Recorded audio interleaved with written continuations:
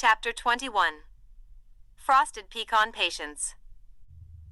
In the third grade, I made honor roll, and my mom got me a new puppy. And I was so excited about it that I spent the entire day squealing and jumping all over the house like a miniature Alice on crack, and just scaring the crap out of that poor little puppy. That same night I got cake and ice cream, and I went to bed on a sugar high, hugging my new puppy, and just plain loving my life. It felt like the best night of my life. Until last night. Because when Edward Cullen told me I was beautiful, it effectively moved my puppy night down a notch. And as if him just saying that wasn't enough to completely make my year, he wanted to try. He didn't come right out and say exactly what he wanted to try, but I understood. He wanted to try to be with me the way I always wanted to be with him. And then he kissed me. And not because he pitied me, and not because I forced him into it, but because he just wanted to. He was scared, and I could tell. And I wanted to just tell him that there was nothing he could possibly do to make me turn away from him. But if I was being honest with myself, I was a little scared too. Because all my excitement scared that poor little puppy, and I didn't have him long enough to even give him a name. So as I started humming Edward to sleep, I promised myself I wouldn't scare him away. As much as I wanted to call him my boyfriend, or give what we had some kind of label, and giggle with Alice about all of our kisses, I knew I had to be patient. So I would do exactly like he asked, and just let it come. We woke up the alarm again, and it felt really cold outside of the covers. I could feel Edward breathing into my hair still. I smiled against his chest and gave him the squeeze that always said, "I don't want you to pull away." If I didn't know my dreams better, I would have thought the whole night was just one big dream. And before Edward did his usual morning groan, he nuzzled further into my hair and gave me a soft kiss on the top of my head. Then he groaned and pulled away. But I was okay with that. Because I was being patient and just letting it come. Reluctant to feel the cold chill in the dark room, I slowly rolled out of bed and shuffled to the sofa. It took Edward longer than usual to beat the alarm clock into submission. I went into the bathroom while Edward ran his fingers through his hair, letting him wake up. My hair was terrifying. I think I had hair curling upwards. All tangled and still warm from Edward's breathing. I got dressed quickly, just needing to start the day. I pulled my hoodie on and brushed my teeth, smiling when I put the blue toothbrush back in its place, right next to Edward's. When I came out, Edward was still running his fingers through his hair, and obviously very groggy. It was cold, so I put my hood up and tried to do everything just like normal. I got my bag from the sofa and shuffled to the bedside table, still kind of waking up. I pulled out his bag of cookies and dropped them next to the alarm clock. I chanced a peek at Edward in the bed, still lying under the warm covers. He was lying on his back, still running his fingers through his messy bronze hair, but his eyes were open, and he was staring at me intensely. Suddenly I got an irrational panic that he was backing out of the whole thing. In the harsh light of day, he realized I really wasn't beautiful at all.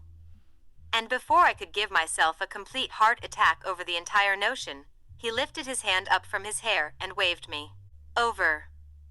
Skeptically, I got closer to the bed, wondering exactly how close he wanted me to get. But he didn't lower his hand any, so I lifted my knee and climbed up beside him, leaning back on my ankles at his side with my palms on the bed. Finally, he sat up, never breaking my nervous gaze, and reached his hand up to pull my hood down and free all my tangled curls. After the hood was off, he slowly moved his hand to cup my cheek, just like before, rubbing gently with his thumb.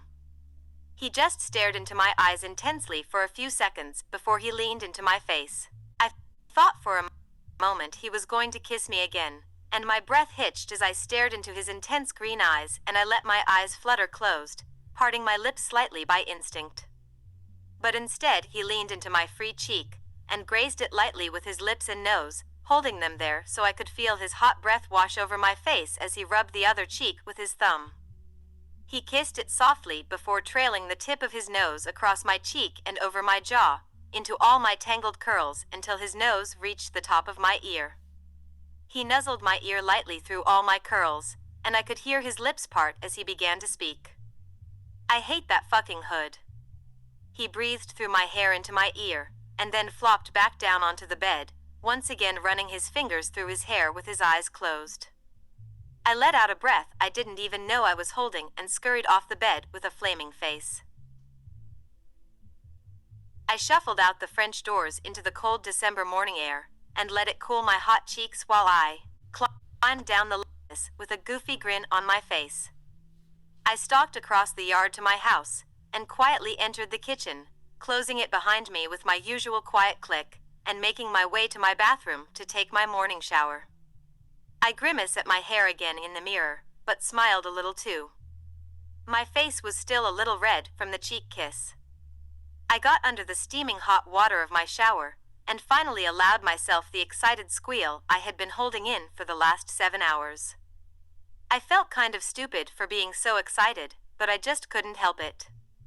I cooked for Alice and Esme like usual, and we sat around the kitchen discussing all the holiday decorations Alice was forcing us to put up that day. She had diagrams of light displays and lists of garland and tinsel, cunningly marking the most efficient locations to hang decorations without compromising the drywall. It was all a bit ridiculous. I lovingly dubbed her the Christmas Nazi. And as a punishment, I was in charge of untangling all of the strands of lights that kind of reminded me of having to brush my hair out that morning. At noon, Alice was screeching over the phone to Emmett, who had been bribed into transporting the freakishly large Christmas tree from the lot to our house in his Jeep. And because of that, I was now making 6 bags of frosted pecan patience tonight. I didn't mind. In fact, I quite enjoyed the idea of making Emmett a bag of cookies every day. I still felt awful about the handshaking incident. And Alice was using my cookies as her secret weapon for everything. It made me snicker at her.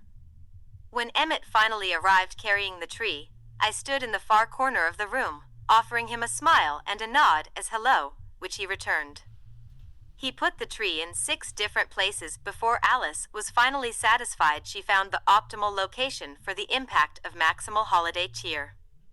Ridiculous.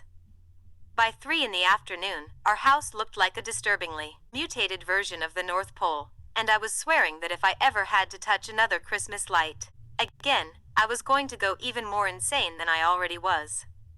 When I finally got a chance to slow down and think, I spent the rest of the day thinking about Edward and everything he had said the night before. And I didn't even have to ask Alice to do my hair again, or even agree to it. Because she basically forced me to the vanity in her room, telling me about how much curls were in for the Christmas season. I think she was trying to coordinate me with the Christmas decorations. I certainly felt like one.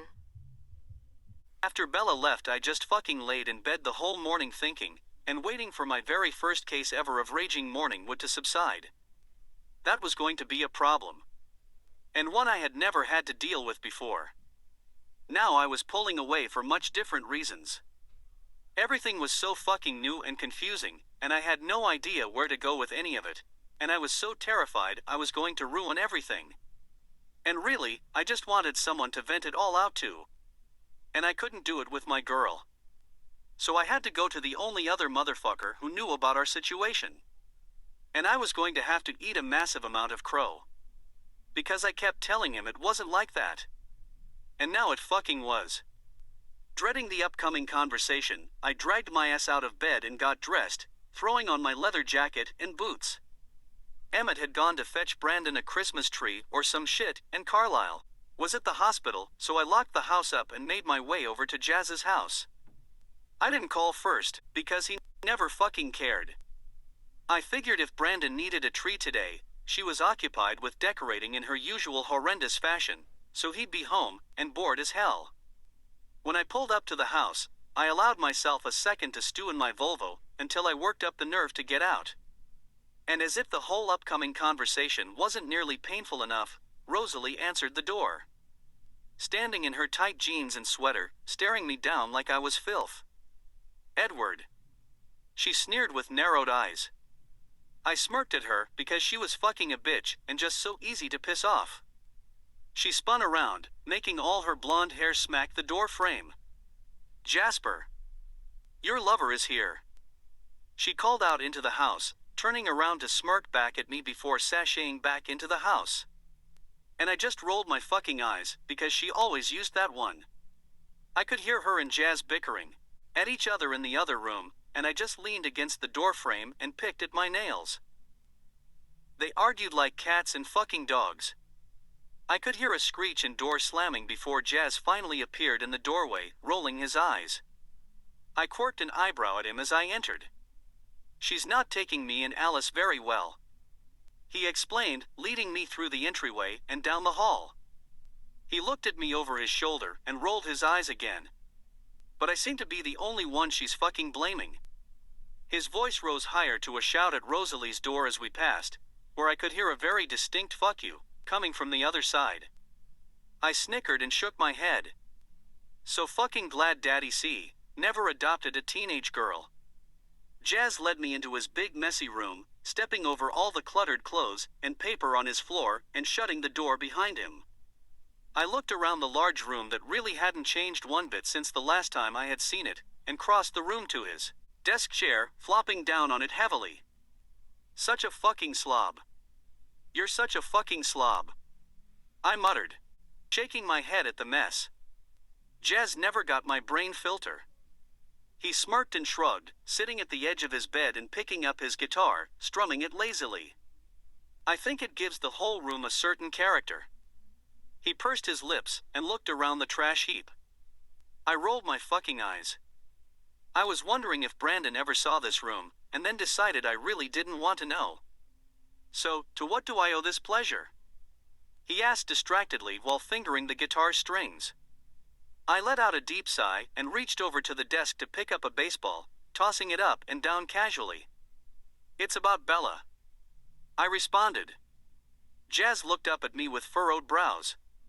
"You look better. More sleep since she came back?"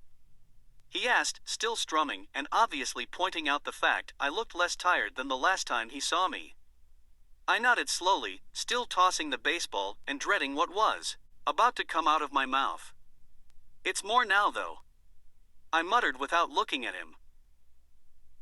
His strumming stopped and I kind of grimaced, chancing a peek at him looking at me confused. "More what?" he asked, tapping his fingers against the wood. I rolled my eyes and put the baseball down. I'd have to spell it out for him. "Bella and I are more." I raised my eyebrows. Understanding flashed across his face, and then he fucking smirked at me, which made me nervous. "I'm really going to need you to channel your inner non-prick for this conversation." I narrowed my eyes at him. He allowed himself one snicker before painting on his serious face and nodding at me. I leaned back against the chair and rubbed my hand over my face, briefly wondering why I decided talking to Jazz would be any help at all. So, he started, resuming his strumming, but paying much more attention to me. "How much more, exactly?" he asked in a suggestive tone, quirking an eyebrow. I immediately knew what he was getting at, and I had to stop that shit right here. "I'm not fucking her," I said truthfully. Jazz furrowed his brows and nodded. "Okay," he said slowly, pursing his lips and giving me a once-over. "So, what? Is she like your girlfriend or some shit?" I grimaced at the word because I really didn't know if you could call us that. "We're not really giving it a name yet," I said, knitting my brows together. "I think we're just accepting that there's..." I paused, struggling to find a way to explain, then settling for the earlier term. "More," I said conclusively with a shrug. Jazz still looked confused. "So, you're not fucking her, and she's not your girlfriend?" he asked slowly, as if trying to do some mathematical equation, and not approving of the answer. I nodded. Both facts were true. He nodded along with me for a moment, pursing his lips. "So where exactly does the more come in?" I let out a deep sigh and rubbed my hands over my face again. "Well, we like each other as more than friends," I started, knowing that much was a fact, and we were probably never just friends any fucking ways. "So we're just going to take shit as it comes." I shrugged one shoulder, deciding my words from last night were still fitting. He lessened his strumming and quirked an eyebrow. "And what the fuck does that mean?" he asked, clearly not understanding. I huffed and picked the baseball back up, resuming my casual tossing. "It means we'll just do what feels right," I explained while furrowing my brows, attempting to expand on any of my earlier musings. "If kissing feels right, then we'll do it," I said conclusively with a nod. "If going out feels right, then we'll do that too." I shrugged, having no better explanation or plan in place, because I was so fucking lost.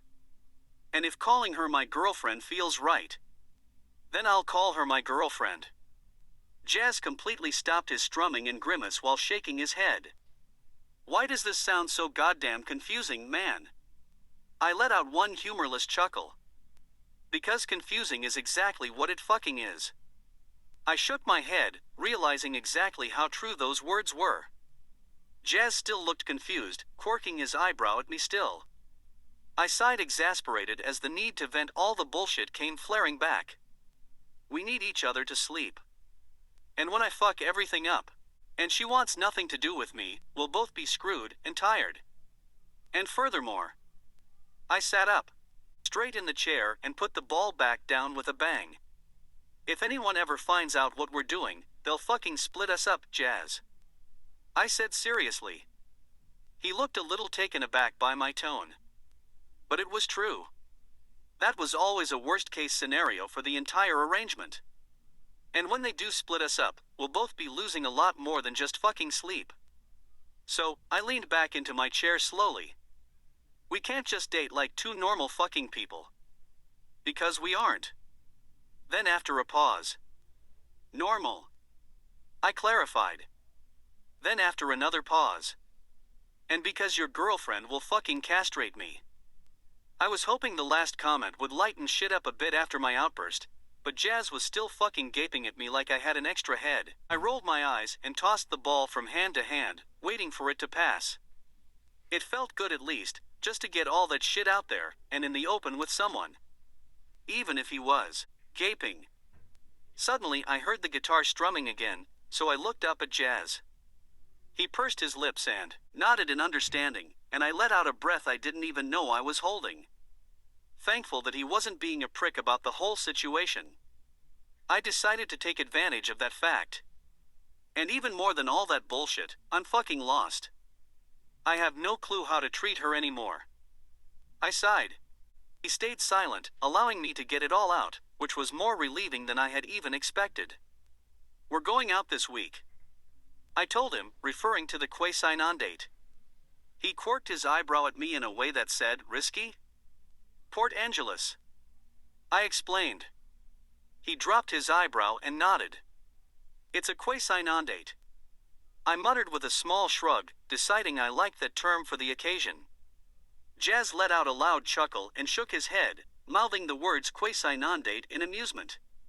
He began strumming an actual song on his guitar, furrowing his brows in concentration. "If you do it tomorrow, I'll have Alice completely occupied for the day," he mumbled distractedly, messing with tuning and trying to get the sound right. I pursed my lips and nodded. It was kind of fucking soon, but I'd take the chance. I knew how Brandon spent her every vacation day in that town. Shopping. Better not to tempt fate. After that, I took Jazz out to lunch to get him away from Rosalie for a while. Poor bastard. I had to beg him not to make me vomit up my burger by giving me details on his sexcapades with Brandon. He just snickered and nodded. We didn't talk about Bella anymore. I was pretty fucking determined to try to be somewhat normal about the whole thing. Or as normal as I could get. Jazz came home with me, wanting to go see Brandon at her house. I spent a good portion of my evening chatting with Daddy C, and trying to make up for the 12 days of asinine behavior he had to deal with. He seemed oddly curious by my seemingly random roller coaster of moods, but took advantage of my current, better one. I took a moment to appreciate how fucking clueless our guardians were. And I wasn't stupid. I knew Esme and Carlisle took 4 business trips on the same weekends. There had to be something up with that shit. But I never asked. None of my business. Still, you'd think they'd see the parallels. I guess they didn't do a lot of talking on the business trips. My girl arrived at 10 right on time, and as I opened the door, noticed she was still trying to look pretty for me. Her shiny curls blowing in the cold, misty breeze as she inched past me into the room, glancing at me sideways with a smile. Usually she would just unload my food on the bed after she walked in. But tonight she kind of stood in front of me after I closed the door, picking and pulling at the ends of her sleeves, and looking like she was nervous as she gazed into my eyes. And I just took a fucking guess at the odd behavior, and walked closer to her, watching as her eyes darted to my lips. I mentally smirked. She was so fucking transparent sometimes. I walked closer until I was nearly pressed up against her, and slid my hand under all her shiny fucking curls, and around her neck. I tilted her head up and watched her eyes fluttered closed as I leaned in, and put my lips on hers. I decided, as I sucked on her bottom lip while cradling her little head in my hand, that if I was going to do something not so chaste, I should definitely do it before we got into that bed and I had her all pressed against me in every inch of my hard-on. So I darted my tongue out and dragged it against her lips, which immediately opened. And since the switch was gone, when my girl licked my tongue and brought her little hands up to tangle in my hair with a sigh, I pressed her face closer to mine, shoving my tongue in her mouth and enjoying the fuck out of it. I wanted to feel her closer though, so I slid my other arm around her waist and pulled her to me. And she had her little hands fisted in my hair, pulling me closer, and tilting her head so she could plunge her tongue into my mouth. And I was so fucking thankful we weren't doing this in the bed. But then I felt her body rub against my already quite obvious hard-on, and I groaned into her mouth. Reluctantly I pulled away from her lips, slightly breathless, giving her shiny fucking curls one last stroke. She stood there for a moment, kind of panting and licking her lips, before she opened her eyes and smiled at me. I smiled back and just fucking shrugged in a gesture that clearly said, I wouldn't mind adding that to the routine. She finally turned away when her face turned red and began unloading the meal on the bed. Determined to find the middle ground where the new routine met the old, I flopped down on the bed and began doing my usual thing while she shuffled her way to the sofa. I began devouring the casserole she brought and humming while I watched her play the iPod. I decided I was going to get my girl her own iPod for Christmas. What are you doing tomorrow? I chewed, remembering my window of opportunity that Jazz provided. She glanced up at me from the iPod and smiled. Well, provided the Christmas Nazi doesn't detain me, probably nothing. She said quietly, shaking her head at something and making her shiny curls bounce everywhere. I furrowed my brows wondering who she was talking about before I realized it must be Brandon. The name was so fucking fitting. Why? She asked, glancing up at me through her eyelashes. This shit again? I gulped my bite of food. I was thinking we could go to Port Angeles tomorrow. I mumbled, stabbing my casserole with my fork. She smiled wider and nodded, finally turning her gaze back to the iPod. I continued eating the food she brought me, mentally rolling my fucking eyes that she was still doing the flirting bit with me, when she so obviously had me already. How will we meet? She muttered. I looked up from my food and she was staring at me, biting her lip. I wasn't sure if that was another flirting move, or just fucking Bella. Either way it worked. I furrowed my brows at her question. I'll park at the end of the road, just meet me there I guess? I asked as more of a question, and sort of grimacing at the fact I was sneaking us around like we had something to be ashamed of or some shit. Which was not the case in the least. She nodded and looked back down at her iPod, still biting her lip. And then I felt like shit for not just having the balls to take her out like any normal fucking guy would. But I wasn't ready for everyone to know yet.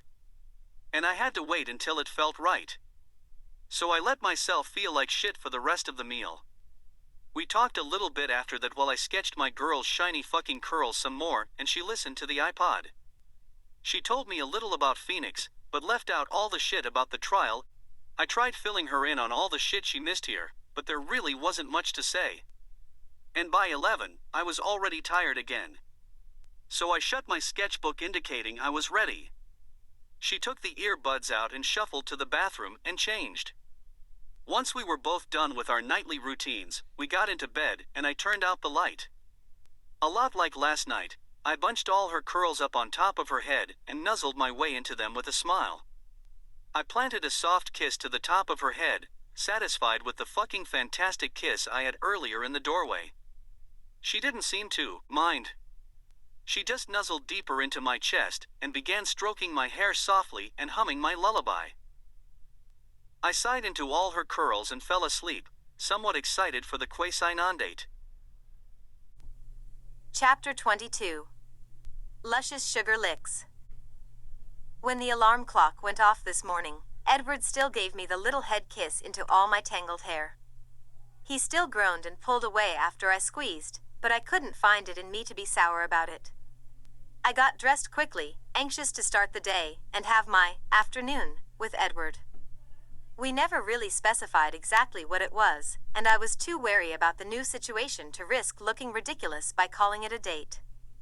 When I exited the bathroom, Edward was running his fingers through his messy hair, grumbling about something or another, though I couldn't understand him.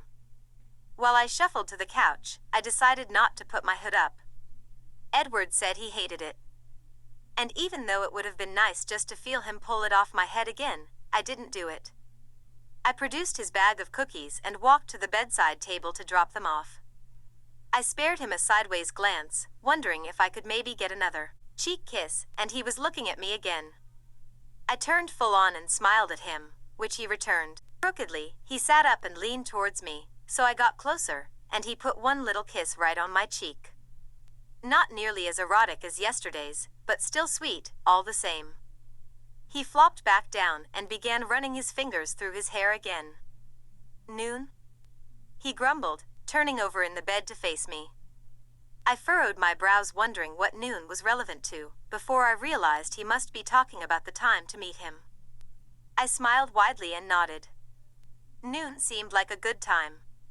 He smiled back and closed his eyes again, still in his morning stupor. I left out the door while all my tangled hair blew around in the cold, misty wind. I could only imagine what someone would think if they saw me sneaking out of Edward's room with my hair looking like it did. I think Alice would call it sex hair.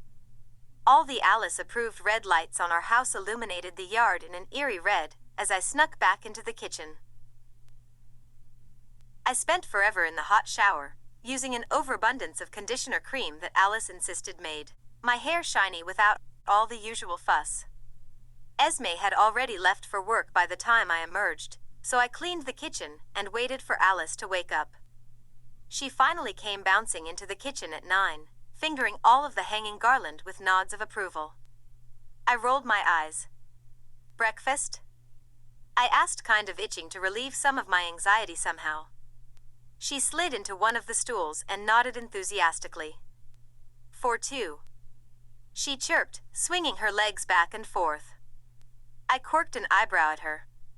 "Jasper's coming over soon." She smiled widely. I nodded in understanding and began cooking a full breakfast, slightly interested in impressing Jasper with my cooking skills. My second favorite guy. He arrived 30 minutes later, sauntering in the kitchen looking grubby as ever. I was so shocked that Alice hadn't made him up yet. She just ran up to him and jumped, wrapping her arms and legs around him. I grimaced a bit and kept my attention on the stovetop while they kissed. "Bella." Jasper nodded, offering me a smile once Alice unwrapped herself. I nodded and smiled back while they each took a stool. I set all the food out on the countertop, and poor Jasper looked like he was salivating at the sight of all the pancakes and veggie bacon and fruit. He reminded me a little of Edward in that moment. I chuckled and shook my head, taking my seat in front of them, and watching him just basically eat everything in sight with a smile. It was still tense having him in the house, and I ate as far away from him as I could, but he seemed to emit an air of calm and cool around himself that even seemed to spread to Alice. I excused myself once they started licking syrup off each other's faces, and went to my room. I stood, biting my nails nervously in my bedroom, staring at the wardrobe in equal parts of interest and trepidation. Edward hated the hood. It only made sense that he didn't particularly care for the entire hoodie either. I didn't want to dress up for so many reasons. I never dressed up because it drew too much attention. But if Edward was with me, maybe I would be more comfortable. I had no way of really knowing. And besides that, I didn't want to come off so obvious. So I took a middle ground between the two ideas and chose a nice thick blue sweater. It was tighter than I was necessarily used to, and had a V-neck that showed more of my chest than anyone had ever seen on me, but I supposed for most girls it was modest. Once I had it on, I panicked and decided I would need a jacket to cover it all up. But I couldn't do the hoodie, so I had to resort to desperate measures and pillage the wardrobe that Alice had bought for me before I moved here. There were tons of tops and skirts that I would never wear, but I did manage to find one nice jacket. It was long, reaching down to my thighs in dark gray wool. I slipped it on and buttoned it up, spinning a little in my mirror, with a grimace when I realized my collarbones were still showing, and it hugged my waist very snugly. I did my best to persevere in the ensemble, reasoning that I did have nearly 3 layers on. A little collarbone never hurt anybody. Right? I fixed my own hair, refusing to interrupt Alice's make-out session with Jasper in her room. She was right about the conditioner. My hair was nearly as shiny as when she did it. I curled it, but not too much, deciding the outfit was a large enough leap for me. I took a moment to be happy that Alice didn't know about Edward for once. She would most likely want to paint my face with makeup I didn't want nor need. So by noon, I looked acceptable. Decent. Deciding that I didn't want to lie to Alice to her face, I left her a note on the kitchen table telling her I would be in town for the day. I glowered at my collarbones in the mirror, and blushed profusely at the 5 inches of skin showing before I left the house. I chanced a peek at the Cullens' driveway, taking notice that the Volvo was already gone, and began making my way down the road. I wrapped my arms around myself, feeling far more naked than I really was, and kept my head down as I passed the houses on our block. I could spot the little silver car on the side of the road at the end of the block, and I immediately began feeling really stupid for not just wearing the damned hoodie. But I kept shuffling towards it with my head down, blushing at the gravel that was crunching beneath my boots. I didn't look up until I saw tires come into my vision. I took a glance around the road to make sure no one was looking and opened the door, quickly throwing myself in the cushy leather passenger seat, and still feeling really ridiculous while I closed the door. My face was flaming hot, and I chanced to peek over to Edward in the driver's seat. He was wearing his leather jacket with all his bronze messy hair still falling in his face. And he was staring right at my freaking collarbones with wide eyes. My face got impossibly hotter, and I moved all my shiny hair to cover the skin that was peeking out, and stared down at my lap. I heard Edward clear his throat. "You look nice." He mumbled and started the car, shifting his attention to the road. I shifted, uncomfortably in the seat. "Thanks." I grimace, keeping my gaze on my hands in my lap, and fighting the urge to hug my knees to my chest. The Volvo was really nice inside. Comfortable. Warm. I stiffened for a moment when I realized exactly what happened not even 2 feet behind me, but quickly shook it off. We drove for a while in silence. I kept stealing glances at Edward, hoping that my face had lost some of the red, before I decided to make an attempt at conversation. "Jasper was over this morning," I said quietly, still fidgeting nervously in my seat. "I made him breakfast," I added with a small smile. Edward peeked sideways at me for a split second. "Lucky fucking bastard," he muttered, shaking his head. I smiled widely and chuckled a bit, realizing that Edward had never had my breakfast food. I decided I would make him some tonight. Breakfast for dinner.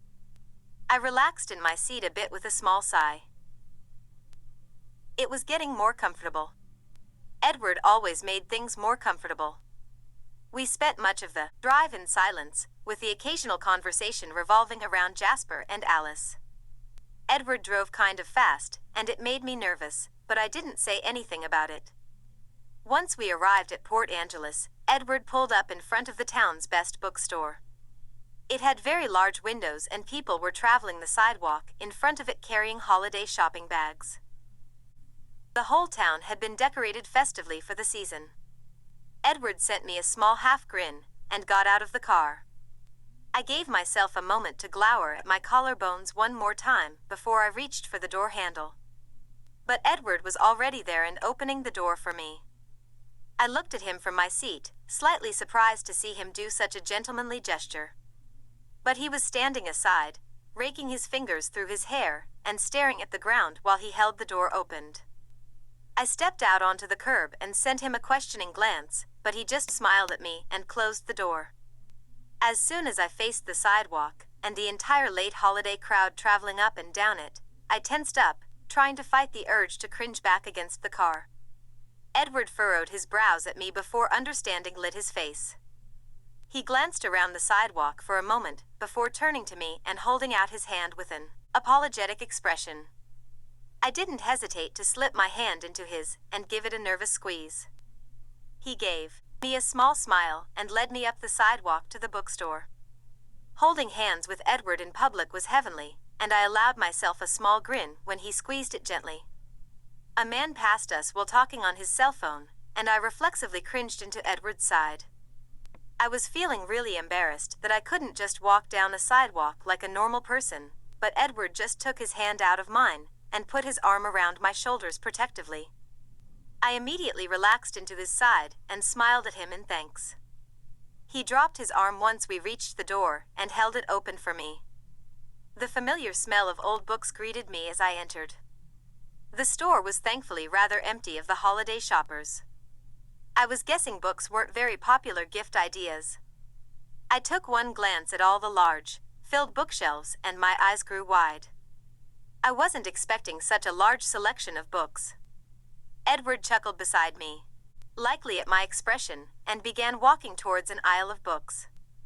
I followed behind him slowly, running my fingers along the spines of all the books and catching glances at familiar titles. One of my particular favorites caught my eye, and I came to a halt, gently plucking the book out of the shelf and fingering the pages with a grin. It was one I had read plenty of times, but I still had to stop and flip through it every time I saw it. I opened to the first page and began reading through the text, feeling particularly glum that I didn't have any of my old books from Phoenix anymore. I got to the second paragraph before I felt Edward step up behind me. I was going to close the book and continue following him, but instead I felt his arms snake around my waist. I smiled and leaned back into him while he rested his chin on my shoulder and gazed down at the open book in my hands. "Is that a good one?" he whispered, releasing one of his arms and moving all my hair off my neck and shoulder where his chin was resting on. I smiled wider and tilted my head to give his chin better access before his words sank in. "You've never read this one?"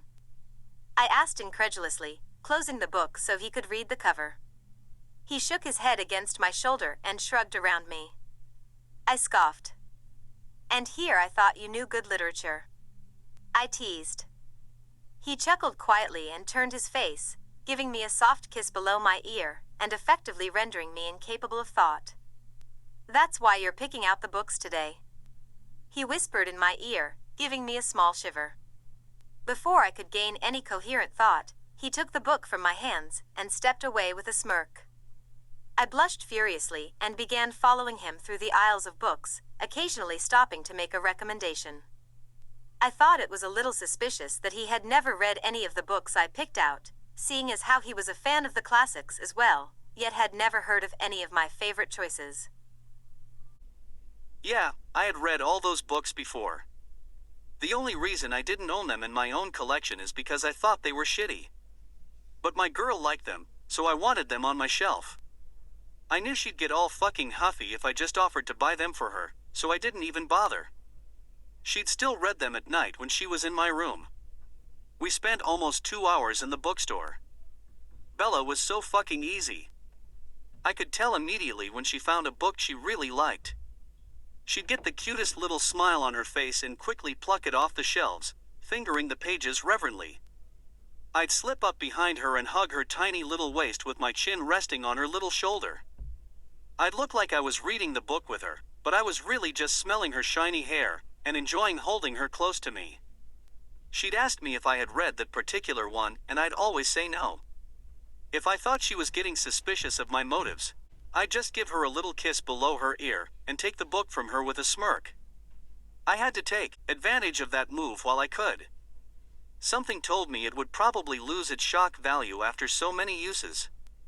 I'd watch her go up and down the aisles, running her little fingers along the spines of the books. I had to fucking battle not to ogle her neck and chest. I had never seen her wear anything but that goddamn hoodie and loose white t-shirts. She had the most petite little pale collarbones sticking out from behind her jacket. I wanted to lick them quite fucking thoroughly. I was dying for her to take the jacket off. Every now and then I'd catch a little glimpse of blue when I had my chin on her shoulder. But of course, it'd be pretty fucking rude of me to say something like that. By 3, I had 10 new books and a growling stomach. I hated to lead Bella out of the bookstore because she had become so comfortable, but I had other plans for the day in mind. "I'm buying you lunch," I said while I paid for all the books and picked up the bags. Her eyes got wide, and I just knew she'd start getting all fucking huffy over it. Don't fucking start. I narrowed my eyes at her. "You always make me dinner, and I never get to do shit for you," I explained. She darted her eyes back to the ground and started blushing for some fucking reason, but I just shrugged it off and walked her out the door. There were a lot of holiday shoppers running amok. And that shit made my girl tense as hell. So as soon as we hit that sidewalk, I put my arm around her again. She immediately relaxed into my leather jacket and began walking to the car with me. I opened the door for her, feeling really fucking stupid and not knowing if I was doing shit right. Fortunately, she smiled widely at me and got in. I figured maybe the whole opening doors gesture was more important than people let on. "What do you feel like eating?" I asked as I started the car. I let it idle until she answered me. She pursed her little lips and furrowed her brows. It was so fucking cute.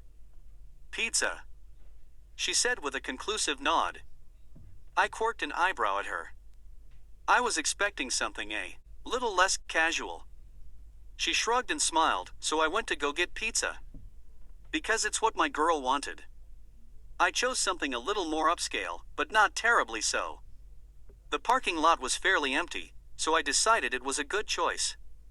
I opened the door for her again, feeling a little more confident I wasn't making a complete ass out of myself. I led her to the door of the restaurant with my arm around her shoulders again. There weren't any people milling about or anything, I just fucking felt like it. It made her smile. I led her through the doors and into the building, where a hostess was waiting to seat us. She looked about our age and had flaming red hair. She was also quite obviously eye-fucking me from behind her podium, staring at me from beneath her lashes and sucking on the end of her pen as she asked what she could do for me in a disgustingly suggestive tone. Bella shifted uncomfortably beside me, so I put my arm around her tiny waist and pulled her close to me. The hostess finally noticed someone was with me. "Table for 2. I said sharply, kind of fucking emphasizing the 2. She spared Bella a momentary glare and finally straightened up, and led us to a booth in the back. It didn't escape my notice that she was basically putting a comical amount of effort into swaying her hips as we followed behind her. I rolled my fucking eyes and squeezed my girl a little tighter. Just so she'd know I wasn't fucking interested. We got to a booth and I slid in beside Bella, opting to sit beside her rather than in front of her. I don't fucking know why. She fidgeted next to me, knitting her brows together and looking uncomfortable. I was kind of scared I did the wrong thing by sitting beside her, but before I could get up, she began unbuttoning her jacket. My eyes widened as she slid it off. I really fucking tried not to stare. Honestly. But the blue sweater she had on was a prefect color against her skin, and the deep V-neck showed more of her than I had ever seen. It wasn't slutty or anything. In fact, it was quite modest. But she still looked damned good. I looked away quickly before I got caught ogling her like some fucking Mike Newton, and leaned back leisurely against the booth seat, satisfied she was comfortable enough to remove the jacket finally. She smiled at me and began glancing over the menu, pursing her lips and furrowing her little brow again. Her hair was shiny today, though not as curly. and equally as adorable. I leaned into her a little bit to smell her hair involuntarily. I stiffened when I realized what I was doing and rested back into the back of the seat. I chanced a sideways glance at her, and she was smiling widely, still staring at the menu. She fucking saw that shit. I smirked and scooted closer to her, deciding that the smile meant she didn't give a shit whether or not I smelled her hair. So I did. I plunged my nose into the side of her head and took a deep breath. She chuckled a little, so I figured I wasn't being inappropriate. I smiled into all her hair and lifted my arm to rest on the back of the booth behind her. I ran my fingers through all her shiny locks while we looked at the menu together. It all felt so fucking normal and comfortable. There were brief moments of awkwardness at the beginning, but we shook that shit off. It felt more like a definite date than a quasi-non-date. We were masters of simplicity, choosing the pepperoni and cheese pizza. A pimply-faced kid a little younger than us walked up to take our order. Unfortunately, while he was doing it, he eyed my girl's chest a beat longer than I was entirely fucking comfortable with. Ogling the same collarbones that I had been dying to lick all day. And I could feel her tension from his stare emanating off of her in waves as she cringed into my side. I sent him a glare when I ordered, and a very pointed look that every male knows to mean back the fuck off. After Pimply Face walked away nervous and stammering, my girl leaned back comfortably into my shoulder while I had my arm around her and smiled up at me. I sent her a crooked smile back, watching as her eyes widened a bit and her face got a little red. I snickered at her and hugged her to me tighter for a second before I went back to fingering her silky hair. When Pimply Face returned with our drinks, he kept his eyes on the fucking floor. I smirked at him when he met my gaze again as he walked away. Now, normally I have a very strict policy against fucking with people in the food service industry. It's never a wise move to piss someone off who prepares your food. But my girl and I were sharing the pizza, so I knew I was safe this time. It was assholes like him that made my girl feel the need to wear that goddamn hoodie all the time. And really, she was much too fucking beautiful to hide behind it. I made a mess with all my pizza and Bella snickered at me while wiping the melted cheese off my leather jacket with a napkin. I just fucking shrugged. Something about tomato sauce and melted cheese just made me messy. We sat for a while after we ate, just fucking enjoying the comfortable position with her head on my shoulder and my arm around her while I played with her hair. She was smiling and telling me about all the decorating horror stories of Casa de Brandon. I'd snicker every now and then at Brandon's torture tactics and occasionally lean into my girl's hair to smell it some more. I decided when it began getting dark outside the restaurant windows it was probably a good time to leave, so I paid the pimply face motherfucker and left him a very condescending tip with a smirk. Bella looked at odds with the idea of putting the uncomfortable jacket back on, wanting to cover herself, but not liking the way it felt or some shit. I decided for her, scooping it up and draping it over my arm, while I led her out of the restaurant with my arm around her shoulders. I did the door thing again, which made her smile once more. Once I got in the car, I drove away and towards Forks feeling really fucking victorious. The day went far better than I had expected, and one glance towards my girl's face, occasionally lit up from the headlights of oncoming traffic, told me she really enjoyed the shit out of it too. I drove with one hand, lounging a bit with my arm resting on the console between us. Halfway to Forks, I felt a little hand slide into mine on the console and intertwine with my fingers. I smiled at the road ahead of me and wrapped my fingers around her little knuckles. We can totally handle this shit. We spent the drive in silence, both leaning back against the seats comfortably with small smiles on our faces while I rubbed the back of her little hand with my thumb. When we finally reached our road, I decided I definitely did not like the idea of my girl walking to her house in the dark, so I decided to chance it and just park at home and let her stalk over across the yards. She quirked an eyebrow at me when I pulled up, and I just fucking shrugged.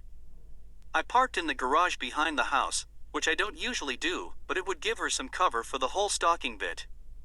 I had to release her hand to put the car in park and turn the ignition off, but I left the keys in so I could have a little light from the dashboard.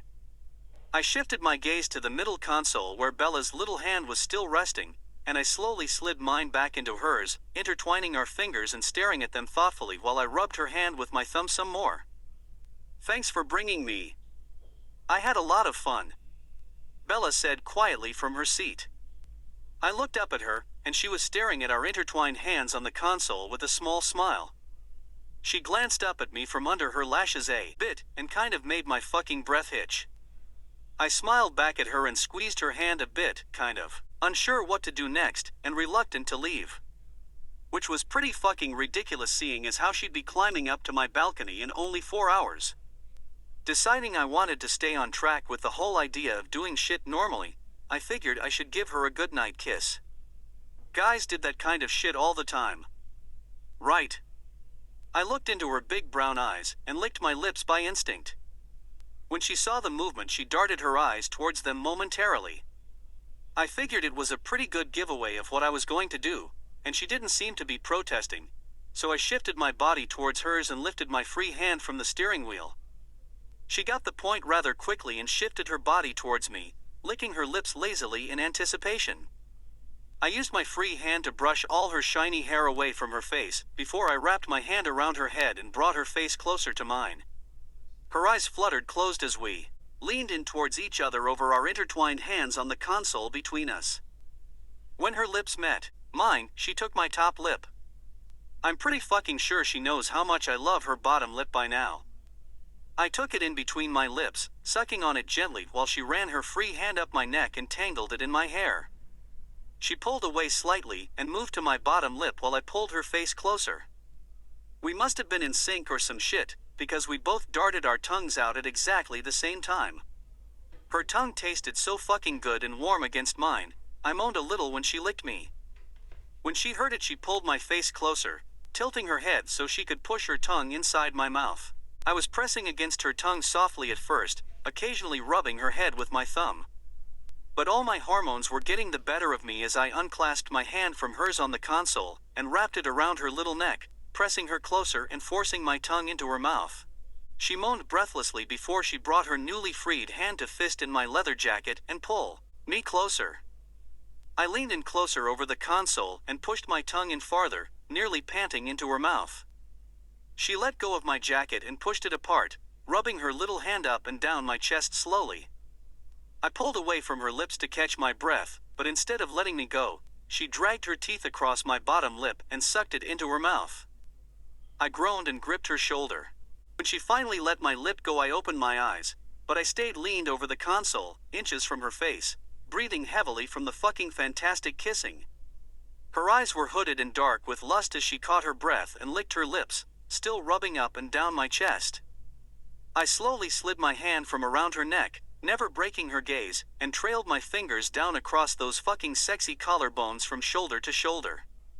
Her eyes fluttered closed again, so I took the opportunity. But I wanted to start somewhere a little less advanced, so I leaned into her neck, used my fingers to sweep all her shiny hair away, and began kissing it softly. She lulled her head back, fisting her hand into my hair and pulling me closer. I darted my tongue out and licked right below her ear, eliciting a deep moan that turned my licking into sucking. Her moan grew louder as I trailed my tongue down her neck, stopping occasionally to suck and lick her warm skin. She fisted her hand into my t-shirt and twisted it, trying to bring my body closer over the obstacle of the console. I kept my mind on the prize, licking down slowly to her shoulder. She was panting and gripping my hair so fucking hard it almost hurt while she tried to pull my face closer to her. Finally, I reached the promised land of the fucking sexy collarbone. I lifted my lips from her skin and licked them in anticipation. Without any hesitation, and completely fucking overcome with lust, I quickly swept my tongue across the length of her collarbone, working from her shoulder to her throat. She moaned loudly into the silence of the car, gripping my hair even tighter. Once I reached her throat, I groaned into it. Sexiest fucking collarbone ever. I gave the wet collarbone one last sweep with my tongue back to her shoulder, placing a small kiss on her neck, and settling back into my seat, victorious. She leaned back into her seat while still licking her lips. I think I'm wearing this sweater over tonight. She chuckled breathlessly. I chuckled breathlessly with her and shook my head against the back of the seat, because that was probably a really bad fucking idea. I let out a deep sigh, feeling a little painful below the belt. I'll see you later? I shifted in my seat. She nodded and gave me a big smile, opening the door and stepping out. I stepped out shortly after her, watching her run across the yards to make sure she made it okay. Once she was around to the front of the house safely, I painfully shifted my hard-on with a loud hiss, and walked up to the house. I snuck to my bedroom, afraid of being caught in my current condition. Once I made it, I peeled off my jacket, and went straight to the bathroom, shedding my clothes and jumping into the shower. And I fucking did it. I lathered myself up real good, leaned one palm against the tile wall, and just fucking stroked my hard dick, fantasizing about licking those collarbones all the way across her chest, and the way she gripped my hair and moaned when I did it. My strokes became desperate pumps. And when I finally came with a loud groan, I imagined I was groaning into her throat again.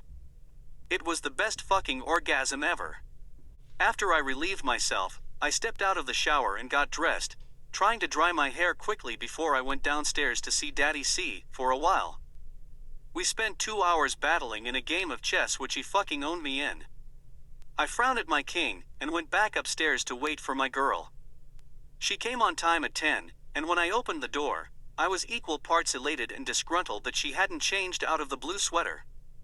I opted for a quick kiss at the door. My allotted time for jerking off had come to a close when she arrived. And I definitely didn't want to go another fucking night with a hard-on for 7 hours. She seemed satisfied with the chaste kiss and unloaded my food on the bed.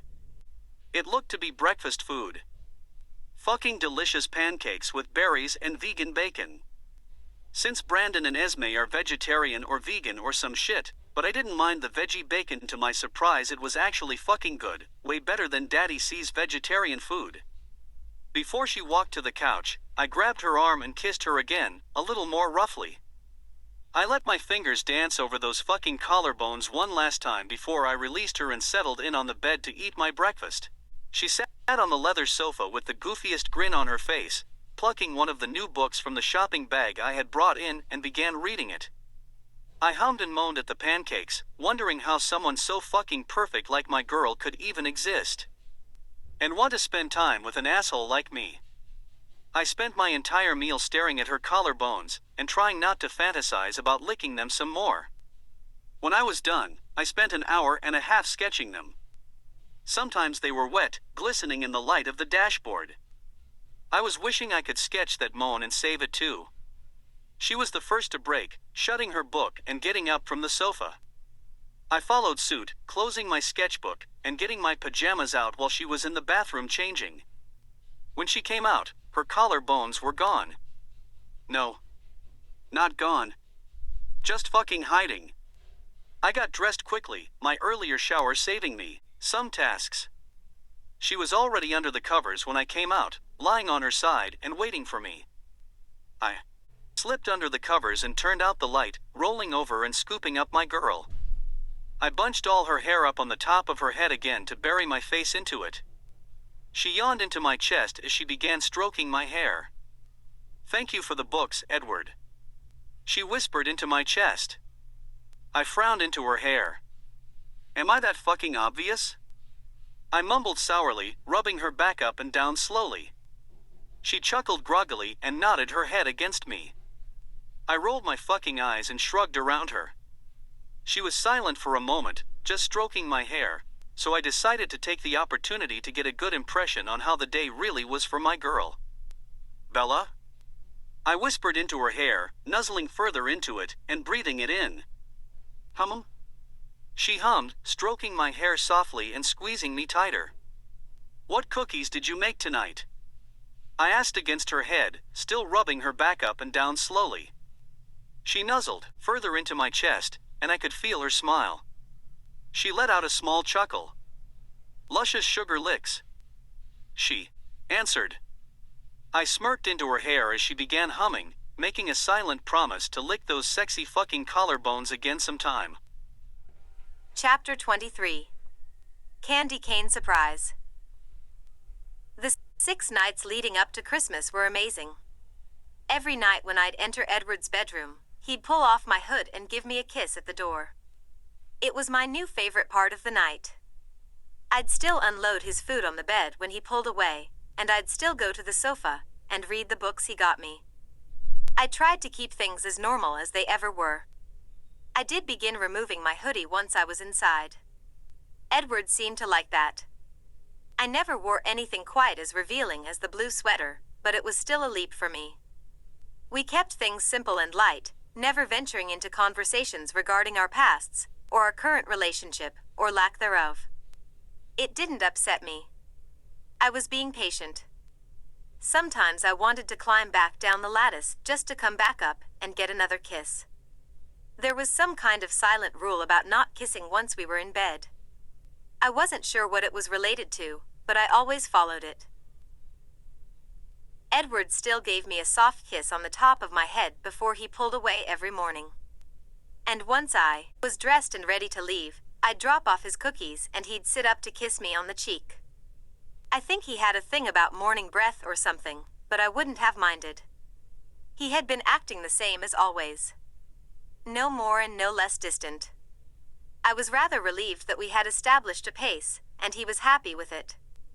Alice was spending most of her time in Port Angeles during the days, leaving me home alone when I'd refused to go with her. My days were mostly boring. I'd flip through Edward's old sketchbook sometimes, or read one of the books he insisted I take home with me. 2 days before Christmas, I broke down and went shopping with Alice. I still had to buy presents for her and Esme, and I wanted to get something special for Edward.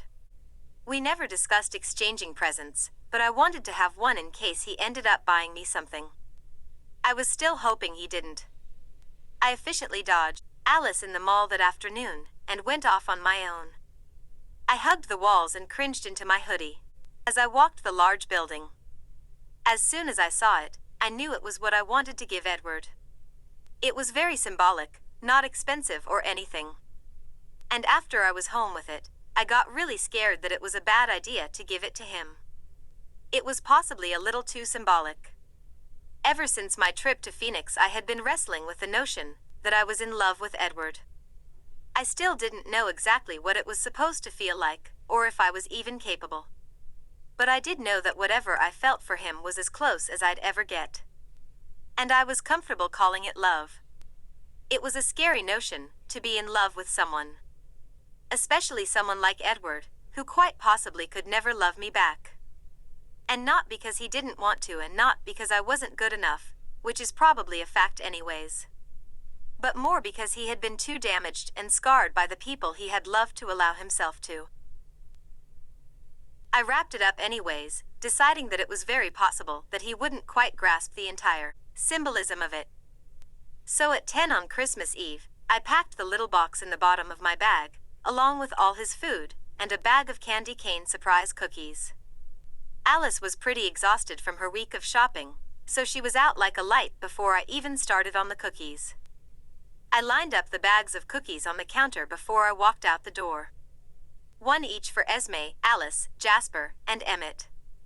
It was cold out tonight, but I had expected that and come prepared with a thick sweater under my hoodie. I drew my hood up on the back porch and began making my way across the yards. I climbed the lattice easily, nearly snorting at the memory of Edward worrying I'd get hurt doing it. I could climb this thing in my sleep with one hand tied behind my back. Once I was over the railing and safely on the balcony, I tapped on Edward's door. He opened it rather quickly, likely having been waiting on me. Once his green eyes met mine, I smiled widely at him. I couldn't help but smile when I looked into his eyes. His bronze hair rusted in the cold breeze as he stepped aside to let me in. As soon as I was over the threshold, and he had the door closed, he reached up and slid my hood off, letting my hair free. I turned to face him, anticipating the very best part of my day. He smiled crookedly at me and grabbed my face between his hands. I smiled back, enjoying the feeling as he rubbed my bottom lip firmly with his thumb, and leaned in to take it in between his lips. My knees always got weak as soon as his lips met mine. But I just sucked his top lip into my mouth, snaking my arms around his neck, and up to tangle into his soft messy hair. I sighed as he darted his tongue out against my lips. I parted my lips without hesitation, needing to feel his tongue against mine. He pressed my face closer to his as he entered my mouth, massaging my tongue with his slowly and lazily. I moaned at the taste of him, pulling him closer, so I could deepen the kiss. He removed one of his hands from my face and snaked it around my waist, pulling my body flush to his as I forced my tongue into his mouth. As soon as my body touched his, he groaned. And I almost pouted against his lips, because that groan always meant the same thing. He pulled away. Tonight was no different. He backed away, planting one last chaste kiss on my wet lips, and stroking my cheek with his thumb as I opened my eyes. I smiled at him, not letting all my disappointment show. Taking what I could get. He smiled back and finally released my face, walking over to the bed, while I removed my book bag from my shoulders. I unzipped it carefully, removing the containers of the Christmas Eve meal I had made, and placing them on the bed for him, while I licked the remainder of his taste off my lips. He flopped down in the center of the bed, and began uncovering the containers with enthusiasm.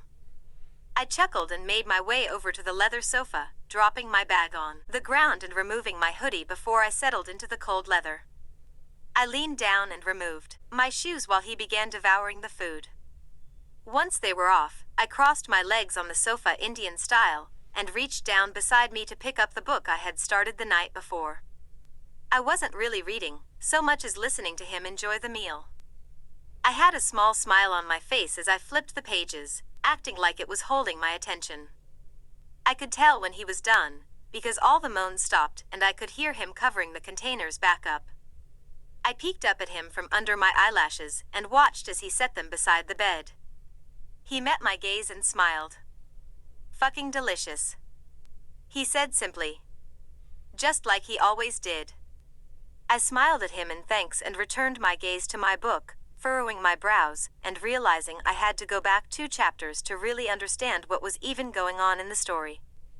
He cleared his throat, getting my attention as I peeked up at him again, leaning back against his headboard with his legs straight and his feet crossed. "I have a present for you." He smirked. I frowned and closed my book.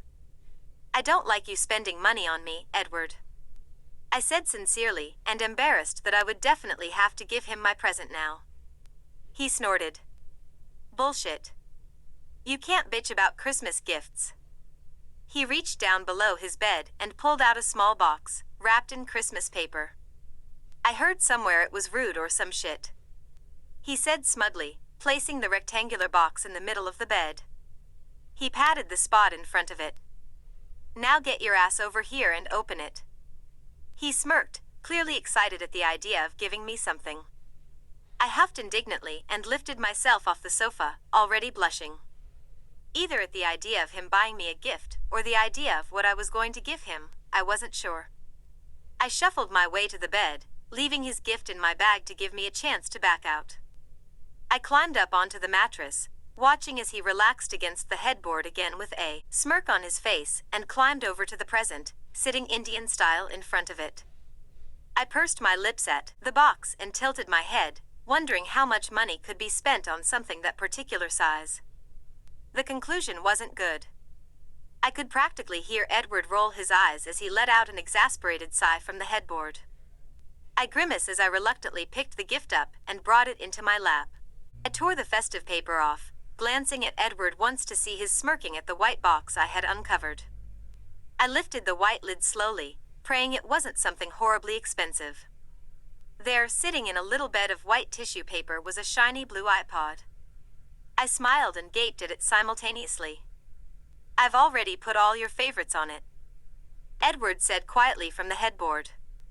I wanted to grimace at the thought of how much an iPod cost, but I knew that it would upset Edward, so I pushed that fact aside and smiled widely at him. Because I really did want an iPod. "Thank you. I really did want one of my own." I smiled honestly. His face lit up a bit, and he leaned over to put a small kiss on my cheek. I smiled wider and turned my face to give him one back. He chuckled and shook his head, leaning back against the headboard. I put the white lid back on the box and collected the used paper. I started hesitantly, fisting the used wrapping paper tightly. "I kind of got you something too." I whispered, chancing a peek up from the white box in my lap. Edward narrowed his eyes at me. It's not expensive or anything, I quickly explained, watching as his eyes relaxed out of a glare. It's more. I stared at the white box and fisted the paper in my hand harder. Symbolic. I shrugged tensely.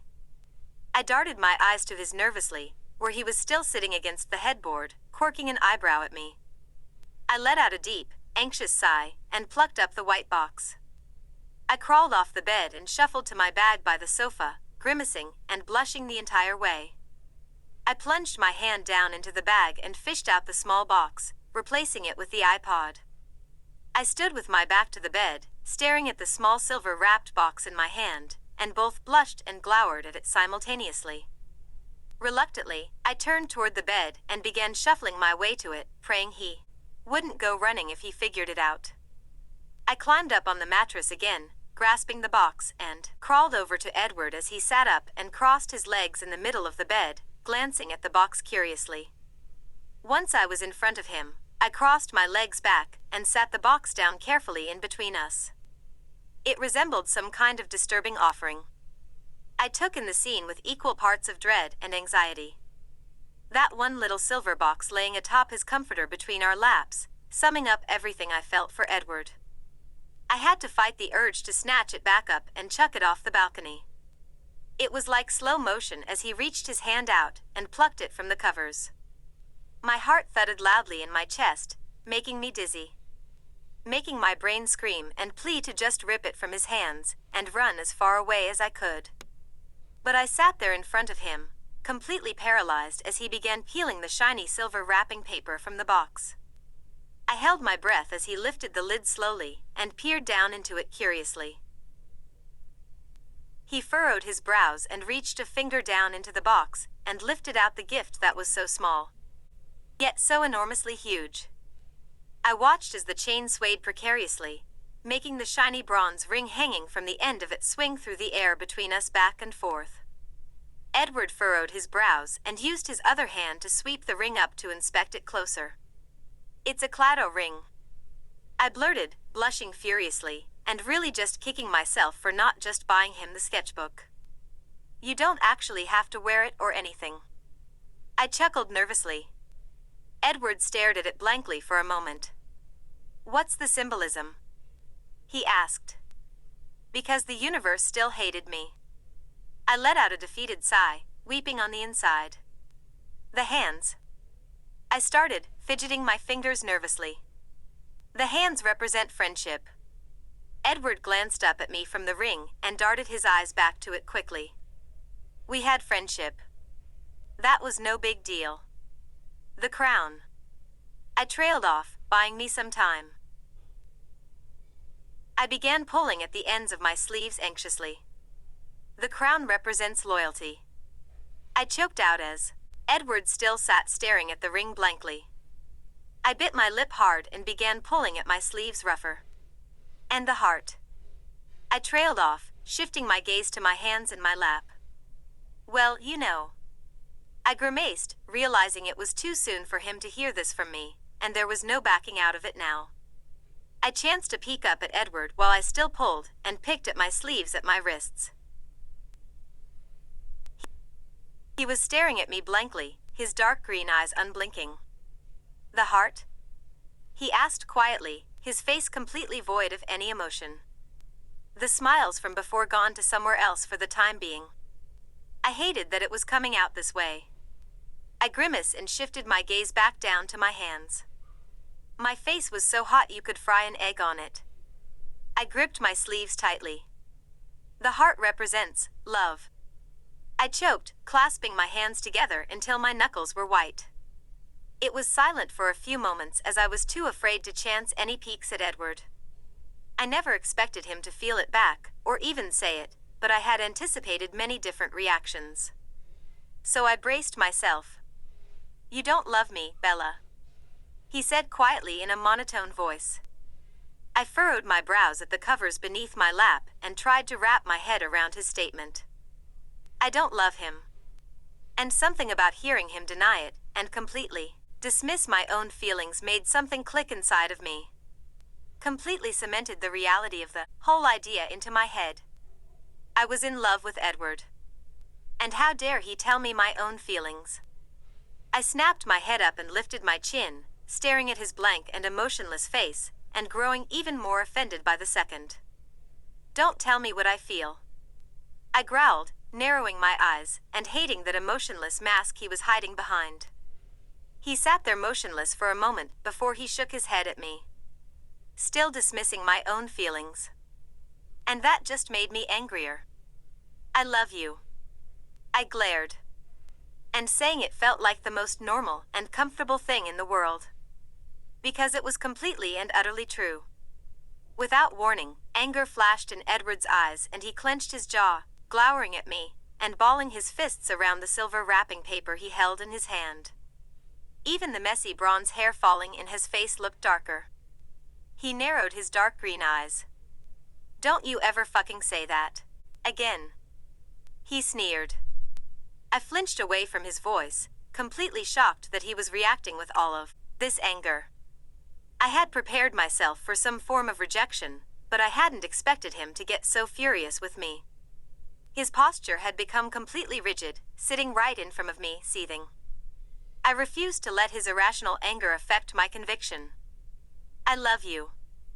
I said determinedly, watching as the anger in his eyes grew more defined.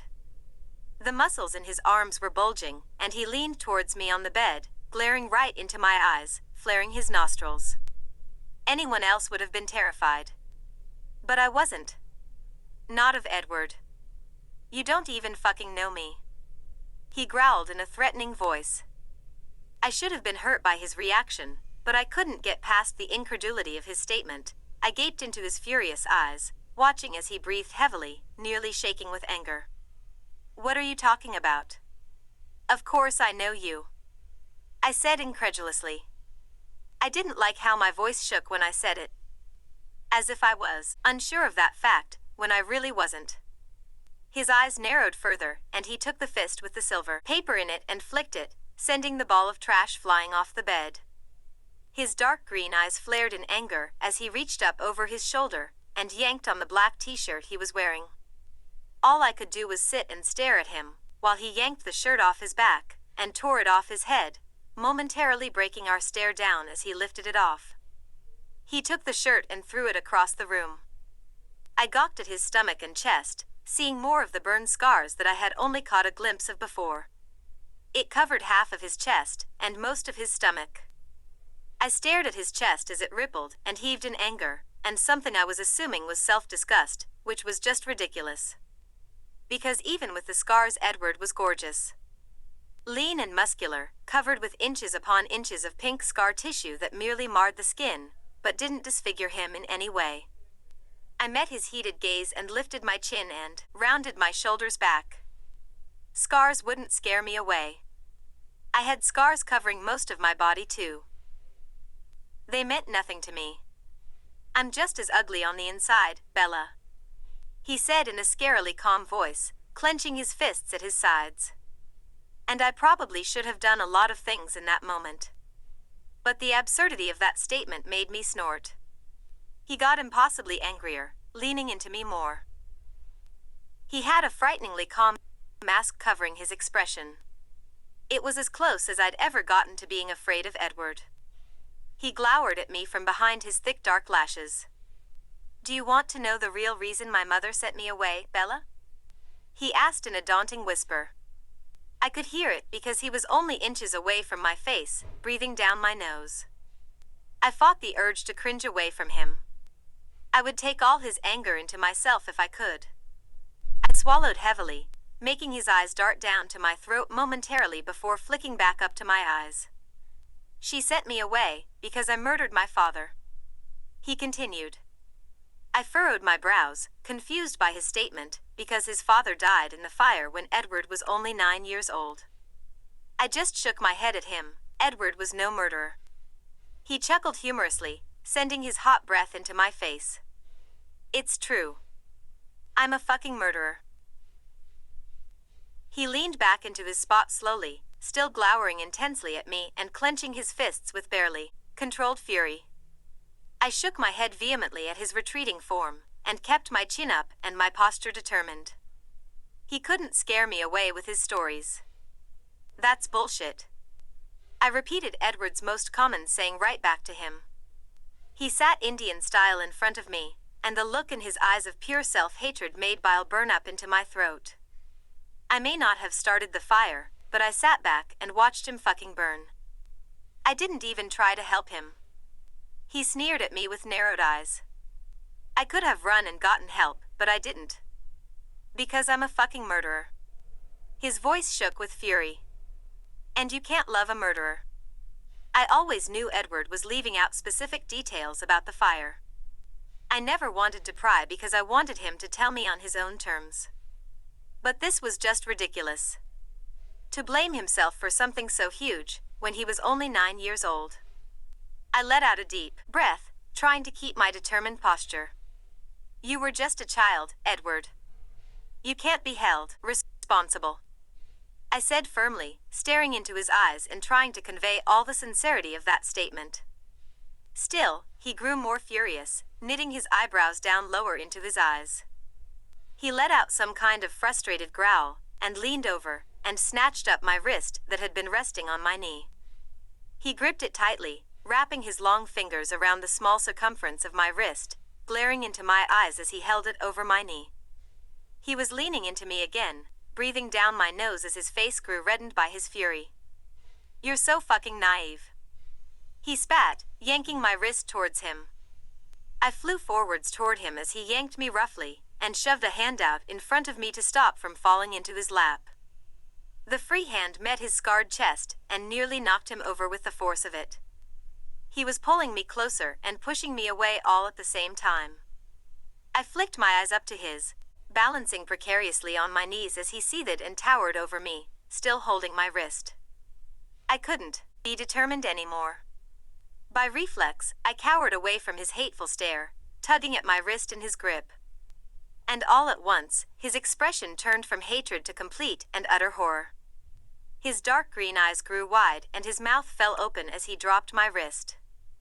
I fell back into my spot, bringing my wrist to my chest protectively, rubbing it soothingly, and blinking back all the tears that were fighting their way through my eyes at the sight of Edward's self-hatred. I watched as he fell back onto the mattress with a flop and backed away from me with wide eyes. Holy fuck, he breathed, his face losing all the red fury, and becoming a sickening shade pale of terror. He shook his head at me slowly, his green eyes glistening and wide. I'm so sorry, I didn't mean. He trailed off in a pained whisper. I was frozen as he crossed his legs again in the middle of the bed, propping his elbows on his knees and dropping his head into his hands, gripping his hair with both his fists. He let out a hollow chuckle and shook his head, still gripping his hair. I knew I'd fuck this up. He spoke into his lap in a pained voice that made my heart clench. I couldn't see his face because it was pointed downward, but I saw one tear fall onto his dark jeans, staining it a deep black and glistening in the light of the bedside lamp. I unclamped my wrist and held a hand out by instinct. I couldn't bear to see Edward in pain. I hesitantly leaned over the bed and touched his knee with my hand gently, and he flinched away from it. Just fucking leave, Isabella. I'm not stopping you. He choked. My heart sank as the realization that he thought I wanted to leave made a lump form in my throat. I wouldn't let him push me away. I didn't care if he thought all those terrible, untrue things about himself. It didn't change the way I felt. And Edward had always stood by me when I was hurting and scared. So I lifted myself on my knees and crawled over to him, grabbing both his fists in my hands, and not moving away when he flinched. I pried his fingers from his hair and gripped his warm, bare shoulders, pushing him upright. It took quite a bit of effort. He was entirely stiff, not wanting me to touch him. But I didn't care. He always held me when I cried, and nothing he did would make me go away, so I eventually pushed him straight. He kept his eyes closed as another tear trailed down his cheek. I crawled over him, straddling his lap, and threw my arms around his bare neck, burying my face in the crook of it and pressing my body against his completely. Trying to show him with my embrace how much none of it bothered me. Hoping he could feel all the love I had for him. He was still and rigid for a long while as I stroked his hair softly, planting the occasional soft kiss on his neck. After what seemed like hours, I finally felt his arms move. Slowly snaking around my back as he hesitantly rested his head on my shoulder. He hugged me softly, as if I was fragile, stroking the hair that was flowing down my back. "I fucking hurt you," he whispered in a pained voice into my shoulder. I shook my head against his neck. It hardly hurt at all. I had lived with multiple broken bones and cuts covering 50% of my body. One little wrist grab was nothing. He let out a deep breath and moved his arms from around me, gripping each of my shoulders and pushing me away from his body. I clenched onto his neck tightly, not wanting to let go, but he was stronger, finally succeeding in prying me off of it. He hung his head, his face still damp with tears, and red eyes that were still pained, and reached up to his neck, gingerly removing the very uninjured wrist from around it. He brought it around him, to in between us, and began inspecting it. It appeared fine, with no apparent bruising, just a couple red marks in the shape of fingers. Edward let out a strangled, agonized, choking sound at the sight of it. I snatched it from his grip, lifting it above his head, and hiding it around his neck. "It's nothing, Edward. It's not even bruised," I told him sincerely, not willing to let him expand on the painful choking sound that made my heart clench even tighter. He gazed into my eyes, looking deeply troubled and agonized. "I'm so fucking sorry, Bella," he whispered, inches from my face. I smiled and shook my head at him. "You're already forgiven," I shrugged dismissively, leaning down to kiss the trail of the latest tear. He huffed and shook, his head against my lips, pulling away and reaching up once again to take my wrist in his hands. He brought it around his neck and looked at it again, hissing as he fingered the slightly red marks. I grimaced and tried to pull it away again, refusing to let him beat himself up over something so small. But he held it firmly, bringing it up to his lips and planting soft, ginger kisses around it. I stroked his hair softly with my free hand, showing him I wasn't bothered by it in the least, and still smiling at him as he occasionally glanced into my eyes from under his dark lashes with every soft kiss he placed on the red marks. He began moving my fingers and flexing my wrist to check for any signs of damage. It didn't hurt one bit, all the soreness disappearing after a few minutes. Once he was done with his ministrations, he let my wrist go, giving it one last gentle stroke. He glanced down at his bare, scarred chest and grimaced. In disgust, shaking his head at it with a hateful expression, and glancing around the room, likely looking for his shirt that had been lost when he threw it across the room somewhere. The look of pain and complete disgust on his face as he looked upon his scarred form completely overcame all of my inhibitions. It was what we always did. Whenever I felt like a freak, Edward would show me his, and it always made me feel better knowing I wasn't alone. So it only felt natural for me to do the same. I had scars scattered around my stomach and ribs from one of the few times I had attempted to escape from Phil. Glass had shattered into my flesh as I was pushed face first into our old coffee table, hunching over it as I impacted the glass surface with my torso. Those particular scars were just another reason why I always made sure to cover myself thoroughly. But I had to show Edward mine. So I removed my hand from around his neck and gripped my thick sweater at the bottom hem, while he was searching the floor around the bed with his eyes, not hesitating for a second to lift it up and bring it over my head. The slight chill of the room hit my bare back and chest as I pulled it away quickly, making my hair swing and sway around my shoulders as I freed it. I threw it behind me and watched as Edward finally turned his gaze back to me. His eyes grew wide and his mouth fell open a bit as he stared at my chest. I had on a bra. Nothing sexy or anything, just plain white. I wasn't completely naked. I reasoned to myself it'd be just like him seeing me in a bikini. He gaped momentarily before darting his eyes back up to mine. "That was highly fucking unnecessary," he said disapprovingly. I shrugged my shoulders and smiled at him. Because it was unnecessary, but it's how we were. And I wasn't even blushing a tiny bit because of it. I glanced on the bed beside Edward, spotting the necklace that had caused all this pain and hatred, and I grimaced at it. He followed my gaze to the ring and stared at it blankly. I'm sorry, it was a stupid present. I sighed regretfully, shaking my head and wishing once again I had just gotten the sketchbook. Edward stared at it blankly for a moment, before he reached a hand down and scooped it up.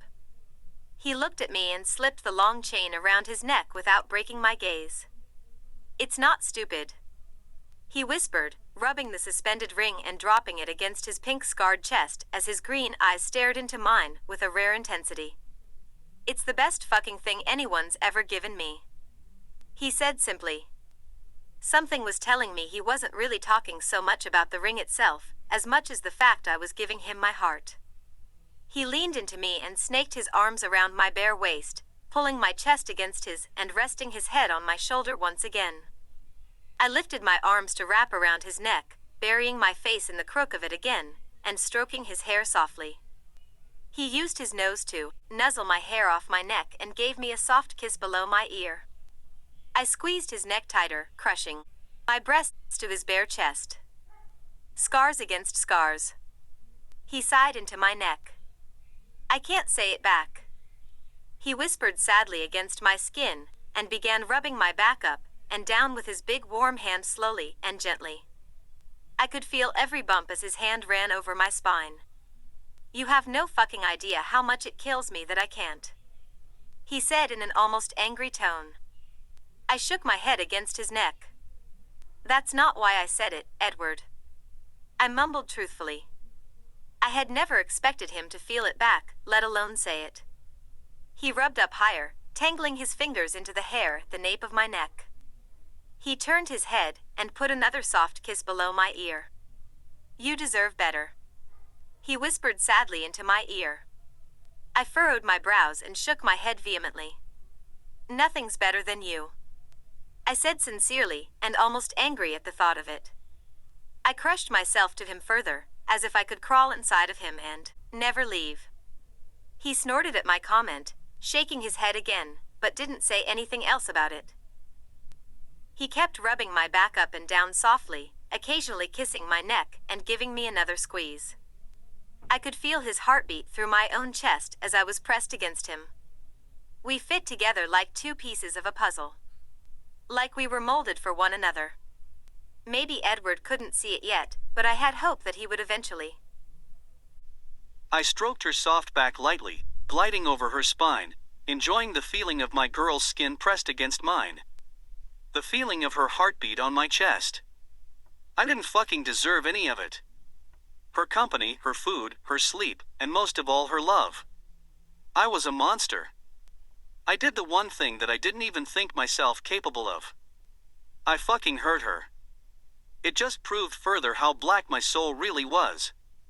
And yet, here she is, hugging me and loving me with all her fucking flowers and cookies that I don't deserve. It wasn't fair. It just wasn't fucking fair for her to feel that for me when I couldn't give it back. I knew what the ring was when I saw it.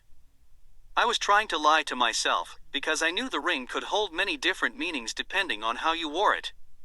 She put mine on a chain, giving me a choice. She was my friend, and she was loyal, and when the heart came up, I was praying that she wouldn't fucking say it. But then she did. And something inside of me just snapped. She loved what she thought. She knew about me. But she never saw the truth. So I showed her the real me. Burned and scarred and fucking ugly on the inside and outside. Even now she denies what I know to be a fact. I'm a fucking murderer. I sat in the corner, too fucking cowardly to do anything to help him, and just watched him die. And yet she denied it. It pissed me off that she could be so fucking naive as to still feel anything but complete disgust for me. So I lost it, and fucking hurt her. I was expecting her to leave. I wanted her to leave. To get as far away from me so I couldn't poison her anymore. But she stayed. And then she had to hug me. Like I was the one who needed any fucking comfort. I just spat at her gift and hurt her. And she fucking comforts me. The thought was so fucking ridiculous, I wanted to laugh at her and cry on her, all at the same time. And as if the gift of her love and comfort wasn't enough to make me feel like shit, she showed me hers. Her scarred stomach and ribs littered with scars. Some small, some deep, disappearing behind the white bra she was wearing. I had seen enough glass wounds from being in the hospital with Carlisle to know one when I saw it. And it didn't matter a bit to me. Even with all her scars, she was still fucking beautiful. And still too fucking good for me. But nothing in that moment was sexual or obscene. It was all loving and caring. Her scars for mine. And for some reason, even after knowing everything, she still wanted me. Still wanted to crush her chest against mine and stroke my hair, and just be fucking wonderful. She was still holding her heart out for me to take. It made me want a wretch that I couldn't give her mine. Maybe she was hoping I could change with time, but even I wasn't sure of it. I really fucking wished I could though. I wish I could love her in the way she deserves. Take her out in front of the world and tell them all about how she made me feel. But instead I'm just a fucking shell of a soul. Holding on to her with every fiber of my being and praying to God that she would wait and she wouldn't be doing it all in vain. I'm tired, Edward. She whispered into my neck. And I was fucking tired too. But I didn't want to let her go. So I just fucking pivoted my body and leaned over to turn out the lamp, never removing her from my grasp, and eased down onto my back with my girl lying on top of me in the middle of the bed. She rested easily straddling me, and never ceasing her strokes of my hair. I hugged her to me tighter, crushing her warmth against my chest. She nuzzled into my shoulder, resting her head right below my chin so my face was inches from her shiny hair. But there was no fucking way I was letting my girl get cold, so I unwrapped my arms from around her bare back, reached both hands out beside me and grasped the covers in 2 fists, bringing them up and wrapping them around us protectively. I felt her free hand run across my bare chest lovingly as she found the ring and caressed it. She fingered it sweetly, and began humming my song while still stroking my hair. I tightened my grip around her, glancing at the clock and realizing it was past midnight. I let out a deep sigh, lifting my head just enough, so that I could place a soft kiss at the top of her head. I held my lips there, holding my girl tightly to my chest, and praying and fucking hoping that I could be more for her someday, and she'd wait for me. She kept humming as I whispered sadly into the darkness of the room against her soft silky hair. Merry Christmas, Bella. Chapter 24. Mocha Desperation Sensations. I awoke to a loud banging that made me nuzzle further into Edward's chest. I winced with every bang, barely conscious. I could hear a muffled booming voice behind the banging as I rose and fell with each breath of the chest I was lying on. I hugged Edward tighter, willing it to go away. All of a sudden I was being shot up into the sitting position against Edward's chest. "Hold on." Edward screamed in a panicked voice. I stiffened as I realized the muffled voice belonged to Emmett. At Edward's door. "Come the fuck on. Carlisle's waiting for you," he yelled through the door. My eyes grew wide and I glanced forward to Edward, whose eyes were as wide as mine, with a frantic expression on his face. Then I heard it. The doorknob rattling. Panicked, I grasped at the covers to hide my bare torso, nearly elbowing Edward in the face. He grabbed my arm and his face softened in relief. He mouth-locked to me as the rattling subsided. He darted his eyes at the thankfully locked door. "Fuck off. I'll be down in 10. He yelled back at the door.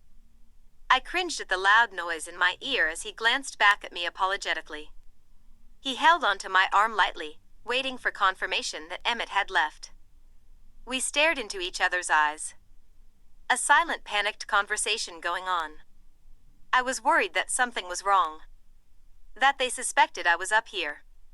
He clearly saw that worry in my eyes, because he shook his head at me with serious expression on his face.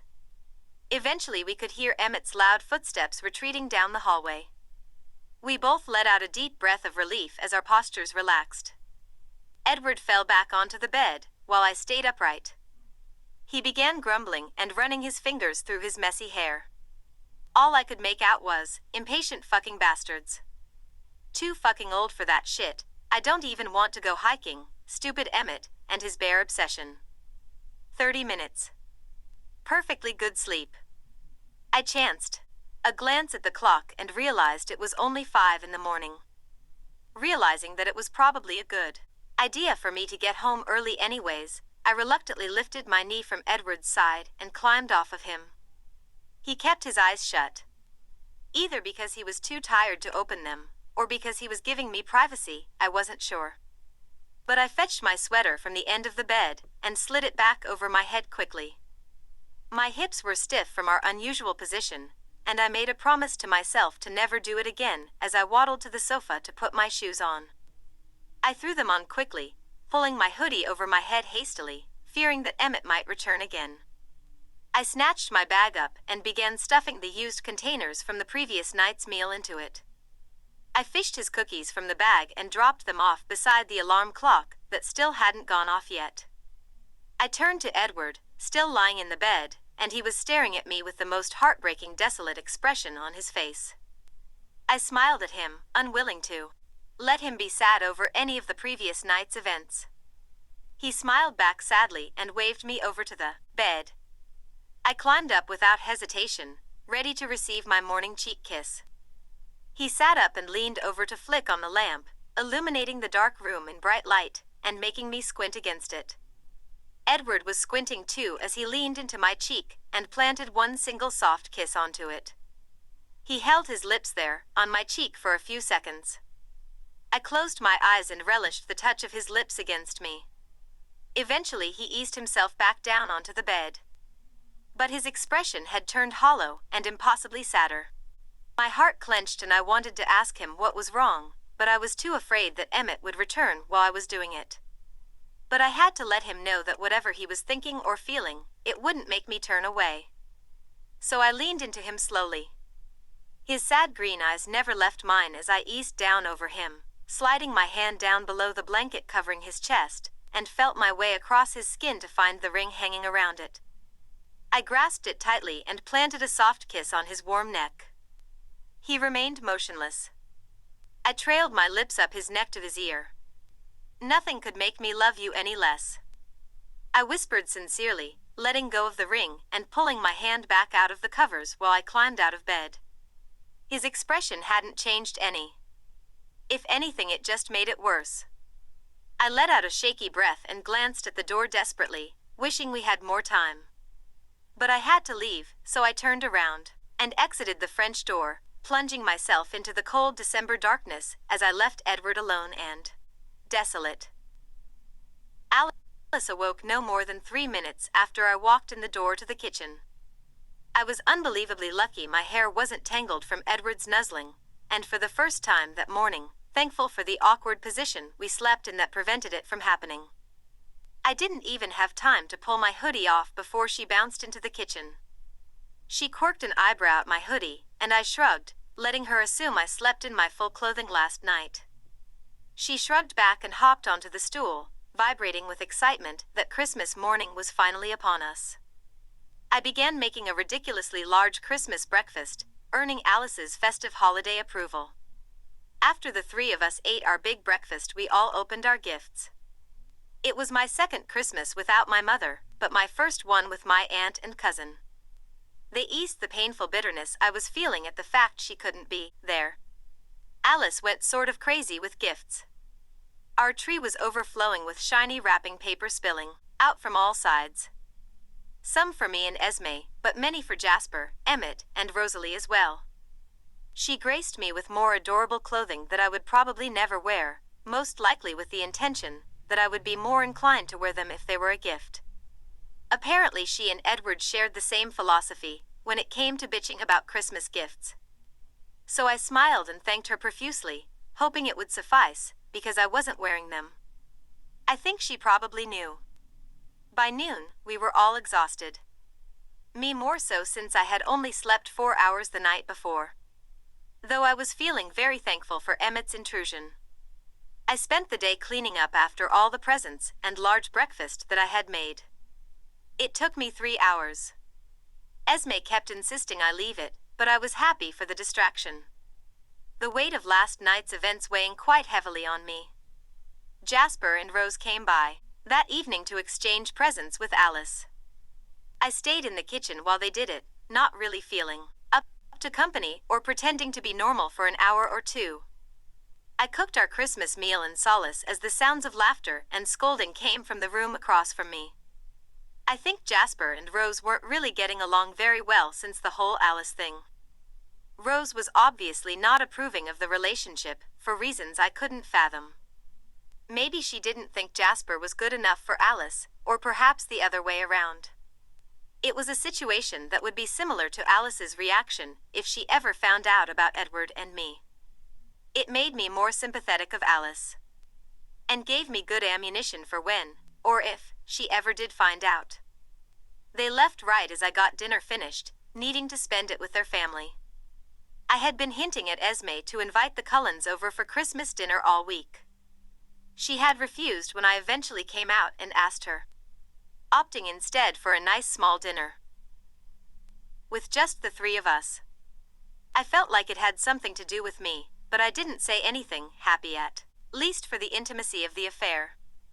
I did talk her into taking them our surplus dinner. I actually made them a whole meal separate from ours, but they would never know the difference, and Esme seemed silently pleased by my generosity, likely anticipating the appetite Emmett would have. When we were finished, she ran the large box over across the yard.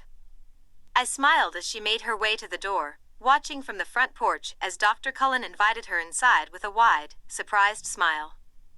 I lounged around the living room for the rest of the evening with Alice. We were both full and tired, rubbing our stomachs in misery and swearing we weren't eating anything else for a week. She grimaced at me when I got up to make cookies, but it was routine. I knew she'd end up eating them anyways. And when they both finally fell asleep fat and happy at 9:30, I began packing my bag with the Mocha Desperation Sensations cookies I had made, and loads of food. I bolted out the door at 10, anxious to see Edward, and hoping that his mood had brightened a bit since that morning. I tapped on the door softly, feeling particularly freezing in the cold rain that was coming down outside. When he answered, I searched his face automatically. I didn't like what I saw. He was standing in the doorway wearing the same clothes from that morning, dark t-shirt and jeans. His bronze hair was impossibly messy, sticking up in all directions, and looking a lot like he had spent the entire day running his fingers through it. But his eyes were what got me. They were just as despondent as before as he met my gaze. My stomach sank, knowing that his mood definitely had something to do with my actions the previous night. I wanted to ask him what I did, and how I could make it better. But the look on his face made it clear that questions would only make things worse, so I stepped into the room silently, cold and wet. Once he closed the door, he reached up and pulled my hood off, letting my hair free. I turned quickly, needing the feeling of the best part of my day. Edward's kiss. He smiled at me as he leaned in. But it wasn't crooked. It was somber and sad and full of sorrow that I couldn't justify. My blood was pumping anxiously in anticipation of his intimacy as he took my bottom lip in between his. I responded, quickly, tangling my fingers into his hair and pressing him closer. This kiss was different from our usual night kisses. It lacked his usual lust and urgency as he cradled my cheek lightly, caressing me softly. The whole kiss felt sad, and it nearly made my eyes water as he pulled away without even attempting to deepen the kiss. I dropped my arms and searched his face desperately. His green eyes were no longer intense, but hollow and dismal. I stood in front of him trying not to let all my hurt and disappointment show through. The look in his eyes told me that he had some serious issues to work out. And there was nothing I could do but wait for him to come to terms with whatever it was he was feeling. And he was blocking me out while he was doing it. I quickly turned away, unloading his meal onto his bed, and fighting back the tears that were forcing their way through my eyelids. I sat on the sofa and watched him eat in complete silence. Edward never ate in silence. It was like he was in his own little bubble on the bed, never meeting my gaze, and looking off into the distance as if something was there, but it wasn't. He didn't speak for the rest of the night. We went to bed as soon as he finished eating since we were sorely lacking sleep from the previous night. As we slid under the covers and the light went out, he scooped me up gently, kissing my hair softly as I rested my head on his chest. His embrace was looser around my waist, and I squeezed him tighter, willing him to return it. But he didn't. It was almost like he didn't want to touch me. The thought made bile rise into my throat as I stroked his hair and hummed him to sleep, feeling utterly desperate for his real touch, while my cookies still held all of their previous meaning tenfold. The 4 days following Christmas were cold. Frosty wet breezes that teetered just barely above the required temperature for snow. Edward grew even more distant from me. I wish I could say it returned to the business-like relationship we shared pre-Phoenix, but it was much worse. The passionate kisses at the door became soft, chaste pecks. He barely caressed me at all anymore. The look in his eyes never changed. It was always a hollow shade of green, hopeless and desolate. I'd sit on the couch and read and watch as he ate in silence. He stopped moaning and humming, simply eating the food as if it was merely sustenance and nothing enjoyable. He was pulling away and folding in on himself completely. I could see it in his eyes when he avoided my gaze. He was right in front of me, yet so far away. I asked him the second night what was wrong. His distance was killing me. But he just mumbled that he was fine and managed a small smile for me. I wanted to jump on him and shake him and tell him how stupid he was being and make him kiss me again like he meant it. But I barely restrained the urge. It was something he needed to deal with on his terms, and no rushing from me would make things any better. It was just a feeling I had when I looked into his eyes that night. And knowing that all of my efforts to break him out of it would only make things worse. So I took his rare kisses with a grace I didn't think myself capable of, and I kept my mouth firmly shut, refusing to open any more wounds than I already had. His grip on me at nights was nearly laughable, barely resting his arm on my waist as he slept. I could feel the dreams pushing their way through, barely skimming the surface, and making me awaken in the morning with a familiar sense of dread. It was never a full-on dream, but impressions of them, working to fight their way into my sleep. I wanted him to crush me to him and keep them away. But instead I got distracted strokes and light kisses. It was as if the already dim flame he had in his soul before Christmas had died out completely. I was battling and fighting to hang on to him and remain patient. I'd spend my days alone in the house, feeling regret towards the whole Christmas gift fiasco. I knew it had something to do with it. As much as I tried to deny to myself that a gift such as love could result in such a reaction, I knew better. And I hated that I had to regret telling him. Alice kept asking me what was wrong, clearly interpreting my mood rather well. I blew her off and pushed her away, feeling frustrated. Frustrated that I couldn't even go to her for advice. Because she could never know about us. If an us even existed anymore. My hurt and disappointment was quickly growing into resentment. Each morning I had to wake up to my almost dreams in his almost embrace. It was that first kiss on Christmas morning on her cheek. I watched as she closed her eyes, drinking in my kiss reverently, as if it was something she lived and breathed for. And I tried harder than I ever had to feel it in that one moment. To just feel the love for her that I was desperately searching for. That she desperately deserved. But it wasn't there. I wanted to push her away and hold her close and ask her why she didn't fucking hate me. And she didn't. Her love for me was completely unconditional. It just made it all worse. I wanted it more than anything in the world. To just fucking feel that for her and show it to her. But every time I opened the door and looked at her, it just made me feel emptier that I couldn't find it. That I couldn't fucking feel it. So I distanced myself from her the nights following. I tried to tell myself I was just protecting her from my darkness and shitty mood when she walked in the door those nights. But that was a lie. I hated myself more every second that she glanced at me with those sad and hurt eyes. I was still hurting her because I couldn't feel it. I knew it by the names of her cookies and the look in her eyes. I really was a poison. I stopped kissing her as completely as I used to, tried to hold back on my touch. I didn't do it because I wanted to. I did it because her love for me made me so goddamn bitter.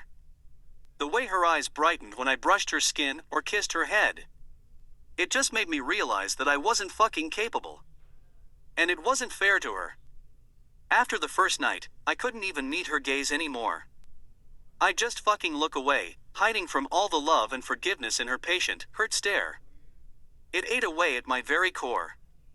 Pecking off in small increments that grew into an ugly heap of complete fucking self-disgust.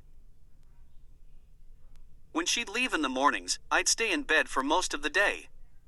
I suppose to some people it would look pretty fucking pitiful. But I was still searching for it. Searching for something that I was terrified I'd never find. And I'd spend the day locked up and trying to sort shit out in my head. I could feel friendship towards her, loyalty, caring and protectiveness, and endless amounts of adoration. I could even easily feel lust for her. But it was almost as if it was impossible for me to reach another level of emotion. Not just for her, but for anyone.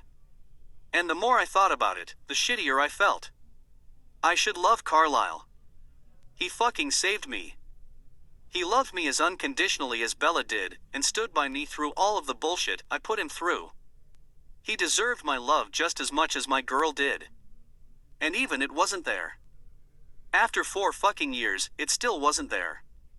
There was respect and loyalty and caring and even a little fucking admiration towards him too. But no love. It seemed so senseless to me that I couldn't feel it. I was a human after all. I had a heart and a soul. I just couldn't fucking feel them. I couldn't even find it in myself to be afraid to feel it, because the idea that I never would made me want it so much stronger. I felt like such a fucking freak. Empty and hollow. She wanted to help me and care for me. I could see it when she looked at me. But this was the one thing that she couldn't help me with. She couldn't show me hers. Because where love, or the lack thereof, was concerned, we weren't tit for tat. It was all on me. Because she could still feel it, and show it, and make me fucking smile. And I couldn't do that for her. So when she'd come at night, I'd fold into myself. I was there, in the room, but I was gone. Swimming in my head and searching the murky depths for that same thing every night, and never fucking finding it. I became lost and desolate as the feeling of hopelessness washed over my being and lingered stagnantly in the air surrounding me. I hated what it was doing to her. For those nights she was with me, all of her smiles were forced and faked. And for the first time ever, I wished she would put the hood on and just fucking hide her hurt from me. Because I couldn't take it away. Before she left on New Year's Eve, we had to discuss an alternate plan for her coming over that night. Carlisle and Esme were holding a block party in the back meadow by the river. They did it every year, the water making it safe to shoot off fireworks. As if anything in this fucking town was dry enough to catch fire. We were all forced to make an appearance at midnight, and the whole fucking yard would be too visible to the partygoers for any lattice climbing. I toyed with the idea of just canceling the entire night with my girl. But eventually found that I didn't want to ring in the new year alone and fucking tired. So I settled for the front door. It was easy and no one would be out front during the party, so it made sense to me. I relayed the plan to her detachedly. Still keeping a distance from her and speaking in a monotone voice, so she couldn't see all of my fucking self-disgust and blame it all on herself. She agreed in a quiet voice before she left out the door that morning. I felt shittier every time she left. I'd give her a gentle kiss on the cheek, and she'd leave without looking me in the eyes, hurt and feeling rejected, and trying to hide it from me and not fucking succeeding in the least. It was in those moments, those small soft kisses, that I tried harder than ever to feel it for her.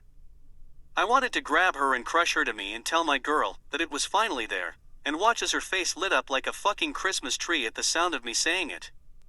But it never happened. I spent New Year's Eve day alone in my room after she left.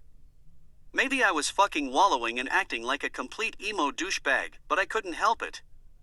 I wanted to snap out of it so I could keep trying to be more for her. Wondering if maybe I was pushing it too hard and thinking that maybe if I gave it time, it would just come to me. Like when you try to remember something so fiercely and you just fucking can't, until the second you stop trying. But the desperation and hopelessness of the whole situation just fucking pulled me under and held me down. I was wondering if Daddy C wasn't right all along when he suggested I had some kind of chemical imbalance. Then I was wondering what kind of drugs it would get me if I did. Then I was wondering if maybe the drugs would make it possible to feel it. If they would, I would take them in a fucking second just to see my girl smile when I finally showed her. No one bothered me that day. Everyone was so fucking caught up in the party preparations that I was paid no notice. Which was just fucking fine by me. By the time the block began filtering into the yard that night, I had grown impossibly darker. I could hear the music and laughing and happiness coming from my balcony door, and it made me want to fucking vomit. I turned off my light when they began shooting off fireworks, letting the eerie glows illuminate my room in a strange opposition to my own personal atmosphere. At 11:30, I pulled on my leather jacket and boots and made my way outside to the backyard. I was only showing up to please Carlisle, and maybe catch a glimpse of my girl's smile as she watched the fireworks. I hadn't seen her smile in days. I trudged across the yard, glaring down at my shoes as my mood grew impossibly sourer with the cheery and upbeat music playing. Brandon had the meadow behind the gazebo completely illuminated with lights and a rather impressive sound system that was all too classy for the Forks block crowd. I had to give it to her. She never did shit half-ass. It was an admirable characteristic I envied quite thoroughly. Because half-ass was something I found I was really fucking good at. There were plenty of people around, drinking and smoking and laughing at jokes. I could spot Carlisle by a barbecue pit, making food for all of the guests. No one spared me a glance as I made my way to an empty folding chair at the edge of the crowd, just beyond the gazebo. I flopped down in it heavily, feeling cold as fuck and spreading my feet out wide in front of me, while I stared blankly at the river. The occasional firework lit up the meadow even more, casting brilliant reflections in the water of the river. I chanced to glance around to see if my girl had made it out yet. I could spot Jasper, at the far end of the meadow hanging all over Brandon, and looking so fucking happy, and in love it made me hate him a little. I watched her smile widely as he spun her around and planted a big wet kiss on her neck. She laughed joyously at his actions, throwing her little head back, while all her spiky hair brushed his cheeks. He smoothed it back lovingly and in a very un-Jasper gesture, kissed the back of her hand after he released her, lovingly, making her smile. It can never fucking be me. I looked away from that scene, feeling pretty fucking bitter about the whole thing, and kept looking around. But then I spotted Emmett and Rosalie at the other side of the meadow. Looking fucking happy and madly in love too. And the more I looked, the more I saw it. And the more I saw it, the more bitter I became. I kept searching for Bella, trying to force down the bile that was forcing its way up my throat at the sight of all the happy fucking couples. At first I didn't see her, and I thought that she might have stayed inside. Which kind of fucking disappointed me. Aren't girls supposed to like fireworks? But then I finally found her standing upright, away from everybody in the crowd 20 feet away from me, and looking pretty fucking uncomfortable and cold. She was standing in the darkness, just like I was. At least we're still tit for tat on something. I stared at her unabashedly in the darkness of my lounging spot.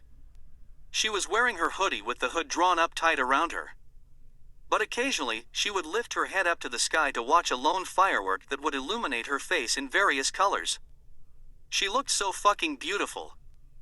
I felt a strange and powerful tugging sensation at watching her where she stood shrouded in the darkness.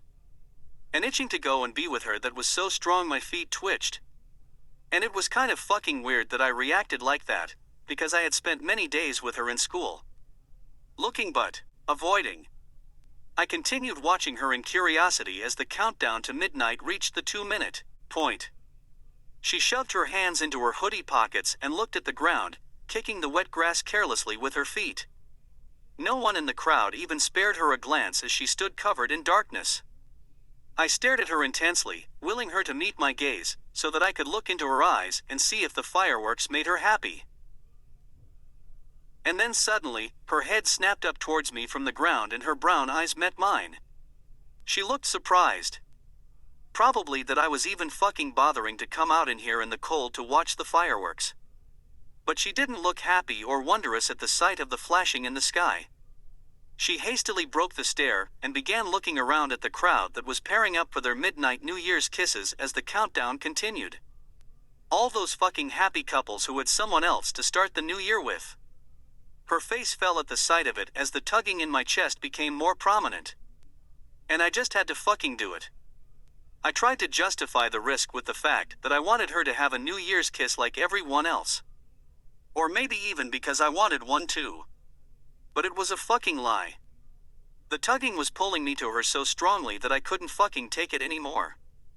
I shot up from my chair and sprinted towards her, hugging the cover of the darkness that we lingered on the fringe of. She didn't see me coming, but I knew she felt me. The electricity that she always said made me feel like home to her.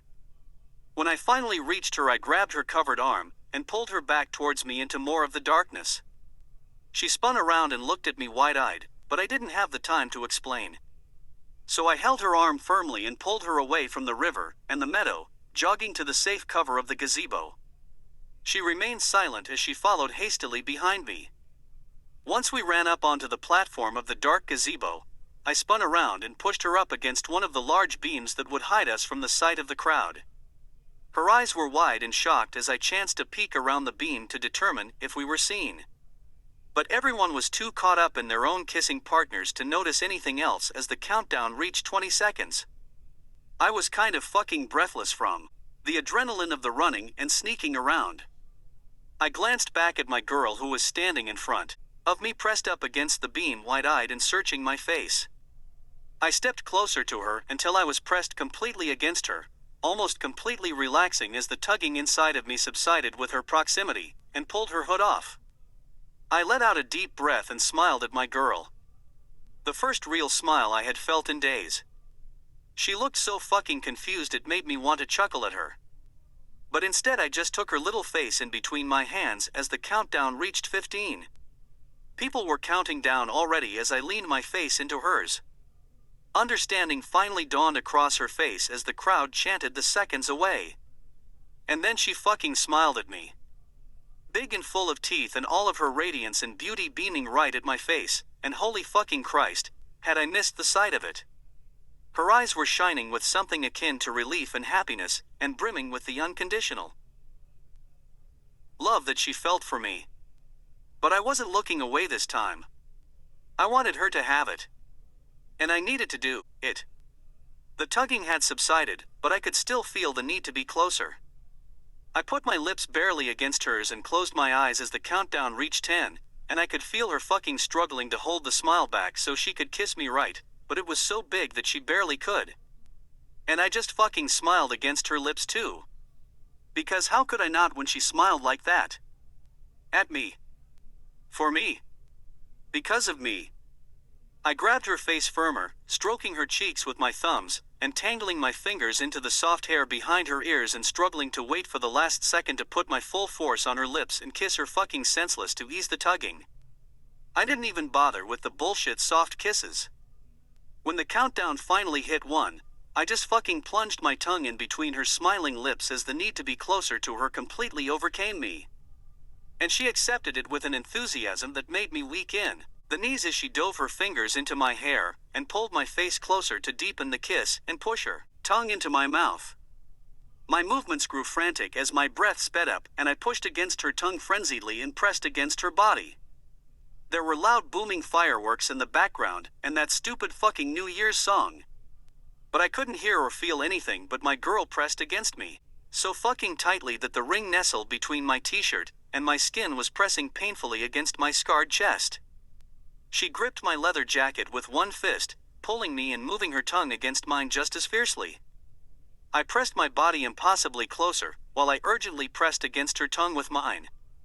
She was so fucking sandwiched between me and that beam that I knew it had to hurt, but but she just kept pulling me closer and tilting her head to deepen the kiss further. My head was thick and fuzzy with lust as I pushed into her hips with mine. But there was something else with it. And I was pulling and tugging and pressing, and being too fucking rough with my girl.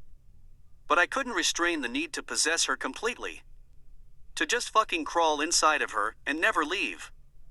And the raw feeling that it ignited within me made me fucking whimper into her mouth as I tugged her hair. It was something so fucking new and alien and more intense than anything I had ever felt before. I didn't know what name to give it. I couldn't discern anything from the raw need to be closer to her. I had no way of knowing how close it was to the love I had been desperately seeking, but I knew it was on a completely new level for me. A level above simple caring and friendship and adoration and even lust. And I fucking basked in it. Nearly laughing into her mouth as the complete euphoria of the foreign emotion filled me to the brim. Instead of questioning it, I just fucking poured that new emotion into our kiss. Whatever it was, I gave it to her completely, hoping and fucking praying she could feel it, and maybe tell me what it was and if it was good enough for her. And as my kiss grew impossibly more urgent with the foreign emotion I was forcing behind it, she whimpered back into my mouth breathlessly. And then we were both breathing raggedly and panting our hot breath into each other's mouths. Pulling and tugging and pressing as we continue our frenzied kiss in the dark cover of the same gazebo where it all fucking began. I was so completely terrified that if I pulled away from her kiss that it would leave, and I'd never feel it again. But I needed air so fucking badly. So I grudgingly ripped my lips away and began gulping in the cold December air, but my girl kept kissing me. Up and down my neck and littering my throat with her hot, wet kisses. And it was still fucking there. I laughed breathlessly at the wooden beam in front of me as I held her head to my neck tightly, still fucking basking in it. She probably thought I was fucking insane, but she never pulled away from my neck to tell me so. I kept laughing and panting as she trailed the kisses up my throat and to my cheeks and chin, and just fucking everywhere. And once I had caught my breath enough to do so, I gave her all the kisses back. Grabbing her face between my hands and scattering tiny kisses around her little cheekbones, as she still smiled at me radiantly and tugged my hair closer. I used all my kisses and my eyes and my smiles to finally fucking show her mine. I didn't know what mine was yet, but it was there. And it made her smile and chuckle around my lips with each kiss that I planted on her overheated skin. And when I had every inch of her beautiful face covered, I wrapped my arms around her tiny waist and held her against me firmly. She chuckled breathlessly once again and returned my embrace with vigor. Exhausted from the kiss, I dropped my face onto her shoulder, turning so that I could rest my lips against the warm skin of her neck, and smiled into it joyously. It was hands down the happiest fucking moment of my entire existence. Chapter 25. Heavenly Hazelnut Perfection. Relief. Overwhelming, all-encompassing relief was what I was feeling as I squeezed Edward's neck so tightly that I thought I might just choke him to death right there in that gazebo. I could feel him smiling into my neck, and the feeling of it was just complete euphoria. He came back to me. And not only did he come back, but he did it with an intensity that nearly brought tears to my eyes. I didn't know what snapped in him, or what brought the whole thing about, but his flame wasn't gone. And it wasn't even dim like it used to be. It was burning so brightly that I could feel it in his touch. And for once, I was the one that had to pull away. And when I did, he was still smiling, and his eyes were shining with a silent refusal to let go of my waist that made me chuckle at him. But I had to go before Alice came, so I planted one last small kiss on his swollen lips and unwrapped his arms from around me. I'll be up when I lose Alice, I promised, knowing that she would be with Jasper all night. I had already spoken to Jasper before they started the fireworks and asked him to keep her busy for the night, so I couldn't get caught absent from the house.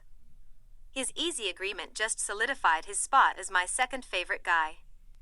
Edward nodded at me and reluctantly turned away with one last glance at me to return to his house. After he was gone, I weaved my way through the crowd to find Esme and make a good alibi.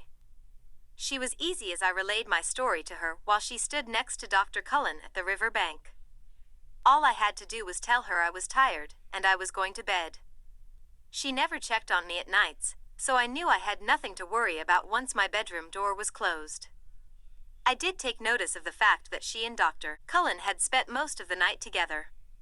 And before Edward had pulled me away, I also took notice of the fact that they paired up together for the New Year's kiss. I was almost frustrated that I couldn't have seen their kiss to calculate how romantic it was. I spotted Jasper across the meadow and gave him a pointed glance. He understood what was going on and sent me a minute nod that wouldn't alert Alice, who was hanging on his back. I spared one last moment to glance around the meadow to confirm Emmett's whereabouts. He was sitting next to a very bored Rosalie, still shooting off fireworks, and looking far too amused by them than entirely appropriate for any 18-year-old man to be. So I made my way across the yards, sneaking through the shroud of darkness, and around the front to the Cullen mansion with ease. Edward had told me that morning to just walk in, so I did. The house was bright and empty, and I flew up those stairs to Edward's room where I knew he'd be waiting for me. Once I reached his door, I didn't even knock on it, I just grabbed the knob and flung it open. He was sitting in the middle of his bed, still wearing his leather jacket, and smiling crookedly at me. Again. And the sight of it must have made my whole face light up. I had missed that smile so much that I couldn't even contain myself as I shut the door and darted to the bed. I jumped on it carelessly, flying over to Edward and throwing my arms around his neck once again. The force of my enthusiasm knocked him onto his back, and I was afraid that I had crossed some line. But he chuckled at me and wrapped his arms around my waist, burying his face into my hair and breathing in deeply. I kissed his neck with reckless abandon, just happy that I could. And happy that he was really holding me, and really smelling me, and really happy to have me there. And he was. He rolled us over onto our sides and slid us up to the pillows. And instead of putting my head on his chest, he rested his forehead on mine and let out a deep sigh. A sigh of relief. I didn't know what he was relieved about, but I welcomed whatever it was. He held me impossibly tighter against him with both arms around my waist. I was afraid the arm I was lying on would go numb, but he didn't seem to care. I smiled widely at his death grip on me and squeezed his neck tighter. "I've been such a jackass," he whispered into my face sadly, gazing into my eyes with a regretful expression. I shook my head against his. "Doesn't matter now," I whispered back sincerely while I stared into his eyes, trying to convey all the love I still had for him. The resentment that had been building up inside of me had completely dissipated with his new intensity. He smiled back at me and moved his head to give me a soft, slow kiss on my lips. I was surprised that he was even kissing me in bed, seeing as how we had some kind of silent rule against it in the past. It was gentle and sensual. The complete opposite from the kiss in the gazebo. But his intensity was still there in his tight embrace as he sucked on my bottom lip lazily, so I returned it happily and lovingly, moving my hand to stroke the messy hair on the nape of his neck softly. We didn't sleep that night. We didn't even move from our position. We spent 5 hours just continuing the soft, slow kissing. There were no tongues involved in those kisses, which was a good thing. Because we weren't gasping for air and needing to break away to catch our breath. The lust was still there, and I could definitely feel that fact from Edward as he held me tightly against him, occasionally shifting his hips into mine. I didn't mind that one bit. In fact, I was a little overcome with lust myself and having my own bodily reactions to it. But something else was driving his kisses. And I had no clue what it was, but I let it wash over me, making me smile against his lips every so often. And by 5:30, I knew that I had to leave. So I grudgingly backed my face away from Edward.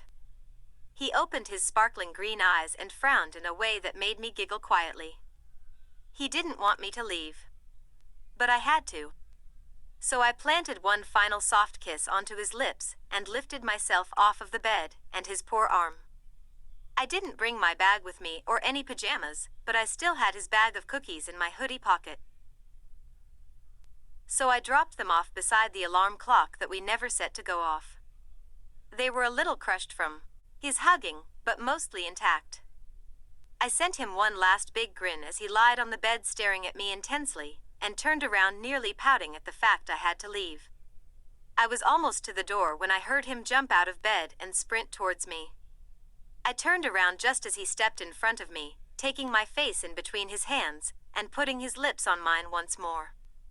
He crushed his face to mine with vigor and plunged his tongue into my mouth.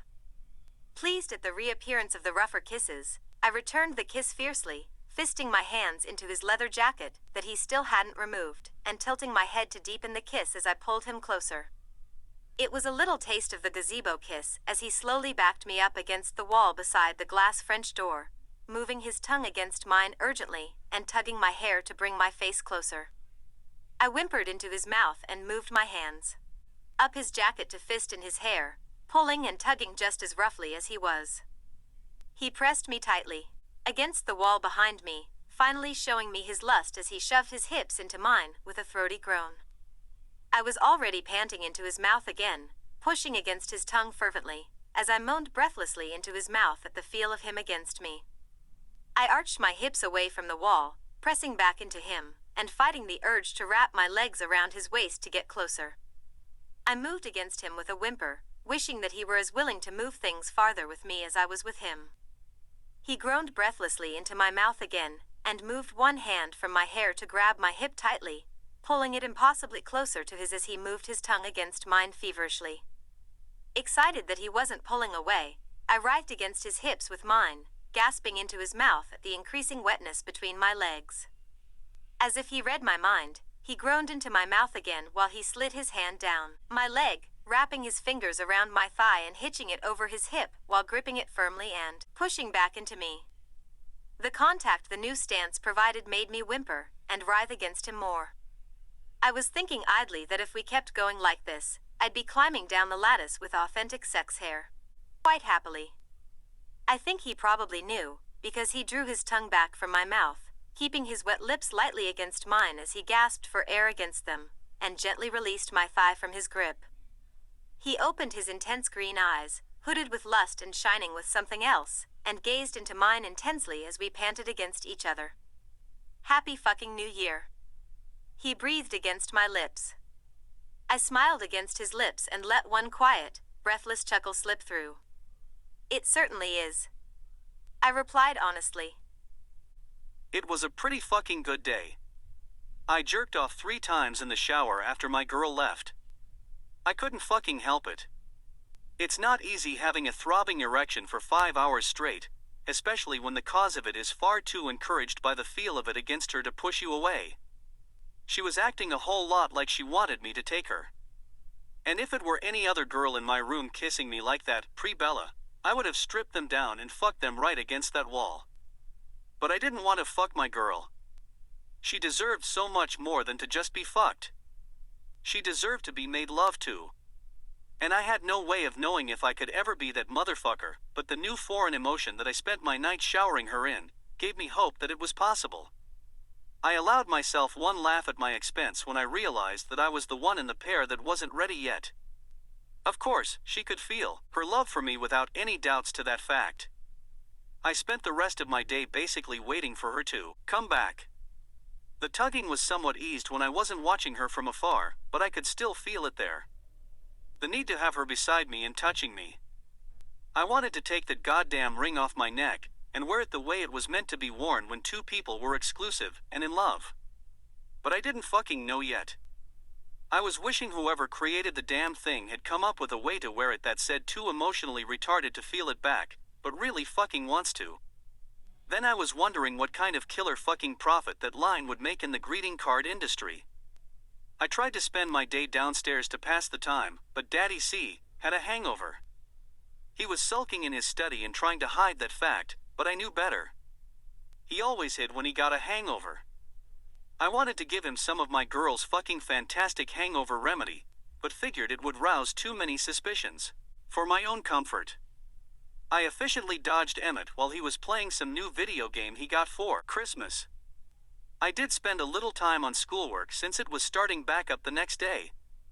I cringed at the thought of starting the new year without my Volvo if my grades dropped. By the time my girl finally came at 10, I was growing restless and feeling really fucking tired from not sleeping the night before. I flung the door open and smiled at the sight of her, as the tugging oddly both grew and subsided simultaneously. Her big brown eyes were shining when they met mine, and she had a big grin on her face. And when I finally tore my gaze away from her happy face, I realized that the shiny fucking curls had made a welcomed reappearance. I ushered her inside out of the cold impatiently, not even waiting to close the door before I pulled her to me and took her lips with mine. She smiled against them and returned my kiss joyfully as our tongues finally met. I crushed her body to me tightly, plunging one hand into her shiny curls and sighing as the tugging was almost completely dissipated and replaced with a surge of the new foreign emotion. I ended the kiss before it could escalate into another painful 5-hour throbbing erection incident. She unloaded my meal onto the bed and moved to make her way to the sofa, but I grabbed her arm. "Sit with me tonight?" I implored when she faced me, knowing that the tugging would be nearly fucking unbearable if I had to watch her across the room on the sofa all night. Her smile grew wider and she nodded enthusiastically, making all those shiny fucking curls bounce around her face and neck. Relieved, I flopped down onto the bed and began uncovering all my dishes while my girl removed her hoodie, wearing a dark sweater that revealed a whole 2 centimeters more of her skin, and retrieved one of her books from the shelf. She sat beside me while I ate, telling me about her day with Alice and Esme. We spent some time discussing our suspicions about Carlisle and Esme. Bella seemed shocked when I pointed out the parallel business trips. She gaped at me as I popped a piece of fucking delicious ham into my mouth. "You don't think?" She trailed off incredulously. I snickered and shook my head at her naivety as the wheels started turning in her head. It was rather comical to me that everyone hadn't noticed yet. She spent the rest of the meal convincing me that Esme was perfect for Carlisle. I watched as her big brown eyes lit up at the thought of it. I wasn't fucking protesting. She was far better than any of the nurses at the hospital that were so hugged up on his nuts he could barely breathe. After I had finished the meal, I thanked her with a soft kiss, caressing her shiny curls away from her face as I took her bottom lip in between mine. I let the foreign emotion surge into the kiss as it grew, showing her whatever mine was, and still fucking basking at the feel of it. When I pulled away, she was smiling at me widely. I basked in that shit a little too. We were both pretty fucking tired, so we got dressed for bed quickly. Once the light was out, I turned over and crushed my girl against me tightly, bunching her curls up overhead and burying my face in them with a sigh. I gave her one last soft kiss on her head as she began humming me to sleep, wrapping her in my arms, and the new foreign emotion as I finally drifted off. When the alarm went off, I didn't want to pull away. So I just fucking rolled us both over with a groan. She rolled on top of me, nuzzling into my chest as all her curls covered my neck and throat while I subjected the alarm clock to all my hatred. She tried to look up at me while she was on my chest, but all her shiny fucking curls were in her face, making it impossible for her to see. I chuckled drowsily and lifted a hand from around her waist to smooth all the curls away. She gazed into my eyes for a moment before a smile lit her face. And I just fucking smiled back with a shrug. I'd do it every fucking morning if that smile was the first thing I'd see when I woke up. She shifted to get up, and then fucking froze, looking at me with wide eyes. I closed my eyes slowly and shook my head regretfully, wishing that I hadn't chosen this position with my thin pajama pants on. Stupid fucking morning wood. I opened my eyes back and glanced up at her with a grimace. I can't fucking help it. I grumbled sleepily, hoping that she didn't think I was some kind of fucking freak for just waking up at full attention when nothing had called my soldier to duty. She sat motionless for a moment, and I was worried that I had offended her or some shit. But then, God fucking bless her, she just fucking smiled at me and chuckled while she lifted herself out of bed. I rolled my eyes and began running my fingers through my hair as she shuffled to the bathroom, snickering at me softly. When she came back out and began packing up all her things, I rolled out of bed. I didn't usually do that until she left, but I wanted to give her a real kiss to start the day. So I waited for her as she dropped my cookies off on the bedside table. When she turned around and saw me standing at the French doors waiting for her, she looked a little shocked. probably because I had a hard time even fucking functioning at this ungodly hour. I smiled crookedly at her and leaned against the wall beside the door as she shuffled her way over to me wearing a big fucking smile. When she was close enough, I grabbed her face and brought her lips to mine. It was then that I remembered how all my morning cheek kisses used to make me feel fucking terrible. So I gripped her face tighter and poured the new emotion into the kiss. When she pulled away, her eyes were alight with happiness in a way that made the new emotion swell and surge within me as I stroked her cheeks. Without another word, I opened the door for her and watched as she stepped out onto the balcony, with all those tangled and shiny fucking curls blowing every which way in the rainy breeze. And I kind of fucking frowned at the thought of my girl out in all that cold rain. But she climbed over the railing and down the lattice so quickly that I didn't even have time to voice my concerns. I drove to Jasper's still on a Bella/new foreign emotion high. When he got in the car looking all fucking grubby and still worn out from the New Year's bash, I thanked him for the Brandon diversionary tactic that night. I wrestled with the idea of telling him about the new foreign emotion and all the tugging, but then worried that it might commit us to having sleepovers and braiding each other's hair as we discussed our feelings. Fuck that shit. And as I pulled into school that morning, I realized where I fucked up. I spotted my girl standing alone in the parking lot while Brandon greeted Jasper with a rather skanky enthusiasm that nearly made me retch. And the tugging was their full fucking force at seeing her standing alone in the rain, and knowing that I couldn't go to her. It seemed so fucking weird to me that I was having this tugging. I was wondering if it was this bad, then what would it feel like if it were love? And how the fuck did Bella handle something so strong? I tried my best to shrug it off and walk to first period, feeling shittier by the minute. I spent my first 2 classes focusing on the work, and being grateful that the tugging wasn't so bad when I couldn't see her. Then on my way to 3rd period I passed her in the quad. She was walking towards me with her hood up and her head down. And she fucking felt me coming like always, because her head rose a bit and she met my gaze as I passed, trying to avoid the tugging and the way it made my fingers twitch towards her. But right as my fingers twitched out to hers, her fingers twitched out towards mine. And we fucking touched. Right there in the middle of the quad in front of everybody. It was only a gaze. But it was completely fucking subconscious. For us both. I immediately stopped and spun around to face her. I don't know why I did it. I was just a little fucking shocked at my reaction. But as I turned I was met only with her retreating form.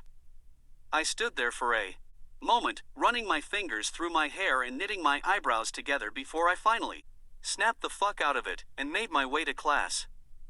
I spent English going through all the old literature we had read describing love and other emotions, trying to conclude how close my new foreign emotion was to love. But that shit was confusing. I was guessing that reading about it and feeling it were 2 completely different fucking things. After so long, I just gave up. I figured that if I was feeling it, and it made her happy, then it didn't fucking matter what it was called, or even how close it was to love. I was happy to just be feeling it. And by the time lunch came, I had resolved to stop obsessing over it and just fucking enjoy it. Still basking. I walked to my table in the cafeteria and flopped into my seat. One glance at my girl's table told me she hadn't made it in yet, so I took out my bag of Heavenly Hazelnut Perfection cookies and began eating them while I waited for her to enter. I couldn't sit with her, but I could still fucking look at her. I was shocked when Jazz walked in the room. And even more fucking shocked when he came to sit with me. He flopped down into his seat in front of me and pulled out his bag of cookies that Bella had made for him. And for some weird fucking reason, I got an irrational flaring of something that felt a lot like jealousy at seeing him with a bag of my girl's cookies. But I swallowed that shit down. Fucking irrational. I quirked an eyebrow at him as he opened his bag. No humping in the janitor closet today? I asked curiously, wondering why he wasn't pawing Brandon for the hour. He shoved a cookie into his mouth. Alice wanted to sit with Bella. He shrugged and chewed at the same time. And I kind of fucking grimace at all the crumbs flying out of his mouth when he did it. I shook my head and kept eating my cookies, so fucking happy that Brandon wasn't ditching my girl to go suck face with this fucking slob. I kept my eyes on the door, waiting for them to enter as we ate in silence. Brandon walked in first, glancing at Jazz longingly while she took her seat at her table with Rose and Emmett. I was wondering if she's ever seen this motherfucker eat before. It was disgusting. Worse than M. I was wondering how long it was going to take her to pussy whip some manners into his ass. Then my girl walked in. All fucking blackhood and cringing away from the people around her with a grimace. I watched her intensely as the tugging in my chest grew and swelled, and made me want to just fucking forget everything that prevented me from going to her. She took her seat next to Brandon with a general nod of hello at the table's occupants. As she bent over to get her book and cookies from her bag, I did the thing where I willed her to meet my gaze again. The one that worked 2 nights prior out in the meadow. Staring fucking intensely at the top of her hood as she was fishing into her bag and blocking everyone else in the room out. Finally, as she was sitting back up, our eyes met. She stared back at me from her spot, and I could see her eyes fucking light up as they met mine. They were big and brown and just fucking brimming with all of her love as she gazed at me. The intense stare we had made. The new foreign emotion inside of me swell again. The tugging was pulling me to her so fucking strongly that my feet were twitching. But I knew I couldn't go to her. So I did the only thing I could and just fucking poured that new emotion into our stare, hoping that she could see that even though I couldn't be with her, I really fucking wanted to. And as if she knew exactly what I meant, she grinned at me and hastily broke our gaze to open her book. I blinked my eyes a few times, realizing that the whole cafeteria had filled while we were staring at each other. I let out a deep breath and finally tore my gaze from her back to Jazz. He was sitting in front of me wide-eyed for some fucking reason, just gaping at me with a cookie in his hand. I quirked an eyebrow at him, wondering what was so fucking interesting. But instead of answering me, he slowly turned his head around to look at Brandon's table. I followed his gaze across the room and was kind of fucking surprised to him staring at my girl. Finally his head turned back towards me. I quirked an eyebrow at him again, but he just looked back at Bella, then at me again. And then he was fucking smirking. I furrowed my brows at him, wondering if Brandon flashed him or some shit. It wouldn't shock me in the least. He snickered and shook his head, making all his grubby blonde hair fall into his eyes. Then he said the 3 words that nearly fucking gave me a stroke. "Ain't love grand?" He smirked knowingly. I fucking gaped at him, wondering how the hell he came to the conclusion that I was in love. "What the fuck are you talking about?" I asked in a frustrated tone. It was kind of fucking mean for him to even mention it when I was trying so hard to feel it. He snickered, yet again, making me want to fucking bash his head into the table. "Are you really that fucking clueless?" He asked in a tone that dripped with condescension. I huffed and raised my eyebrows. "Yes, but it'd be nice if you didn't rub it in my face, you fucking prick." He shook his head at my pointed glance. "You love her," he said simply. Like he was some kind of fucking all-knowing empath or some shit. I tried to bite down all the hope that was coupled with the bitterness. "And how the fuck did you come to that conclusion?" I asked through clenched teeth as my frustration grew. He finally put his cookie down, rubbing the crumbs off onto the table in front of him like the fucking slob he was, and leaned forward with his forearms flat on the table. "How long have I known you?" he asked cryptically. Answering questions with questions. It was just so fucking Jazz. "Almost 5 years. I answered impatiently, fighting the urge to narrow my eyes at him. He nodded his head at me. "And how many times have I sat my ass in front of you in the lunchroom?" He asked another fucking stupid question. I rolled my eyes at him, choosing to make that particular question rhetorical. He nodded his head again, while his lips twitched. "And how many times have you looked at anyone like you just looked at her?" he asked knowingly. And since he was so fucking knowing and I wasn't, I failed to see the connection to the conclusion. I was closer to Bella than anyone else. Of course I'd look at her differently. He huffed and sat back in his chair when I didn't immediately understand him. "The look, Edward," he said exasperated, throwing his hands in the air. And I just fucking looked at him. "What about the look?" Fucking Christ. He muttered, shaking his head. I furrowed my brows at him and barely restrained the urge to lunge across the table and fucking strangle him for being so goddamn condescending. He rubbed his hands over his face and took a deep breath before he leaned back onto the table on his forearms and looked at me with his serious jazz expression. That look you just gave her? He asked with raised eyebrows. I nodded. I'd know that look anywhere. He said simply. As if he really was all-knowing about these things. It's the same way she looks at you. He continued with a raised eyebrow and a near smirk on his face. I furrowed my brows and looked back at my girl sitting at her table reading her book. Trying to fucking comprehend that I was looking at her with the same look she gave me. With love. Jazz finished, leaning back into his seat and resuming his disgusting consumption of the cookie. I continued staring at her thoughtfully as she ate her cookies, wondering if it was even possible for that foreign new emotion to actually be love after all. I was testing it out and trying it on. I love Bella. Jazz snorted from his seat. Yeah, fuck her. That's what I just said. He chuckled. I snapped my gaze back to him, bewildered, not even realizing that I had said the words aloud. But I did.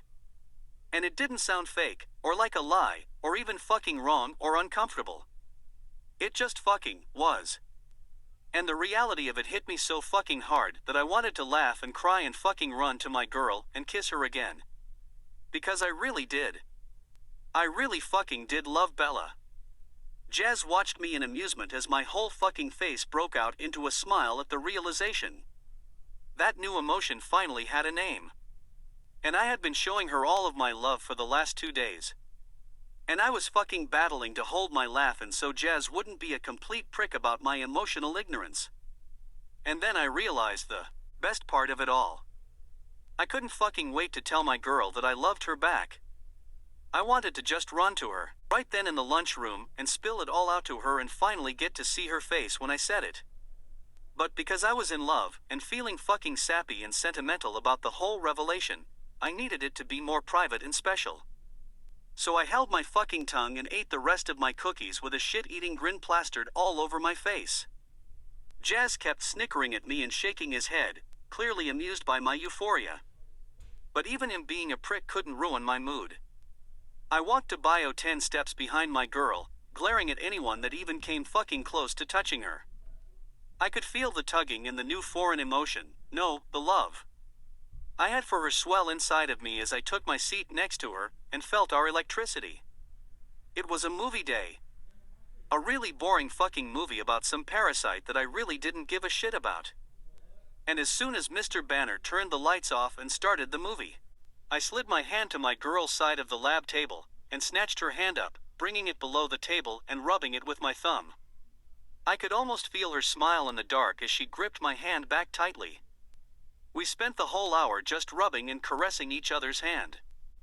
There were multiple occasions when I almost fucking broke down and told her right then. All I would have to do is lean over the distance between us and whisper it in her ear. But I held myself back, just thinking of how much fucking better it would be when we were alone, and I could really show her, and she wouldn't have to hide her smile, and I could kiss her fucking senseless afterwards. And when the movie was over, I really didn't want to let go of her hand, but I fucking had to when he turned the lights on. We both slid our hands away from each other slowly and hesitantly. And when the bell rang, we packed our shit and got up to leave. I walked 10 steps behind her again, still glaring at any motherfucker that even got close enough to make her cringe, before I had to break away to go to my last class of the day. I spent the entire hour cooking up ways to tell her, wanting to make the moment so fucking right and perfect that I would finally get to see that look on her face I had been dying to see ever since Christmas morning. I was thinking that I could tell her after a kiss, or maybe even take her down to the gazebo to do it. The gazebo seemed right. It was the place where I first showed it to her, even if I didn't even fucking know at the time that it was love I was feeling. I was wondering if guys got girls presents or some shit when they told them that kind of thing. I was so fucking lost when it came down to it. I could probably make a girl come 6 ways to Sunday and scream my name, but when it came telling one I loved her, that shit was so far out of my league. By the end of the hour, I decided that it was just Bella. My girl. She probably wouldn't give a fuck how I told her, just as long as I did. And I definitely would. I was probably the first motherfucker in the parking lot at the end of school. Just so fucking anxious to have the day over with so I could tell my girl. Determined to catch one last glimpse of her before 10 came, I leaned against my car door and stared at the gym door to wait for her to appear. Oddly, instead of anyone coming out of the gym, faculty was going into it. I saw Mr. Banner go in and Ms. Cope, and then Mrs. Presley the nurse. But no one was coming out. Figuring they maybe had a late basketball game or some shit, I stood by my door and waited while everyone else in the parking lot began pulling away to go home. I waited until the parking lot was empty, but no one was fucking coming out. I furrowed my brows and ran my fingers through my hair, wondering if maybe they all got dismissed early. It would explain the faculty that was steadily pouring in. And just as I was about to give up and leave, someone came out. Jazz. And I was so fucking wrapped up in waiting for my girl that I didn't even fucking think to notice that he wasn't in the car. He stood by the doors to the gym running his fingers through his grubby hair before he finally met my gaze. And the look on his face shocked me. Panic. I pushed myself off the door to my car as he came jogging over. As he ran closer to me in the parking lot, a million different scenarios were going through my head. Anthrax, school shootings, roof collapse, though it appears fine to me. Once he was finally in front of me, he hunched over panting, resting his palms on his knees. He looked up at me with a frantic expression. "It's Bella." He panted. My fucking eyes grew wide as his panic became mine. "What?" I asked frenziedly, fighting the urge to just run into that gym myself if he didn't fucking talk faster. He gasped in air and shook his head, still holding his knees. Some fucking asshole in gym elbowed her by accident or some shit while they were playing basketball. He straightened up as realization hit me. But before I could ask more, Jasper's frantic gaze shifted to behind me. I followed it to see Esme's car speeding into the parking lot. She didn't even fucking park the car, just shot out of it, and began running towards the gym, her caramel hair flying behind her into a blur. I turned back to Jazz with an urgent expression on my face. "Spit it the fuck out." He crossed his arms across his chest as it heaved and spoke, hurriedly. He elbowed her fucking hard, man. And she just fucking freaked out. She won't let anyone touch her, not even Alice. He gasped and took in another gulp of air. "There's blood." And I didn't even fucking wait to hear any more. I flew across the quad to the gym, running like my fucking life depended on it. And praying that my girl was okay. The cold rain slapped me in the face as I bounded across the grass and concrete. I had my arm extended to the door handle before I even fucking reached it. And as soon as I pulled the door open, I felt like I had been hit in the chest with a fucking sledgehammer. Screams. Fucking god-awful shrieks and sobs resonating around the gym and right out the door. And I'd know those fucking sobs and screams anywhere. It was my girls. As I darted into the gym, I could see them. A whole fucking crowd of people in the middle of the shiny gym floor. Some were students, still dressed out in their gym uniforms, and some were faculty, wearing frantic expressions at the sounds of Bella's agonized screams and sobs. And all of them were gathered around the source of the awful noises. I cringed and shuddered with each sound as I ran across the gym floor, nearly slipping as my wet boots contacted the shiny wood. But I didn't fucking stop. I kept going until I reached the crowd. But I couldn't see past them. So I just started fucking shoving them all out of my way furiously, desperate to see her. Ms. Cope grasped my leather jacket as I passed her, shouting at me, but I wasn't fucking listening to anything but those blood-curdling screams, so I pushed her off of me angrily. I could hear in her voice, she had been screaming for a long while. I was wondering how long ago all this shit happened as I shoved Stanley aside using extra unnecessary force to do so. And with one last shove of Mr. Birdie, I could finally see her. And the sight of her nearly brought me to my fucking knees. She was lying on the wooden floor in a fetal position, with her little knees tucked up to her forehead, still wearing her gym uniform and hoodie. And she was fucking shaking and shuddering and trembling, and just fucking vibrating the whole room with the hoarse screams that were ripping violently from her chest. This was no ordinary weird random emotional breakdown. This was fucking chaotic and violent, and just ripping her apart at her fucking seams. Esme was standing over her with the most heartbreaking and helpless expression on her tear-stained face. She reached a trembling hand down to stroke her hooded head. And she really fucking shouldn't have. Because it made the screaming and the shaking and the sobbing impossibly worse. Esme snapped her hand back as the look of hopelessness grew on her face into complete panic. She reached into her bag to fish something out and came out with a cell phone and began talking on it. But I couldn't fucking hear anything going on around me except for my girl, and all her fucking misery and agony. Poor Brandon was hunched over beside her, fucking crying along with her, and looking just as hopeless as her mother. Jazz broke through the crowd then and went to her. But my attention was on the shaking form in front of me. And even more importantly, the dark blood that was smeared on the wooden floor around her head. I was fucking frantically searching her to find where the bleeding was coming from, but her face was covered by her hair, and her head was covered by that goddamn hood. I began breathing deeply, trying to think straight against all the shrieks that were making me cringe and shudder, and almost making me fucking sob as I gripped my hair and clenched my eyes closed. And then I just fucking knew what I had to do. She wouldn't even let her aunt or cousin touch her. But I was betting that I could. To hell with any secret. I would have given my fucking life to snap her out of that. I opened my eyes and darted them to Jazz, who was staring right back at me with a very fucking knowing look as he held Brandon against his chest and rocked her on the floor next to Bella. And for once I was so grateful he was so fucking knowing. Because I was going to be met with much resistance.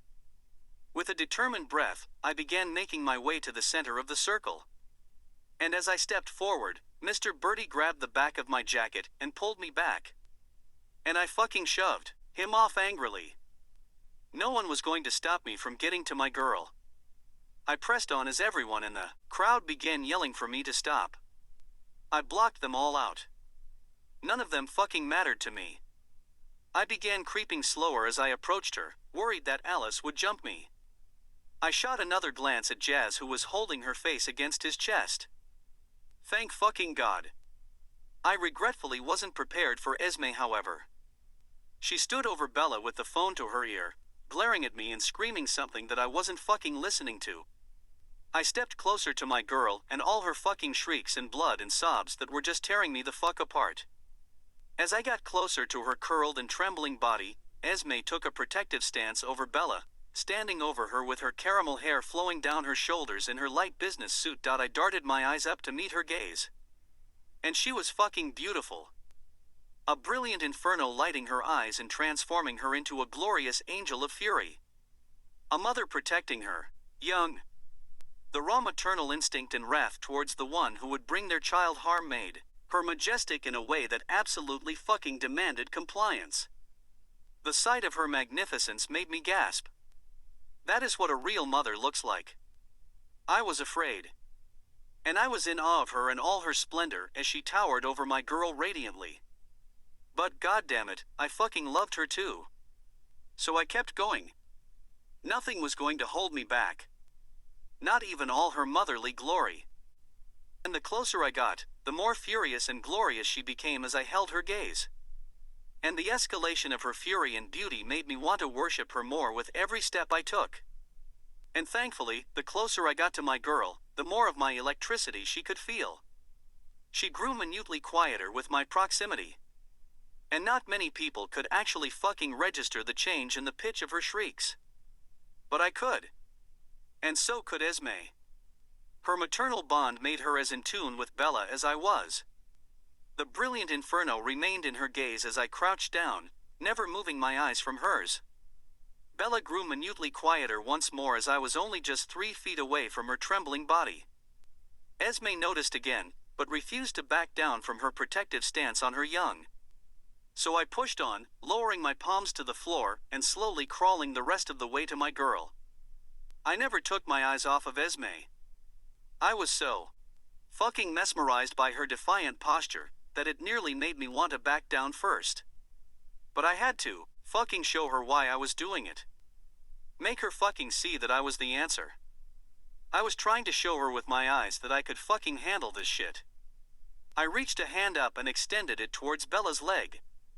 She was wearing gym shorts, and I needed the skin-to-skin contact to make the quickest and biggest impact so that Esme wouldn't fucking kill me before I got a chance.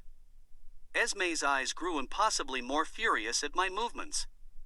And I knew I had to do it swiftly and quickly to make it work. So I just fucking lunged at my girl and grabbed her leg tightly with both hands.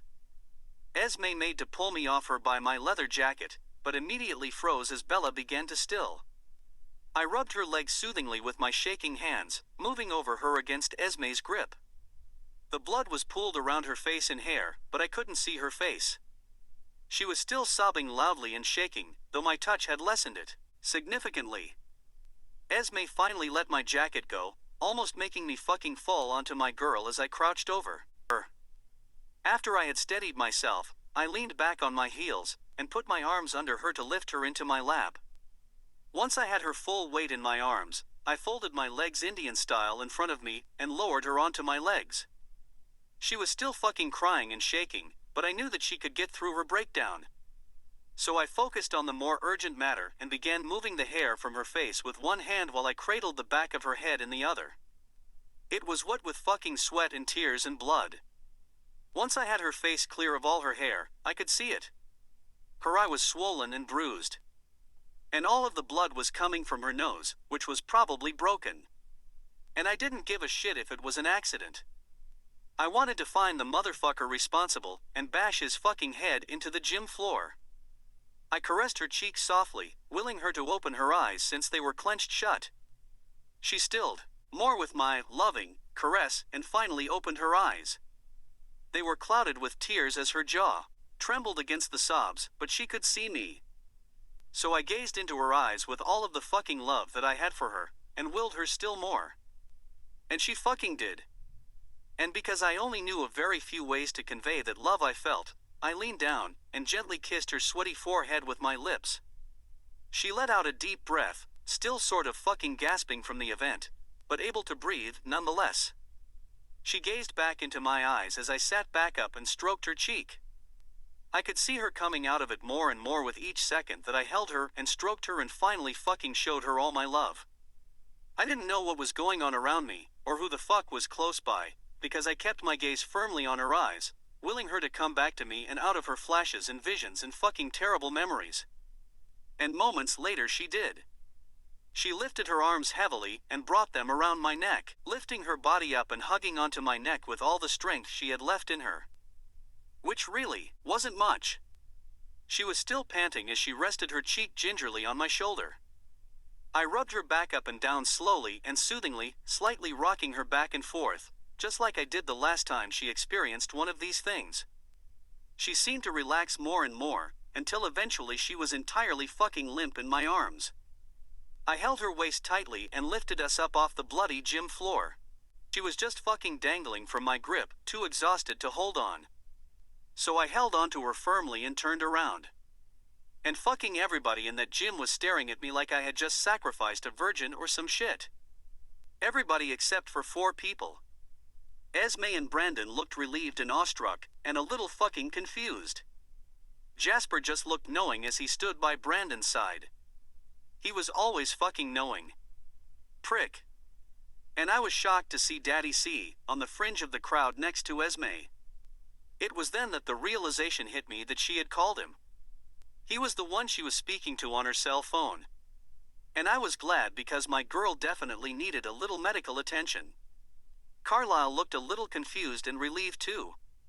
But there was another emotion in his eyes that almost made me want to smile despite the fucked up situation. Pride. I exited the French doors downright elated, not even minding the freezing rain, as I lively made it over the railing of the balcony, and down the lattice with ease. Edward had definitely changed since New Year's, and I was pretty much enjoying the crap out of it. I was hoping that all these new changes in our routine would become permanent. Or as permanent as they could be. I showered quickly, relieved to start school again. Truthfully, being locked up in the house all day had its downsides. I was actually looking forward to returning to Forks High. It was a rather frighteningly uncharacteristic reaction. In honor of the occasion, I cooked Alice her favorite breakfast, blueberry waffles. And because I was in such a good mood, when she came bouncing into the kitchen whistling, I really did whistle along with her. She stopped in her tracks and turned to me. Then we both busted out in laughter. It really was quite ridiculous. She spent the meal and the ride to school chatting with me happily, and I gave her my full attention as an attempt to make up for all my awful behavior after Christmas. And really, I didn't mind. My mood had surpassed the Alice chatter danger zone. I felt invincible. That is, until we arrived at school. She and Jasper both leaped from their respective car doors at exactly the same time. It was weird, really. The way they were so synchronized. I just stood beside the car waiting for her with my hood up and my head down. The cold rain was still coming down, and I was getting rather impatient. Then it occurred to me that I hadn't been to school since her and Jasper hooked up. Which probably meant I would be flying alone from now on. With a huff, I started across the quad without waiting for her. I couldn't blame her. If I could be with Edward in the daytime, I probably would never leave his side. The thought made me sigh at the linoleum floor of my first period class. I couldn't really figure out why it mattered to me so much. I had resolved to take what I could get. And I had gotten so much more than I'd ever expected. I should be happy with it. And I was. I am. I wandered the halls with my hood up, slopping a bit onto the floors as I cringed past all the people around me. I was definitely out of practice from vacation when it came to blocking people out. I struggled towards every class to put my shield up, cursing myself for becoming so comfortable. And actually looking forward to such torture.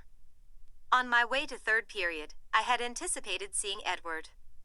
Or at least, catching a glance at him as he passed me. And I could feel him coming as I sloshed across the wet cement of the quad, the source of the electricity that always made me tingle and feel at home. Without a second thought, I lifted my hooded head to the direction I always knew he traveled. And was rather surprised to see him looking at me as well. His newly intense green eyes held mine as he passed, so close that I could smell him. And without even thinking about it, or really trying, my fingers twitched out towards his and we touched.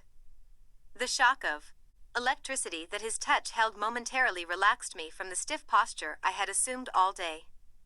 Worried that I had just subconsciously crossed the line and risked our exposure, I kept walking hastily. Hoping that no one saw and that Edward wasn't upset about the incident. The thought of him losing this new intensity was enough to make me want to stay in line. As soon as I re-entered the busy halls from the quad, my tense posture returned.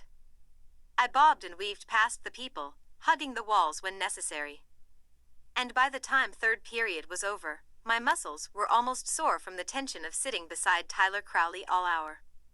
I was rather pleasantly surprised when I entered the lunchroom and saw Alice sitting at our table.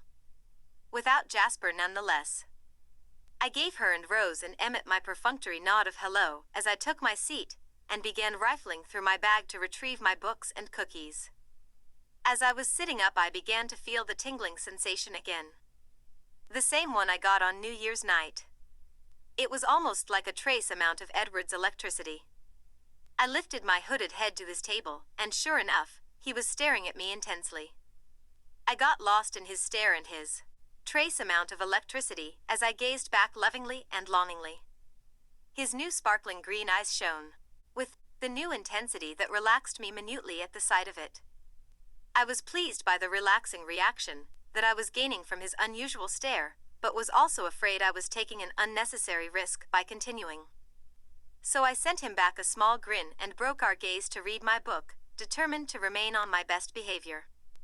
I could just barely feel him behind me on the way to biology after lunch. It was something new to me. I had always felt his electricity, but it had become more magnified over the last 2 days. And as I took my seat beside him, the electricity surged momentarily, relaxing me yet again, and nearly making me sigh. It was a movie day. And Mr. Banner always chose the most disgusting material to subject us to. Today was no different. Parasites. The word alone was off-putting enough.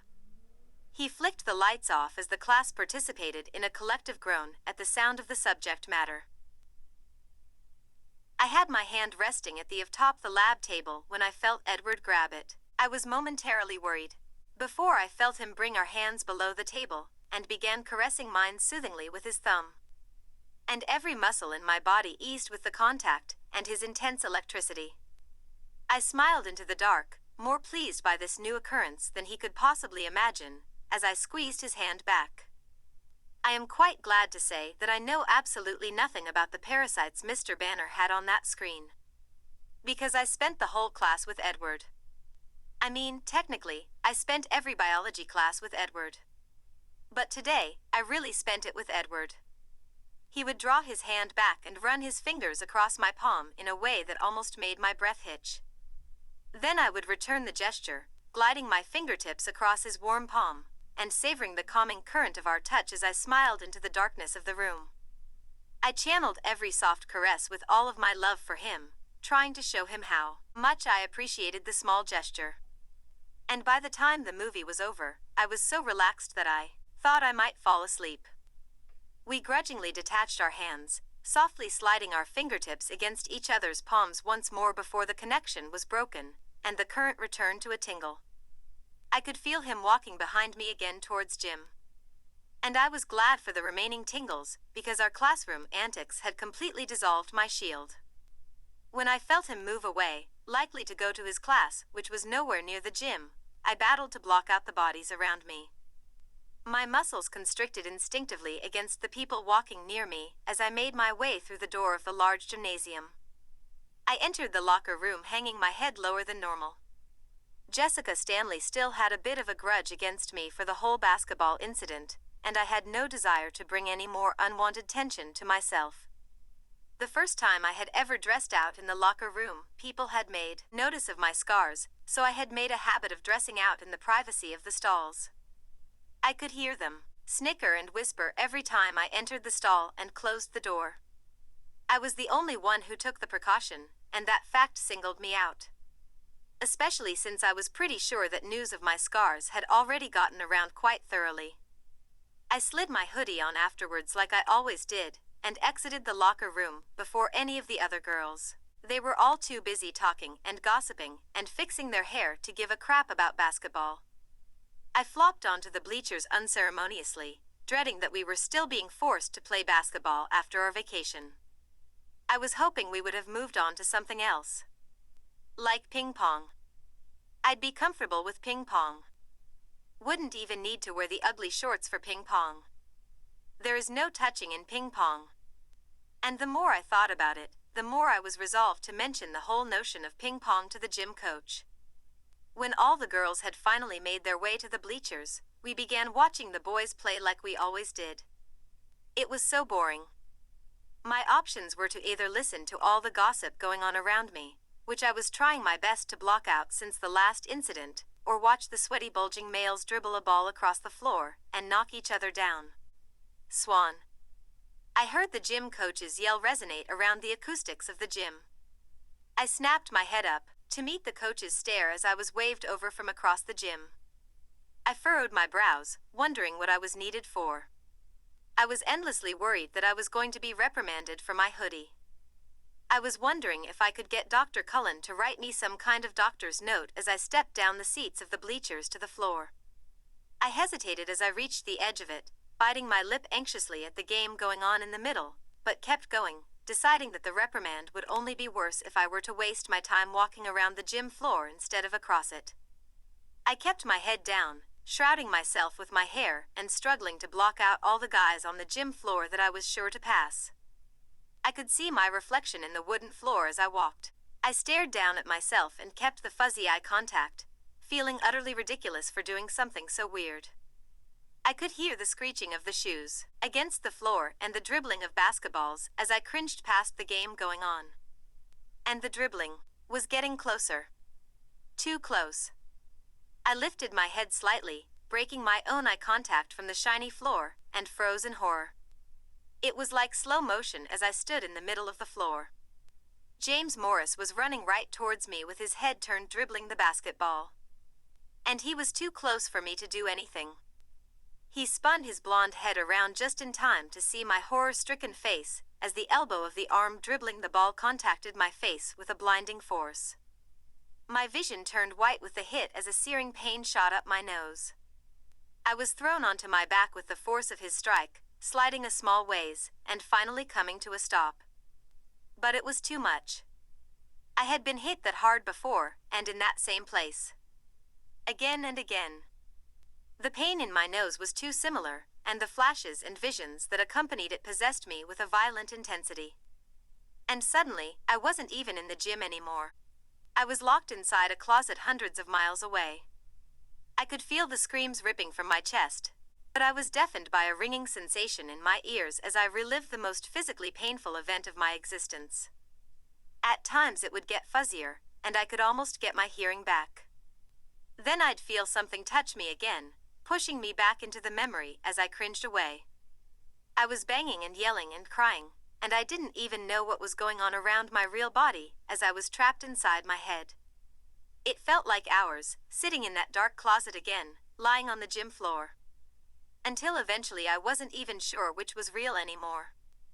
The thought was running through my head as I sat in the darkness, that perhaps Forks was nothing but a dream. A figment of my imagination that my mind had invented to protect me from the pain. It began making sense to me.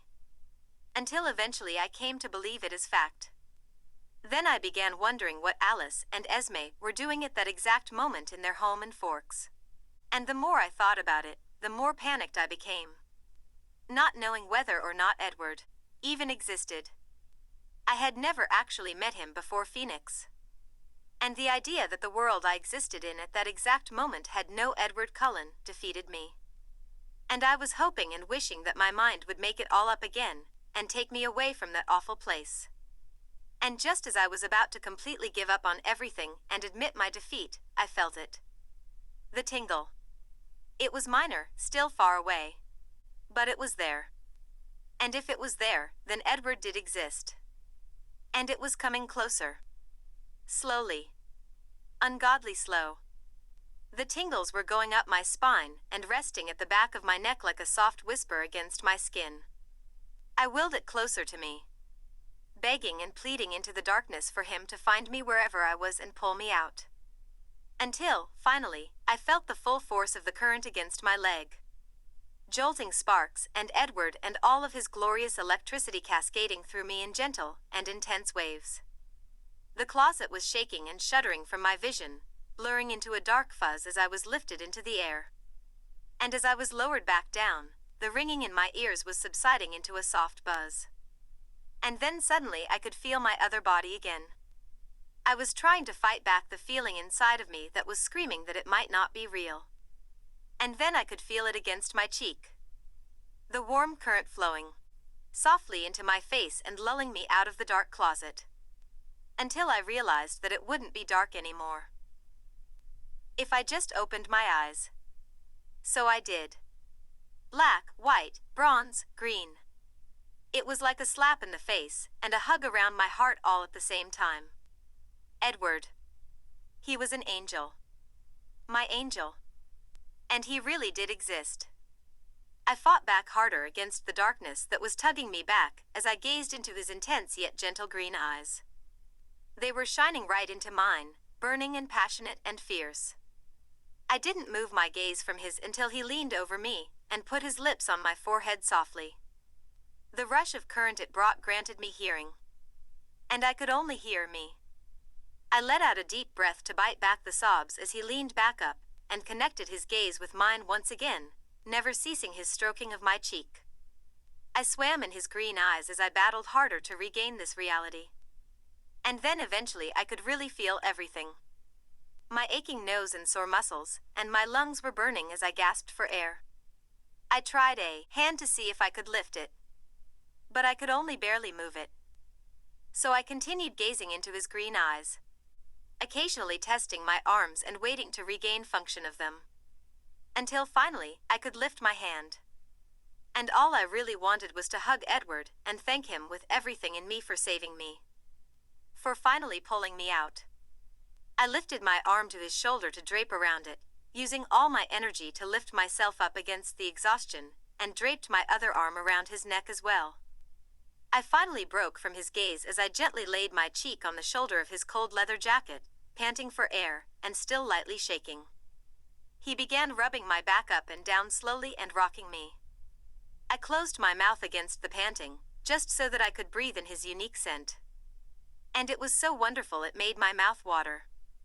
I kept my eyes open as I stared at the skin on his neck above his jacket. I wanted to stroke his hair, or kiss him like crazy.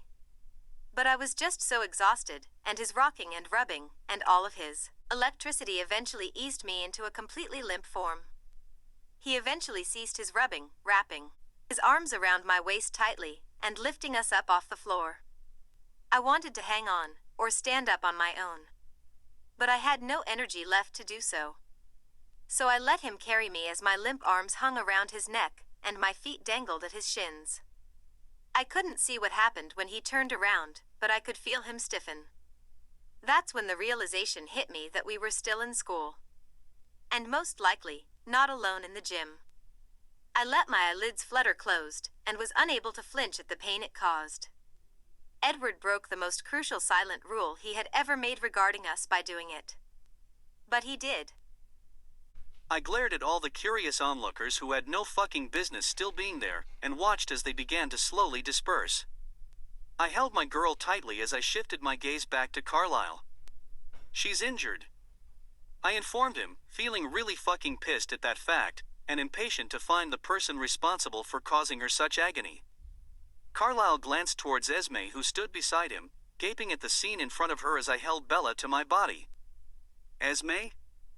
I need consent for an examination. He asked her softly. My vision turned red at the thought of it. I won't let you fucking touch her. I snapped at Carlisle with narrowed eyes. Esme, Alice, and Carlisle all blanched at my harsh tone and looked at me in shock with wide eyes. I don't know why they were all so fucking shocked. It was obvious that it would only make shit worse.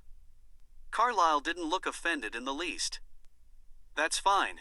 I'm sure you can help me? He asked with a raised eyebrow at first me, then Esme. I nodded at him with pursed lips. I didn't know how much help I would be, but I would sure as fuck do my best. Esme cleared her throat daintily, a stark contrast to our earlier confrontation, and nodded her head at him. I really wanted Jazz to take Brandon away before she put two and two together and realized exactly how close Bella and I were, and began looking for the closest instrument to castrate me with. But her eyes held a silent refusal to exit the room as she gazed at Bella worriedly. And Jazz was just looking fucking bored as hell as he stood beside her, occasionally swiping at the wet spots on his grubby shirt from her crying. I'm sure I'll be given full disposal of the nurse's office. Carlisle instructed and turned to walk towards the gym doors. I shifted my girl a bit, lifting her higher to get a better grip on her before I followed behind him. Esme and Brandon flanked me, standing on their toes and taking glances at Bella's bloody face beside my neck with grimaces and hisses. I held her firmly as we crossed the quad to the administrative offices where the nurse's office was located. She was still fucking limp in my arms, but her breathing had returned to normal. The nurse stood at the door as we entered. She probably wanted to help. And I'm sure that my girl would have been losing out on some really fucking exquisite community college nursing care by me telling her to leave, but I didn't know if my girl would want anyone but me touching her yet. Not even a woman. So I told her so. Fuck off. I spat at her as I entered the office. She glared at me and closed the door behind the six of us a little louder than entirely fucking necessary. Carlisle stood by the bed, looking at me all disapproving, but I could hardly find it in myself to give a shit. So I walked to the examination table unrepentant as Esme, Brandon, and Jazz sat in the little chairs by the door. I stopped in front of the bed and moved my hands to my girl's little hips, lowering her onto the crackling white tissue paper gingerly. I grabbed her shoulders and gently eased her head off my shoulder. I held her steady until I was sure that she could hold herself up. Her eyes were open mostly, but one of them was a little swollen and bruised at the corner closest to her nose.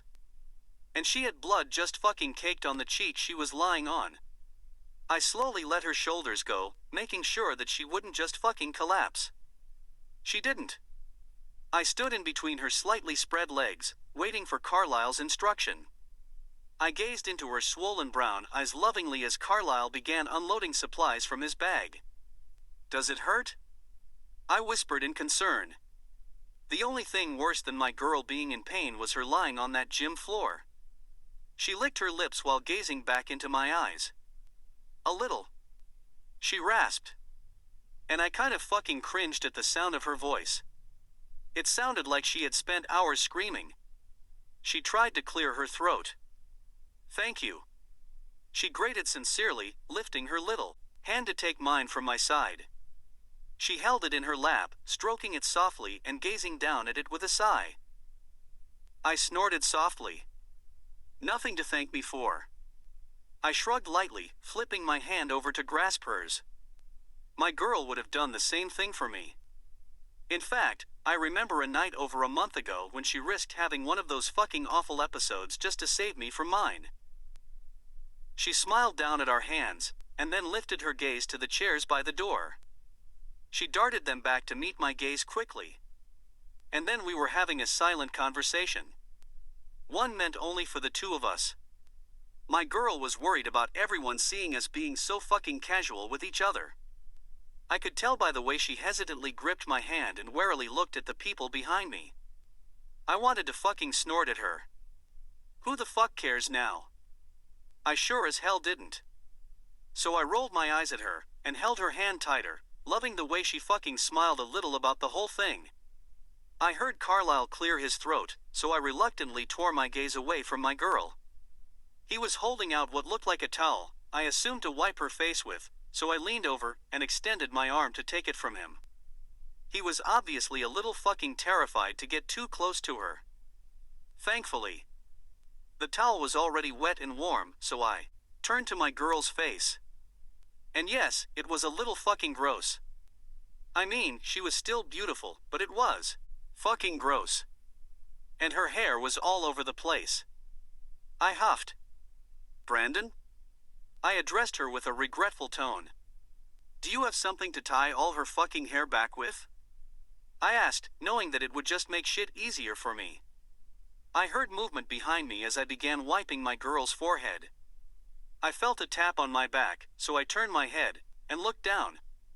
Brandon was staring up at me and holding out a hair tie. And she wasn't fucking glaring at me. Her big brown eyes were wide and innocent as she gazed up at me with a grateful expression on her tiny face and held the tie up closer to me. I furrowed my eyebrows at her and took the tie, turning back to my girl. I placed the towel in her little lap before I began gathering all of her wet hair back off her face. She sighed as my fingertips gathered the hair from her neck. I smiled crookedly at her, because she always fucking liked that shit. And she smiled back, while I struggled with the hair tie from my awkward position in front of her. Eventually, I won the battle, picking the towel back up and working on her bloody cheek. I wiped her little cheekbones softly, afraid of hurting her, and still fucking plotting the demise of the motherfucker responsible. "Who was it?" I whispered as I furrowed my brows at a particularly stubborn patch of blood near her ear. She cleared her throat with a grimace, then a grimace at the grimace. "James," she rasped. And I fucking balled my fist into that towel as I fought to remain gentle with her and nodded. Now the motherfucker had a name. And a face. And I was going to fucking break it. "It was an accident, Edward." She croaked knowingly. "Yeah, accidents happen." I smirked in a suggestive tone. I could make plenty of fucking accidents happen. There were stairs in this town somewhere. She shook her head against my ministrations. "No. Promise me." She rasped. And I fucking snorted at her because I couldn't make any promises where his well-being was concerned. She reached up and grabbed my hand. I leaned back to look in her eyes. "Please?" she pleaded hoarsely. And the look in her eyes when she said it made me groan quietly. because I could never say no to that shit. I huffed again. Fine. I growled. But she was still staring at me with that pleading expression. I rolled my fucking eyes. I promise. I added with raised eyebrows. She nodded and finally let my arm go. So. Esme started from across the room. Do you know Bella well, Edward? She asked in a tone that suggested that she already fucking knew the answer, but wanted me to say it aloud anyways. I didn't take my attention away from the blood on my girl's cheek. Yes. I answered honestly, not wanting to lie to Esme, since she had gained a whole shit load of my undying respect from the gym incident. Oh. She replied, trying to sound surprised, even though I fucking knew better. I've never seen you two together. She said. Though it was more of a question as to why. And I wanted to groan again, as I slightly halted the strokes on my girl's cheek. I resumed rubbing, deciding to be evasive. People rarely do. It wasn't a lie. And knowing that she wouldn't just drop it at that, I decided that her face was clean enough for examination. Done. I said as I put the soiled towel down on the bed beside her and turned to Carlisle. He craned his neck to get a good look at her face. Bella, are you having any trouble breathing from your nose? He asked. She visibly breathed in deeply through her nose and shook her head. He nodded, still craning his neck and looking like he was just fucking itching to get his hands on her to see better. Edward, try touching the bridge with your fingers. Look for any signs of crunching or crackling. I gazed into my girl's eyes apologetically because I knew it would hurt, and lifted my hand to feel her nose. She winced as I touched it, and so did I. But I kept going, knowing it had to be done. She persevered as I prodded her nose, clenching her fists around the fabric of her hoodie. Nothing. I declared, finding no crunching or any of that other gross shit, then reached down to take her hand that was fisted into her hoodie, stroking it lovingly in apology for all the prodding before looking back to Carlisle. Carlisle nodded in relief. Are you having any trouble with your sight, Bella? He asked. She shook her head immediately, looking into my eyes with a smile dancing at her little lips. I fought to hold mine back. She should be fine. I could always X-ray to be sure. He turned to Esme uncertainly. No. Bella rasped, shaking her head. No hospitals. She pleaded, shifting her gaze behind me to Esme. She must have agreed because Bella relaxed, while Carlisle wrote out a prescription for pain. With a little more discussion on proper care, we were finally fucking ready to leave.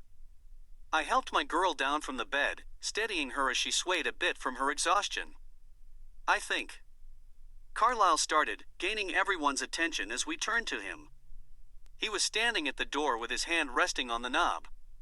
When we get home, the four of us should have a little discussion. He made a pointed glance at Bella and me. And I wanted to fucking groan again.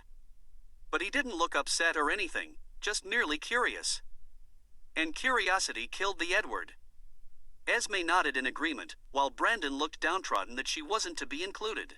I bit back a smirk and nodded back at Carlisle, leading my girl out the doors and to Esme's car. I opened the door for her, showing them all that I could be a fucking gentleman. I resisted the urge to sniff indignantly at the looks I got when I did it.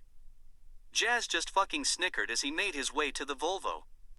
Once she was in the seat, I leaned in, not really giving a shit, and gave her a soft kiss on her cheek. She leaned her little head back against the seat and smiled radiantly at me with droopy eyes. Chapter 26. Coconut Confession Confections. Fucking silence. I shifted uncomfortably in my stiff leather seat, making my leather jacket squeak loudly against it as Esme and Carlisle scrutinized me from behind the desk inside his study with pursed lips. Bella shifted at the same time, freezing to glance at me from the seat at my side. She looked fucking uncomfortable too. She had obviously changed and showered after she got home. I was a little delayed, having to drop Jazz off at his house before I could come home and be subjected to all of this fucking silence. And all I could hear in my head was the sounds of crickets chirping. Esme was sitting in Carlisle's desk chair as he stood beside her, both glancing back and forth between me and my girl as if we were some twisted fucking science experiment gone awry. I sighed quietly and turned my head to look at Bella again. She didn't have her hoodie on, instead clad in a large sweatshirt. I was guessing that it was being washed or some shit.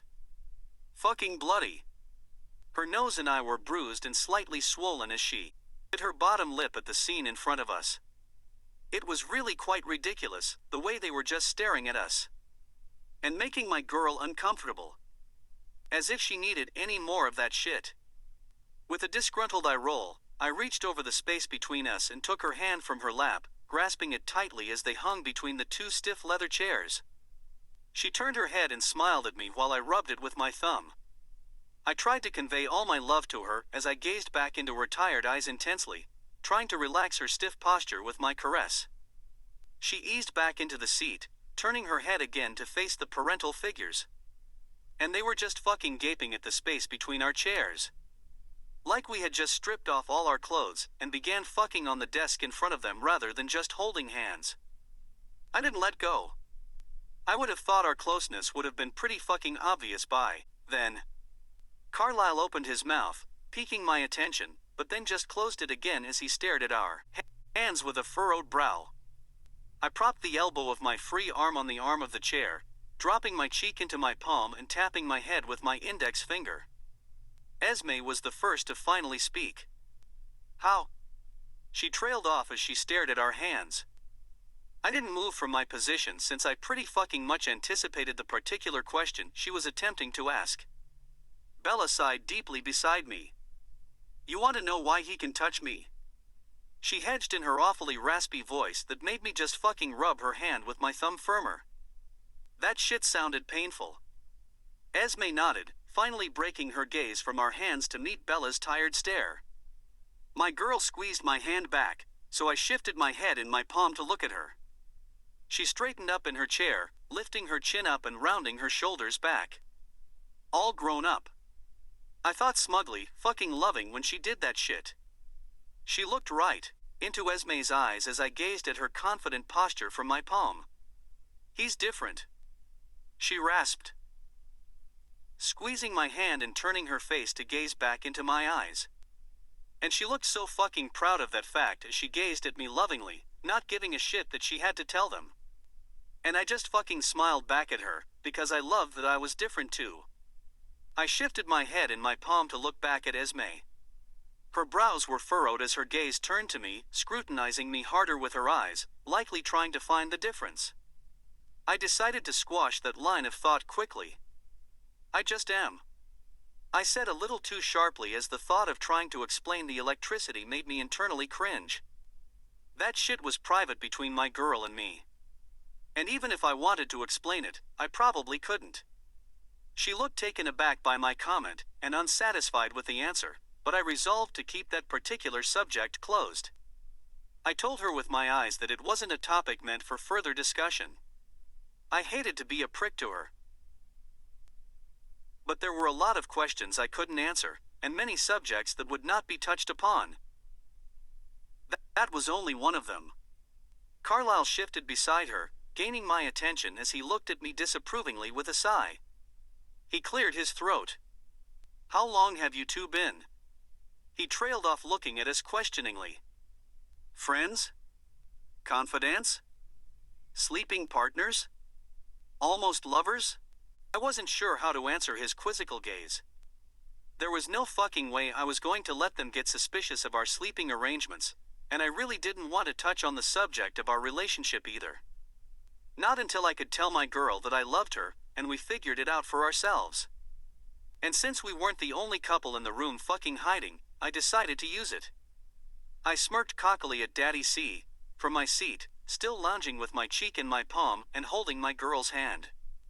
We met that one time you went away on business. I replied smugly, fucking loving the way his eyes grew minutely wider at the mention.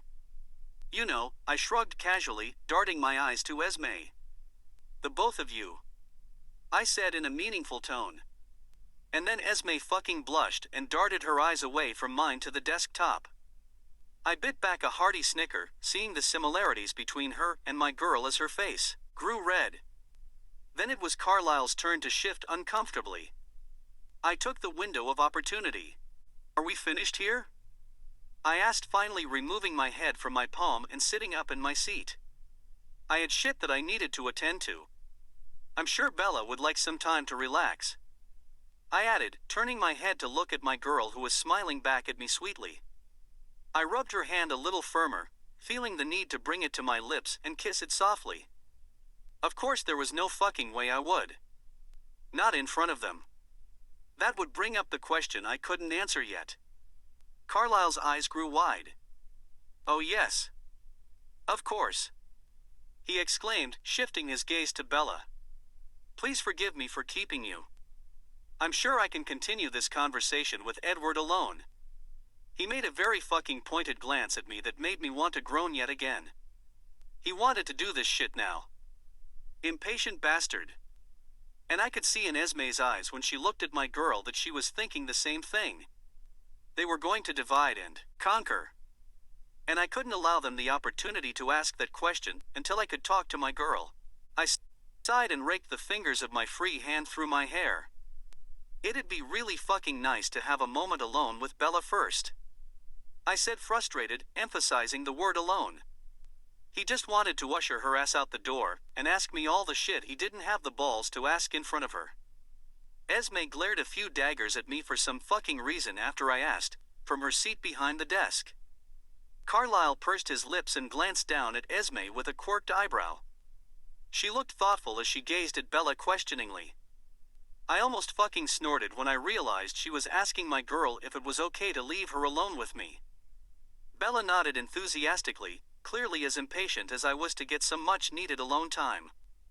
Esme nodded her head at Carlisle and made to stand up and leave the study, but I stopped her. We'll be outside. I informed them as I stood up from the stiff leather chair, bringing my girl with me. I didn't wait for any confirmation as I led her out of the study and down the stairs. She followed, beside me quietly while holding my hand. I led her out back to the gazebo. Because it was our neutral territory. Our very own middle ground. It was different in the day when you could actually see the meadow and the river in perfect clarity. Once we were up on the platform, I turned to Bella and grabbed her by the waist, lifting her up to sit on the back side of the table facing the river and the sunset so that her face would be level with mine. She looked relieved for the privacy as I stood in between her legs and smoothed her damp hair away from her bruised face. The orange of the sunset behind the clouds colored her face in a lively pink that made her look a lot less fucked up than I knew she really was. And I was afraid that her damp hair was making her cold without her hoodie, so I removed my jacket and brought it around her body, draping it over her shoulders. How do you feel? I whispered as I secured the jacket in the front so the chill wouldn't get to her tired mostly. She rasped out, gazing into my eyes and slipping her arms in the sleeves, and just basically swimming in my jacket since she was so much smaller. I frowned, realizing that we couldn't sleep for at least 5 more hours. She dropped her gaze to her lap and began pushing the sleeves up, playing with her fingers.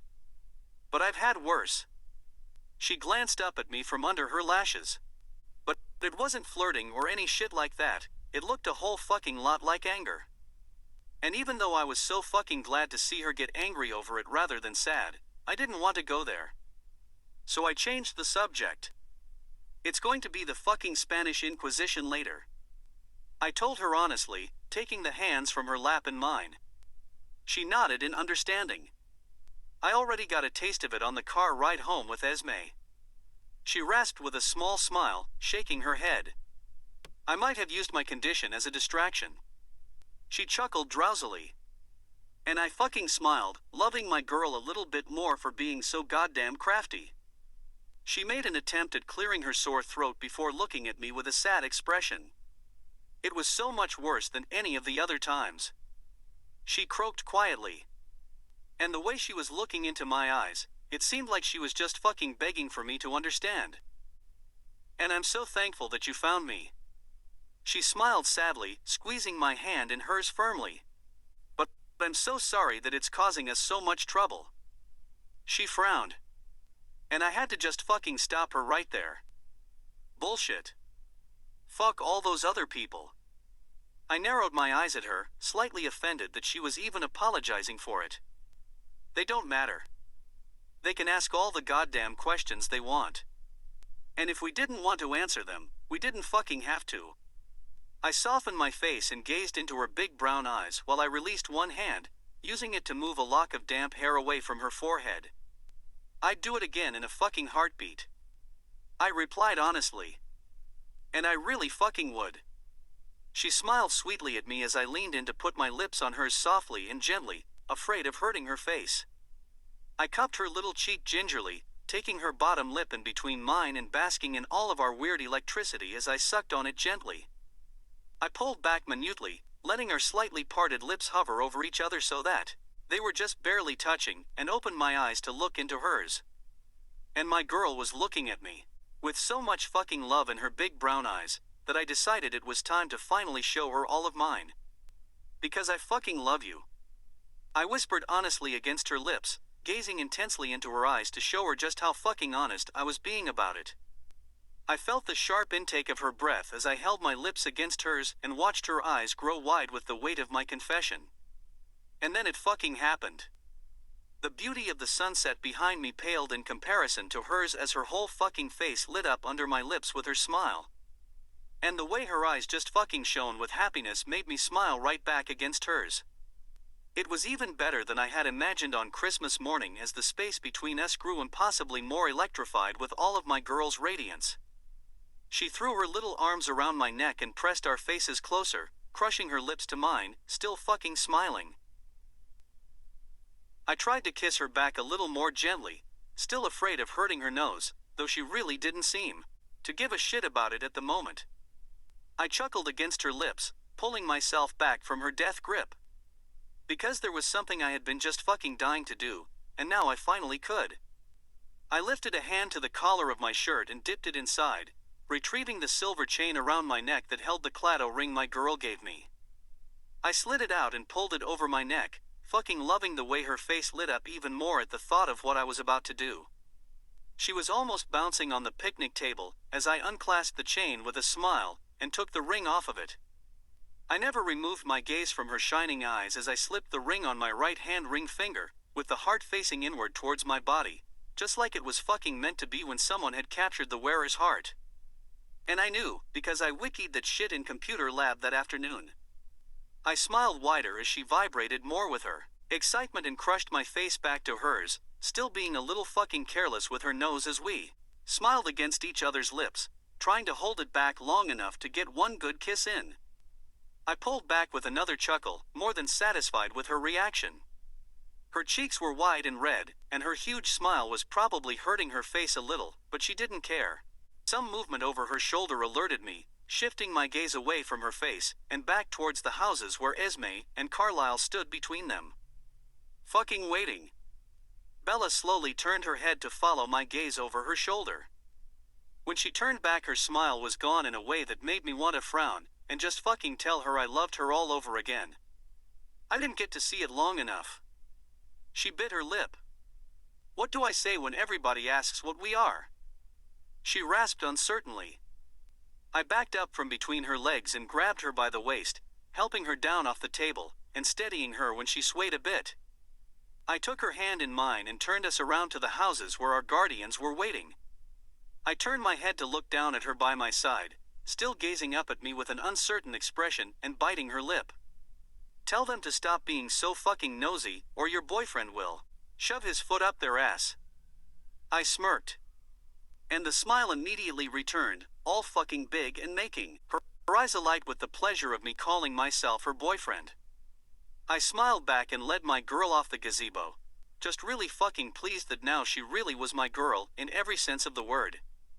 She rubbed the ring on my finger in her hand as we made our way up the yards, stopping when we reached Carlisle and Esme, who were glancing at us even more curiously. She slid my jacket off and handed it to me with a knowing look. Because we fucking knew that they wouldn't ruin our mood as we smiled, walking away back to our houses to meet the Spanish fucking Inquisition. Emmett was waiting for us by the door when we walked in, looking flustered as Carlisle passed him. Would somebody please tell me what the hell is going on? He asked in a really fucking annoyingly near whine. I rolled my eyes and just walked up the stairs behind Carlisle. Dealing with Daddy C was bad enough. I'd let Emmett get his information from Brandon or some shit. He growled in frustration at our retreating forms as we reached the top of the stairs without disclosing anything. I returned to the seat I had used before while Carlisle took his desk chair. Apparently when Bella wasn't here, he had no problem with the whole talking deal. Once he was settled, he rested his forearms on the desk in front of him, leaning forward towards me and clasping his hands together. "What is she to you?" he asked bluntly. In these kinds of situations we usually had a no bullshit policy, though the situations were usually involving a suspension or an arrest. And I had no problem with the no bullshit policy as far as that particular question was concerned. At least not now. "She's my girl," I stated honestly with a casual shrug. "No bullshit." Carlisle pursed his lips and bore his gaze into mine. "Girlfriend?" he asked skeptically.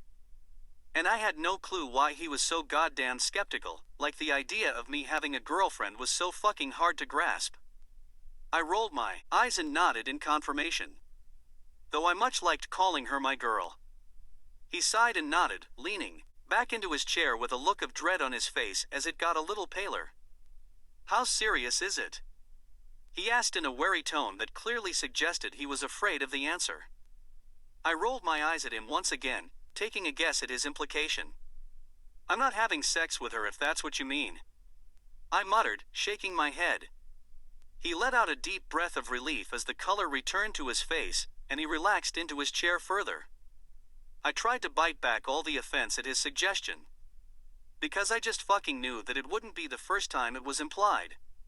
Looking far more relaxed and casual, he picked up his prescription promo freebie Flowbox stress ball and began squeezing it, looking up at the ceiling with a thoughtful expression. "It is a bit odd that you can touch her though." He pursed his lips at the ceiling. And I just fucking knew that look. He was interested in the mechanics of the whole thing, and I wasn't going there, so I kept my mouth shut. He darted his eyes back down to me, eyeing me carefully. "I don't know why you two were hiding, and I won't ask," he said with a knowing look. And I almost fucking smirked at him, because of course he wouldn't ask me. Because then I'd ask him. He continued eyeing me carefully. "It was Thanksgiving, wasn't it?" he asked with a small smile. I furrowed my brows wondering what he was drawing his conclusion from, and then realized that it was the first night I had slept. And he fucking noticed my change in mood. I nodded at him, just letting him believe that we got together that day. He smiled at me with a compassionate expression. "She must be some girl to have that kind of effect on you." He chuckled, shaking his head. I just nodded again. She really was some girl. Even if it was the sleep that made me change so drastically, she had more to do with it than anything.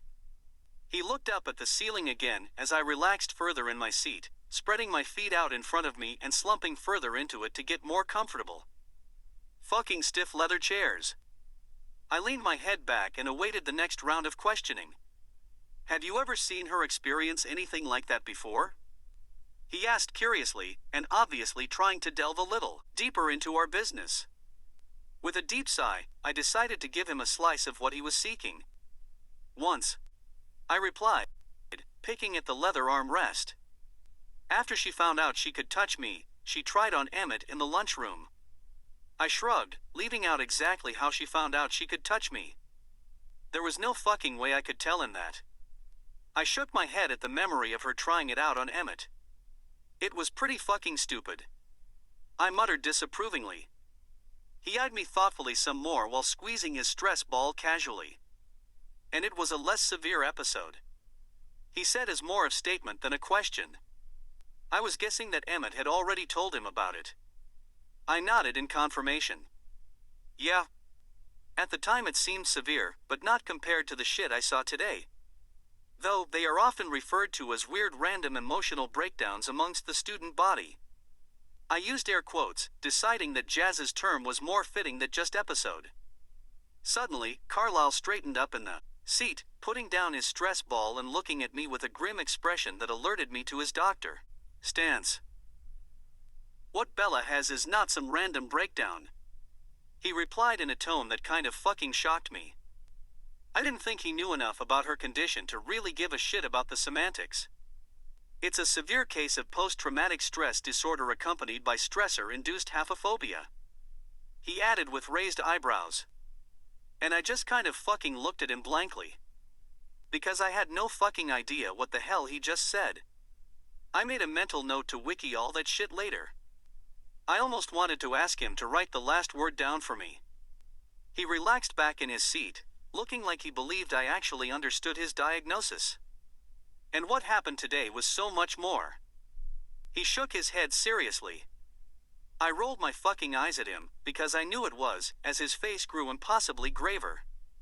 What happened today was a dash of that, a pinch of hysteria, and a heaping spoonful of brief psychotic disorder. I shot straight up in my chair as my vision turned red at his massively fucking offensive suggestion. She's not fucking psychotic. I spat at him. He let out a deep breath. I'm not saying she's psychotic, Edward. He shook his head. But she described her episode to Esme on the way home. He continued somberly, as I narrowed my eyes at him, still not fucking satisfied he wasn't calling my girl psychotic. She lost touch with reality, it's just textbook. I glared at him while I gripped the armrest. Bella doesn't fit some fucking textbook. She's not some goddamn science experiment. She's a living and breathing person with feelings. I glowered angrily. He raised his eyebrows at me further. Did she tell you she thought Forks was a figment of her imagination? He asked knowingly. I slowly furrowed my brows and shook my head. She never actually told me the whole fucking story. And I didn't give a shit. She believed her delusion more than reality. He shrugged, like it was just a fucking fact that she was psychotic because of it. I glared at him further as he put his hands in the air, defensively. I'm just trying to make sure you grasp the severity of her case, is all. I snorted.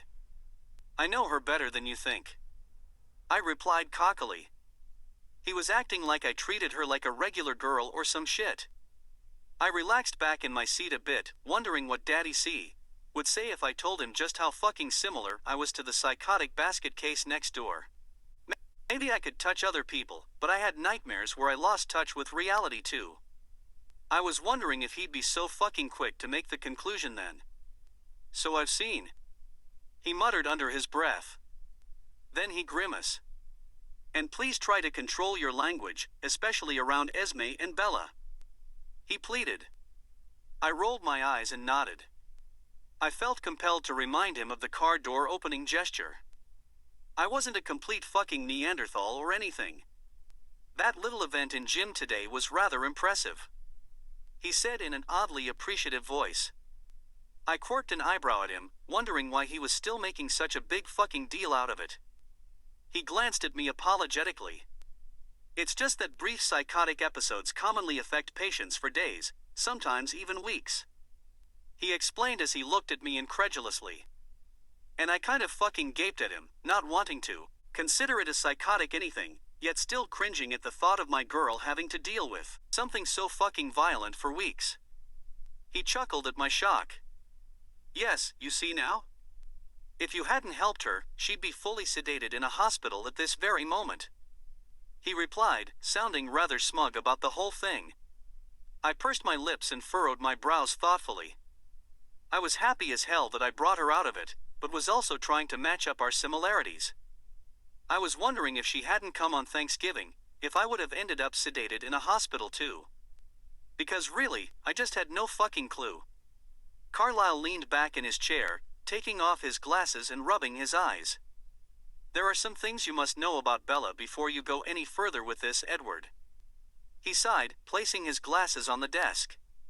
Like he could say something that would just send me fucking running from the city limits. I scoffed at him and waved a hand for him to continue, resuming my comfortable position as I slumped in the seat and spread my feet out casually. He cleared his throat and leaned over the desk, reassuming his doctor stance and still looking fucking grim. Conditions such as Bella's are incredibly unpredictable. They could improve on their own with time, or perhaps given the proper therapy. He paused, furrowing his brows at the desktop. Though I've been told that every obvious method has been unsuccessful in the past. He muttered, shaking his head at the desktop thoughtfully before looking back up to me. Bella has refused further medical care for her condition, and has chosen a fickle path of touch and go. It's quite possible that she could never improve. He raised his eyebrows at me expectantly. And I fucking snorted at him. So? I said simply, knowing that we were both fucked up, and the chances of me ever getting better were pretty fucking grim as well. He sighed with a nod at my dismissal of his warning, leaning back into his seat, and doing the annoying scrutinizing thing again. I continued picking at the armrest while he pursed his lips at me. Do you talk to her about it? He asked in a quiet, suggestive voice. I clenched my teeth and looked away from him, staring out the window of his study. He cleared his throat softly, but I fucking refused to meet his gaze. I know you won't talk to me about it, Edward. He sighed as I began picking at the leather seat harder, really fucking uncomfortable even discussing a discussion about it.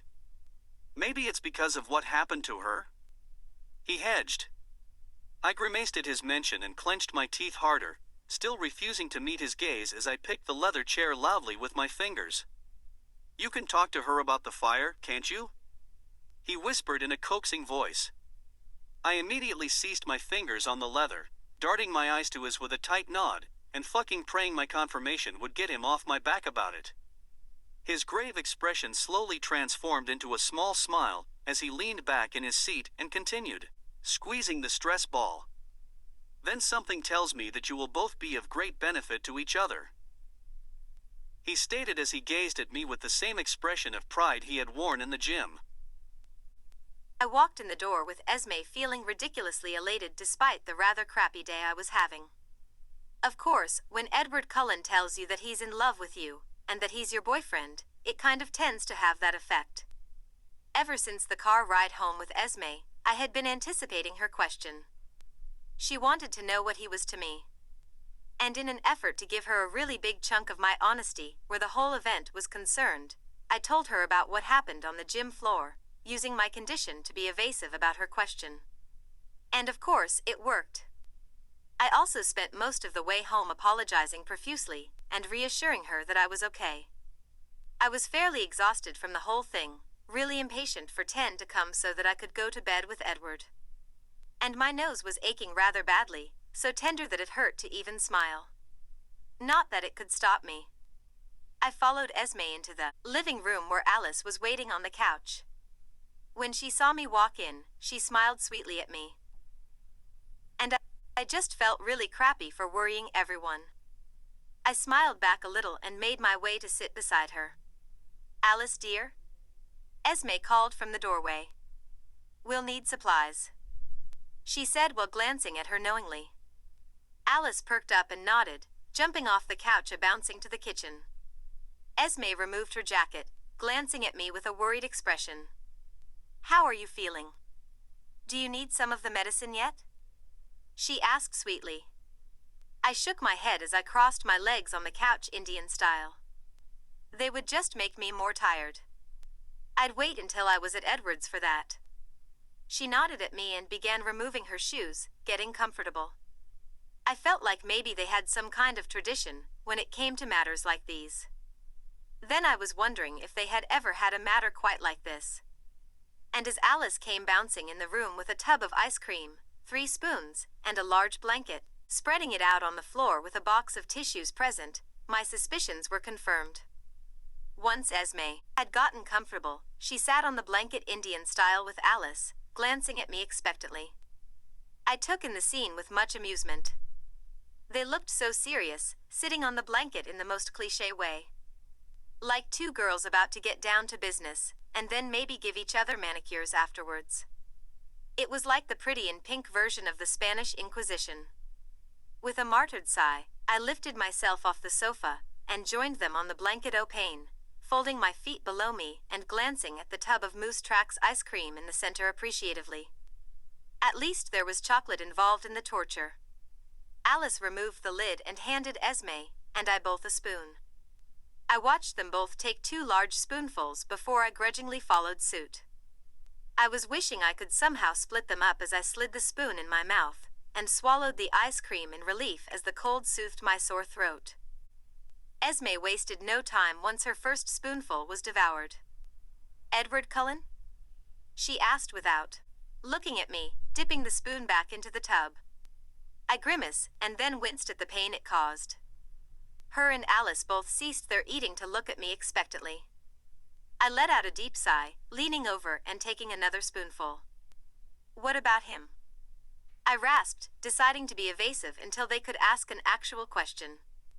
Alice narrowed her eyes at me and stabbed her spoon into the tub, bringing out a large spoonful and cramming it into her mouth without breaking my gaze. I swallowed my bite thickly, deciding that maybe the pretty in pink version of the Spanish Inquisition was scarier than I had originally thought. Esme cleared her throat and smiled at me. "How do you two know each other?" she asked sweetly. I glanced back and forth between her and Alice. It was like good cop, bad cop. I decided to just lay it all out there. I wasn't ashamed. "He's my boyfriend," I rasped matter-of-factly, dipping my spoon back in and blushing furiously despite all my efforts not to. I put the spoon in my mouth slowly, watching as Alice's jaw dropped a bit. Esme looked a little taken aback by my answer, but did a much better job hiding it. "Why haven't you ever mentioned him?" she asked softly, no longer paying attention to the ice cream.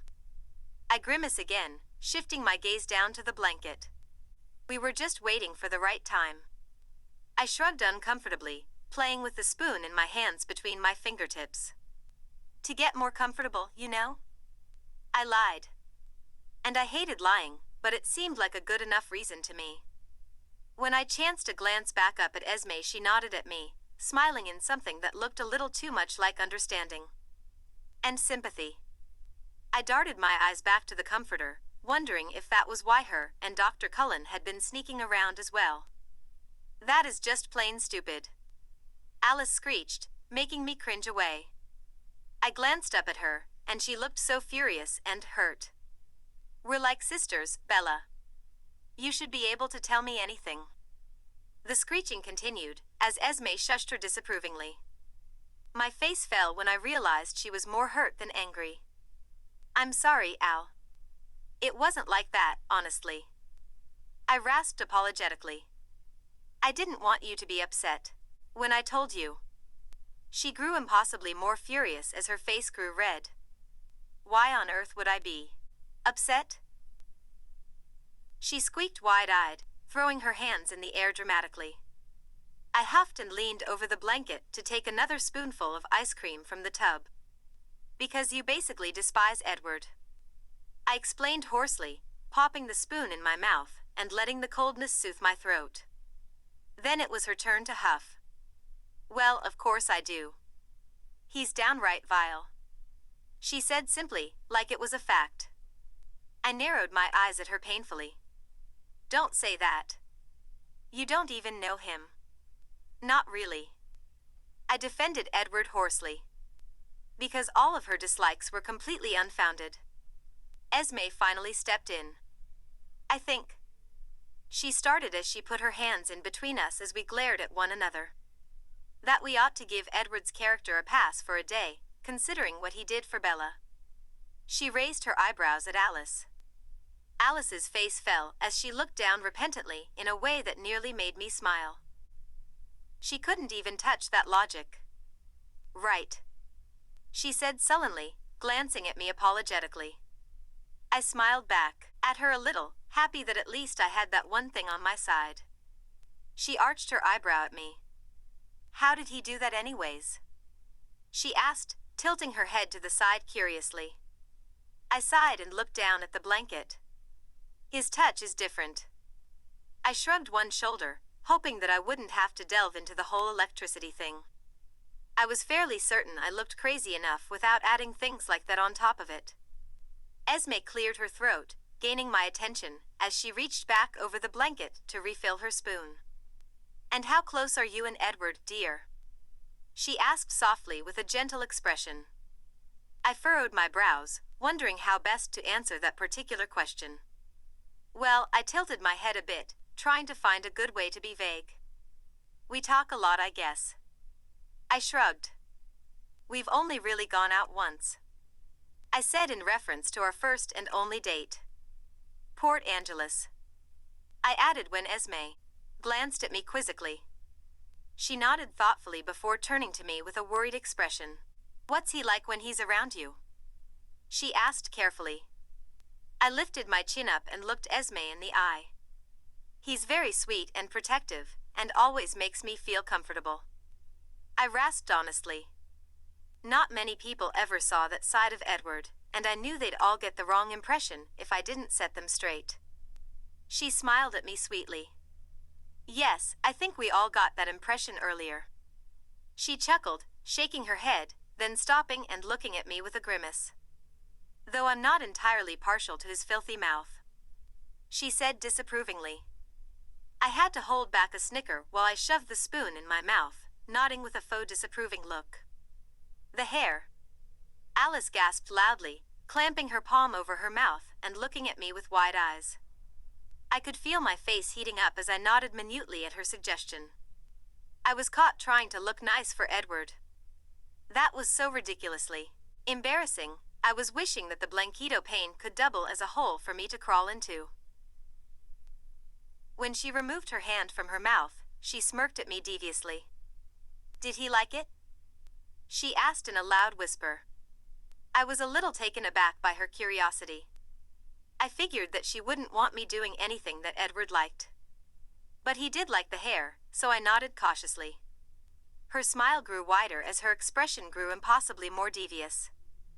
I bet he would just love all the new clothes you got for Christmas.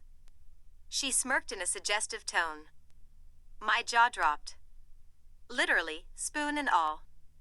She was utterly fine with pimping me out to her arch nemesis, so long as I wore her crappy girly clothes. Esme chuckled softly at the exchange as I gaped at Alice's devious smirk. I closed my mouth with an audible snap, preparing to make the ultimate sacrifice for any kind of semi-normal relationship that involved both Edward and Alice. Maybe he would like them. Occasionally. I croaked carefully, looking for some sign of a truce.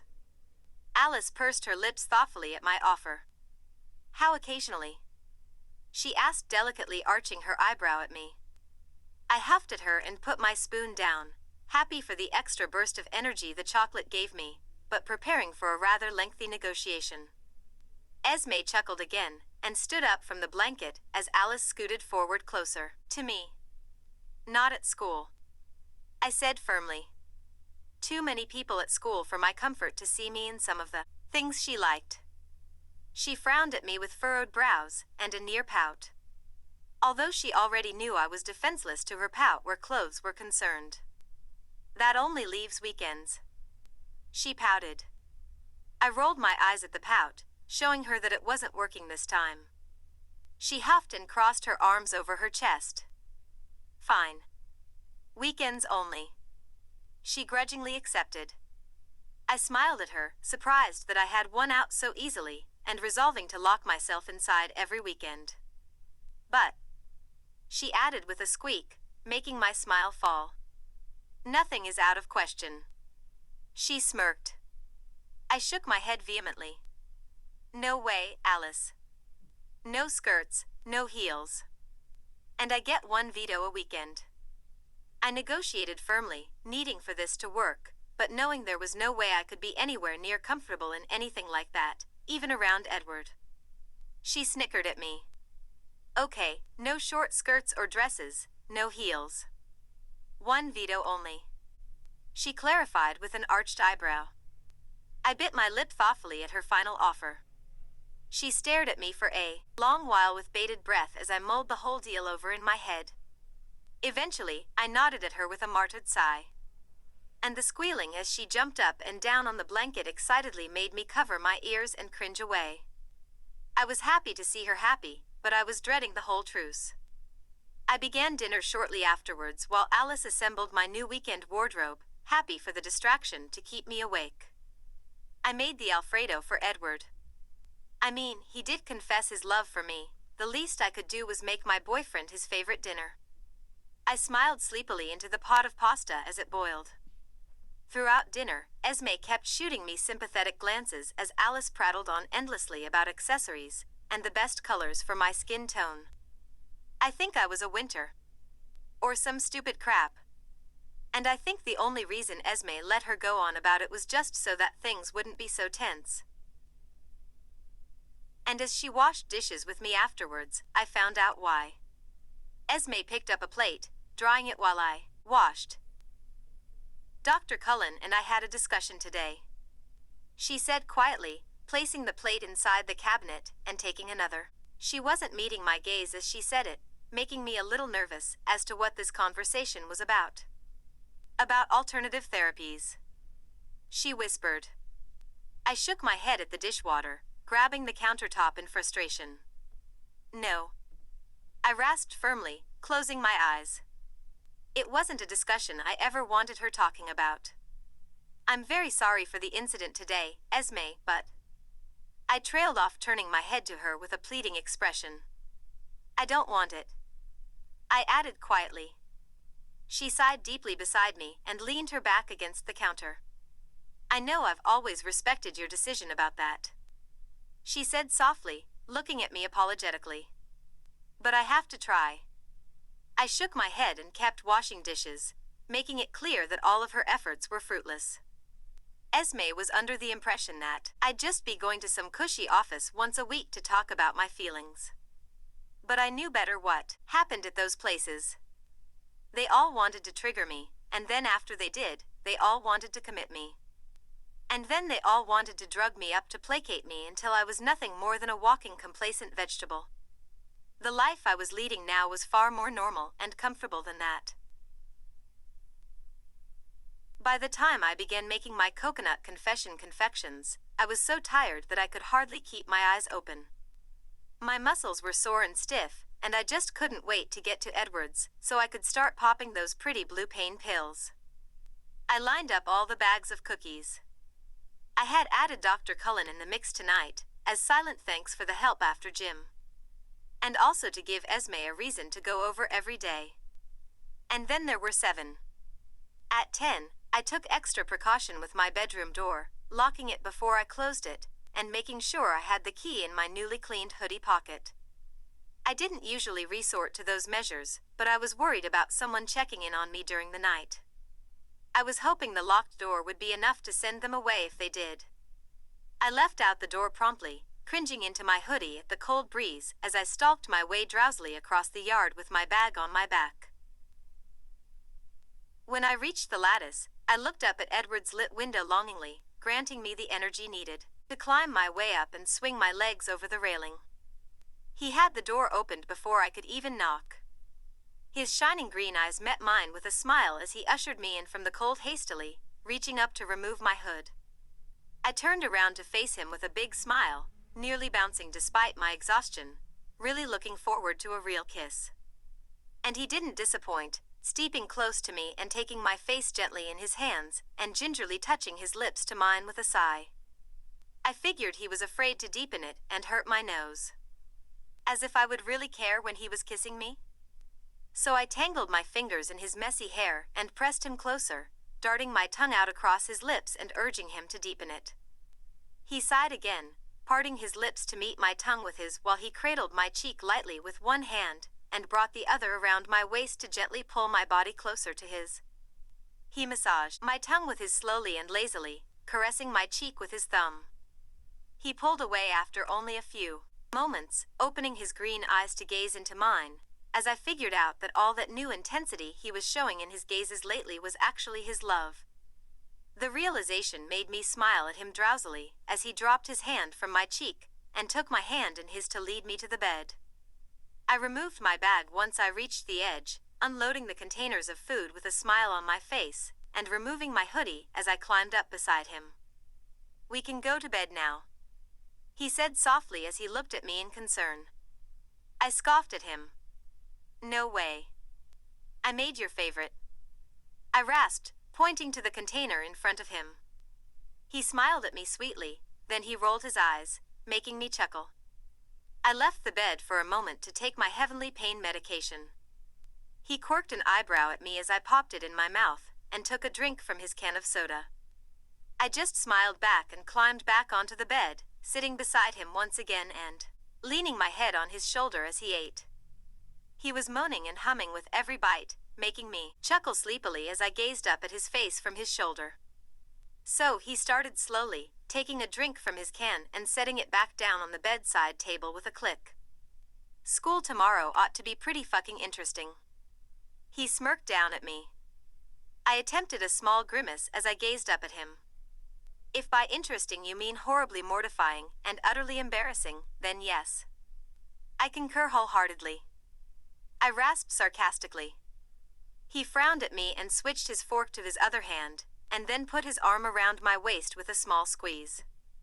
I won't let anybody fuck with you, he said confidently, spinning his noodles around his fork. I smiled into his shoulder at his mention of actually being with me in school. I was wondering how opposed Edward was to PDA. Like, in front of Jessica Stanley. The thought made me smile wider. What the fuck are you smiling about? He chewed, with a smirk on his face as he looked down at me. My face grew hot as he stared at me quizzically. I let out a deep sigh at his penetrating gaze, knowing that I could rarely avoid it. Kissing you senseless in front of Jessica Stanley, I answered hoarsely with caution.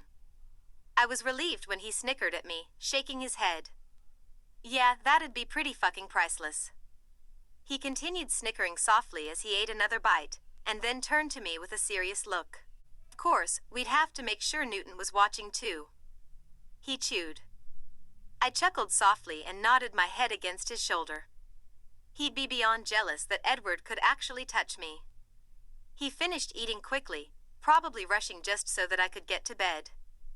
I walked in the bathroom and slumped when I saw my face in the mirror.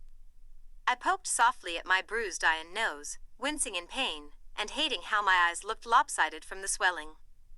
As I was changing into my pajamas, I was wondering how bad of a person it would make me if I rescinded my request for Edward not to hurt James. As I brushed my teeth, I decided it probably would make me a very bad person. Violence is never the answer, though it is on occasion hilarious. I slid under the covers to wait for Edward while he changed into his pajamas, feeling far more comfortable than I had all day long, and absolutely basking in it as I wiggled my toes against the soft cotton sheets, rolling over to assume position. He nearly sprinted to the bed when he was done in the bathroom, either impatient to hold me or impatient for me to get sleep, I didn't know. Probably a combination of both. He slid under the covers, turning off the lamp before lying down completely. He made to scoop me up gently, but it hurt my nose to bury my face in his chest like I usually did. I frowned up at him, darting my eyes to his chest and back to his meaningfully.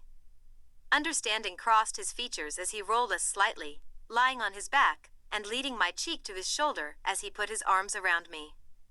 Fairly satisfied with the new position, I brought my hand up and began stroking his messy hair softly. He sighed and shifted his head to kiss me gently on top of my hair. Love you. He breathed into my hair softly and sweetly, squeezing my waist tightly.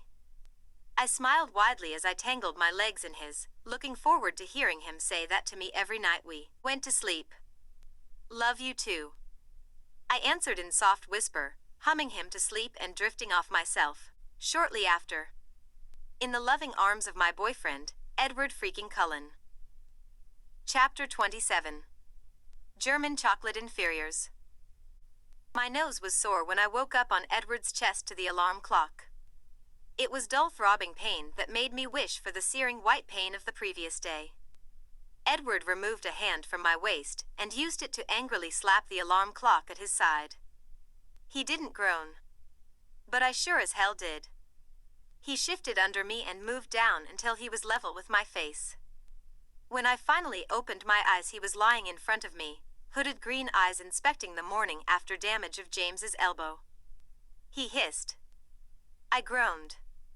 Is it that bad? I rasped. My voice wasn't as bad as yesterday, but still plenty grating, and making me wish that I had something either really hot or really cold to drink. He ran a hand through his disheveled bronze morning hair and grimaced. I groaned again and lifted the covers over my obviously awful face, turning over on my back and wallowing. I heard him sigh and try to pull the covers down, but I held them there. As if my day wasn't going to be awkward enough, I had to stand next to gorgeous Edward Cullen looking like whatever it is I looked like. He sighed again when I didn't let the covers go. "Don't be so fucking difficult. You're beautiful," he muttered in his thick morning voice. I inched the covers down just enough to see him lying facing me, propped up on an elbow. "Really?" I whispered, sounding like a stupid self-conscious teenage girl. Probably because I was. He rolled his eyes behind his heavy lids. "Yes." He flopped onto his back and began running his fingers through his hair again. "You're always fucking beautiful. Now get your ass out of bed." He turned to me and smiled crookedly. I smiled by instinct, but the little Edward in my head was yelling bullshit. With a grunt, I rolled out of bed and made my way to the bathroom. It was just awful. I glowered at the mirror. The swelling had mostly subsided, but a large patch of dark blue spread up the bridge of my nose and towards my eye. People were going to see me like this all day. Bella Swan, weird crazy girl with a black and blue nose. I turned away, deciding that denial was a river in Bella Land too. I stared at his shower longingly, impatient to get home so I could take one, really hot.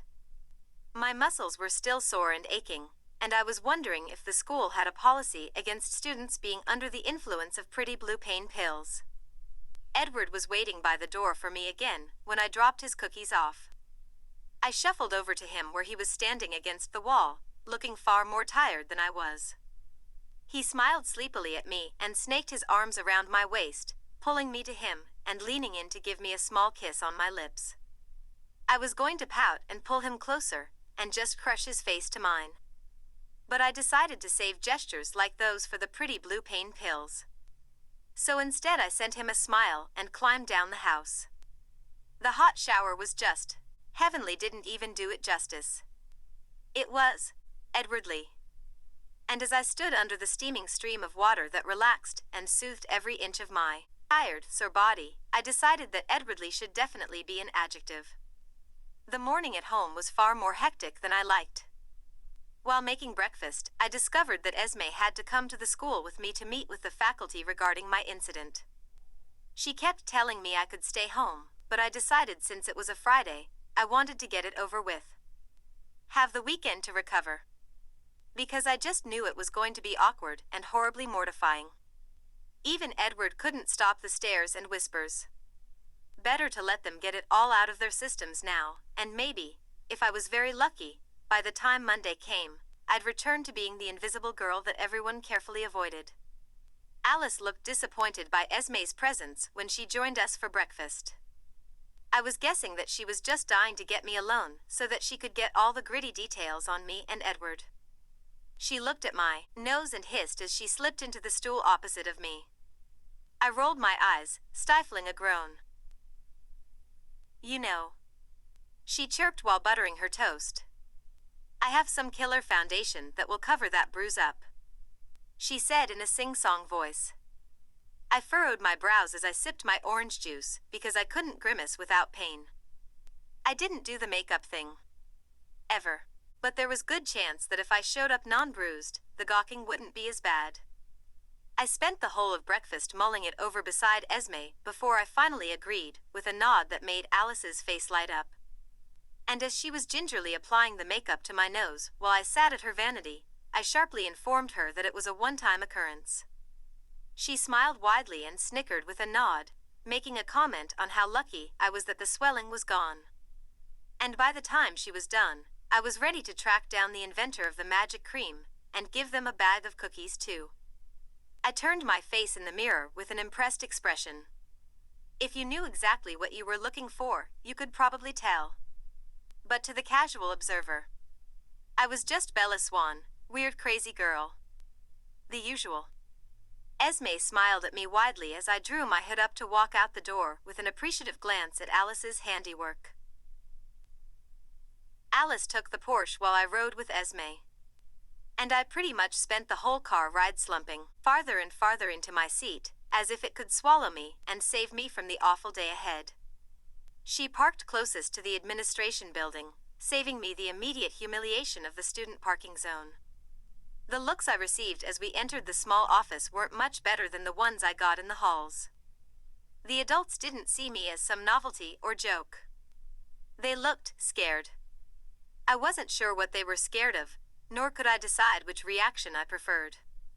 Either way, I kept my hood up and my head down as they led us into the principal's office. I lifted my head just enough to find the furthest chair in the corner to slump into. Esme took the seat closer to the principal's desk, where I assumed he was sitting, and making wary glances at me as I kept my head down.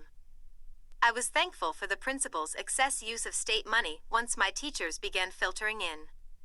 His office was so big that everyone remained a mostly comfortable distance away.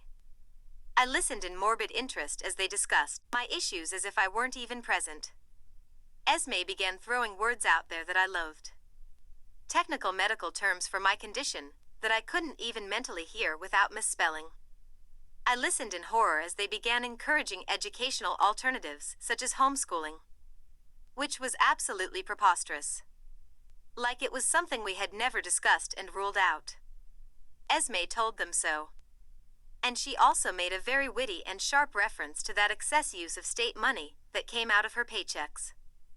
The principal stuttered and stammered, not expecting a dainty woman such as Esme to put him in his place. Instead of pushing the matter any further, the principal hastily instructed all of my teachers to make careful changes to my seating arrangements and agreed that the faculty would accommodate me to the best of their abilities. I was both thankful and impossibly more mortified by their efforts. It was only bound to bring me more attention if I was found to be treated differently. And as if hearing all of that wasn't horrifying enough, they eventually began discussing emergency situations. In the case of any future incidents, Esme started in a tight voice, making me cringe into my hoodie the thought of any such thing. You have my immediate permission to allow Edward Cullen to attend to her in any way possible. My head snapped up, finally allowing me to absorb the scene in front of me as I gaped at Esme in her seat across from the balding principal. It was an unexpected comment, to say the least. She shot a sideways glance to me where I sat in the far corner of the room. She looked uncertain, so I gave her a small smile, reassuring her that it was a good idea. The expressions on my teachers' faces were fairly priceless. I got the feeling they rarely wanted to allow Edward Cullen to do anything. The room was eventually filled with a general nod of agreement to her request. And by the time the meeting was concluded, Esme looked rather smug as we exited the administration office.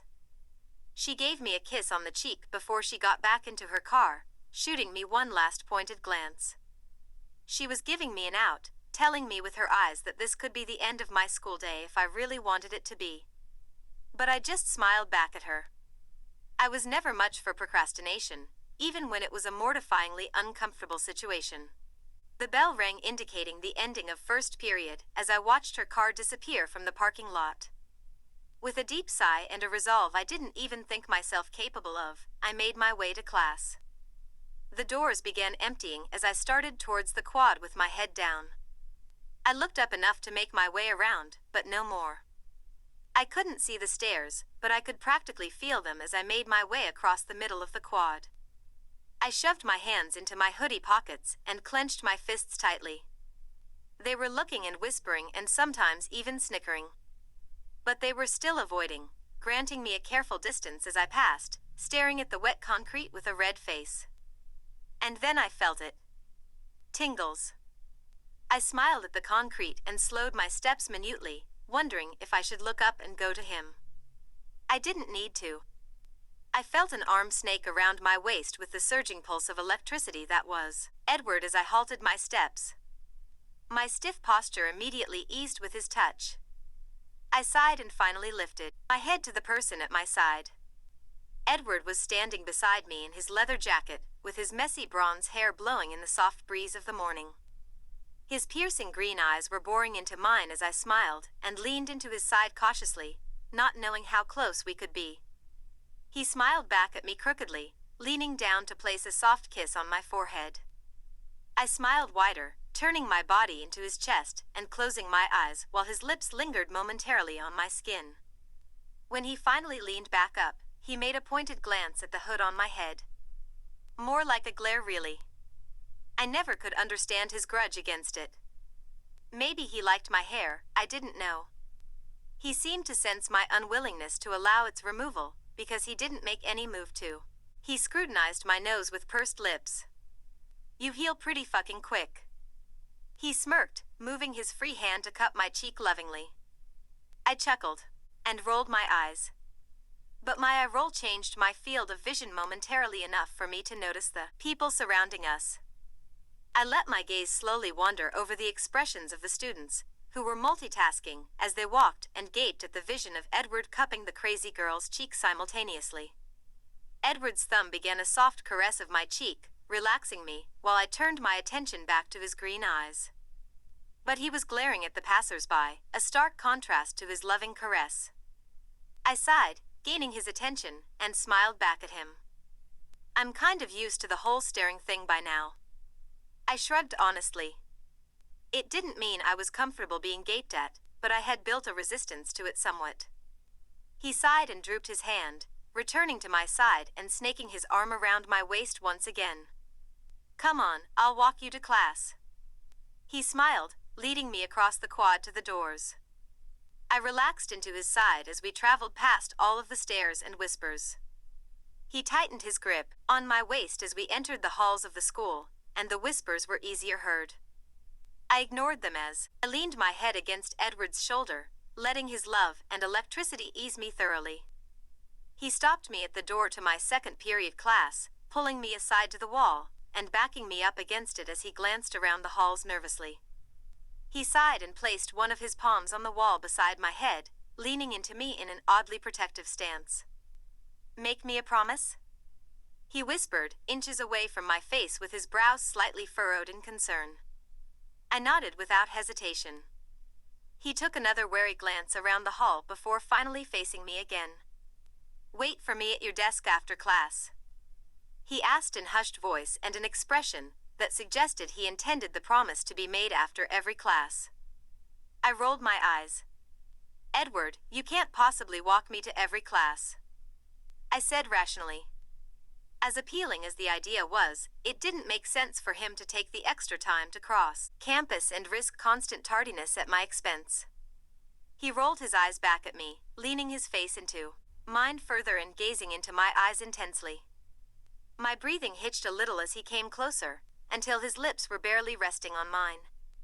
Without my permission, my breathing began speeding up as he lightly took my bottom lip in between his, never breaking my gaze.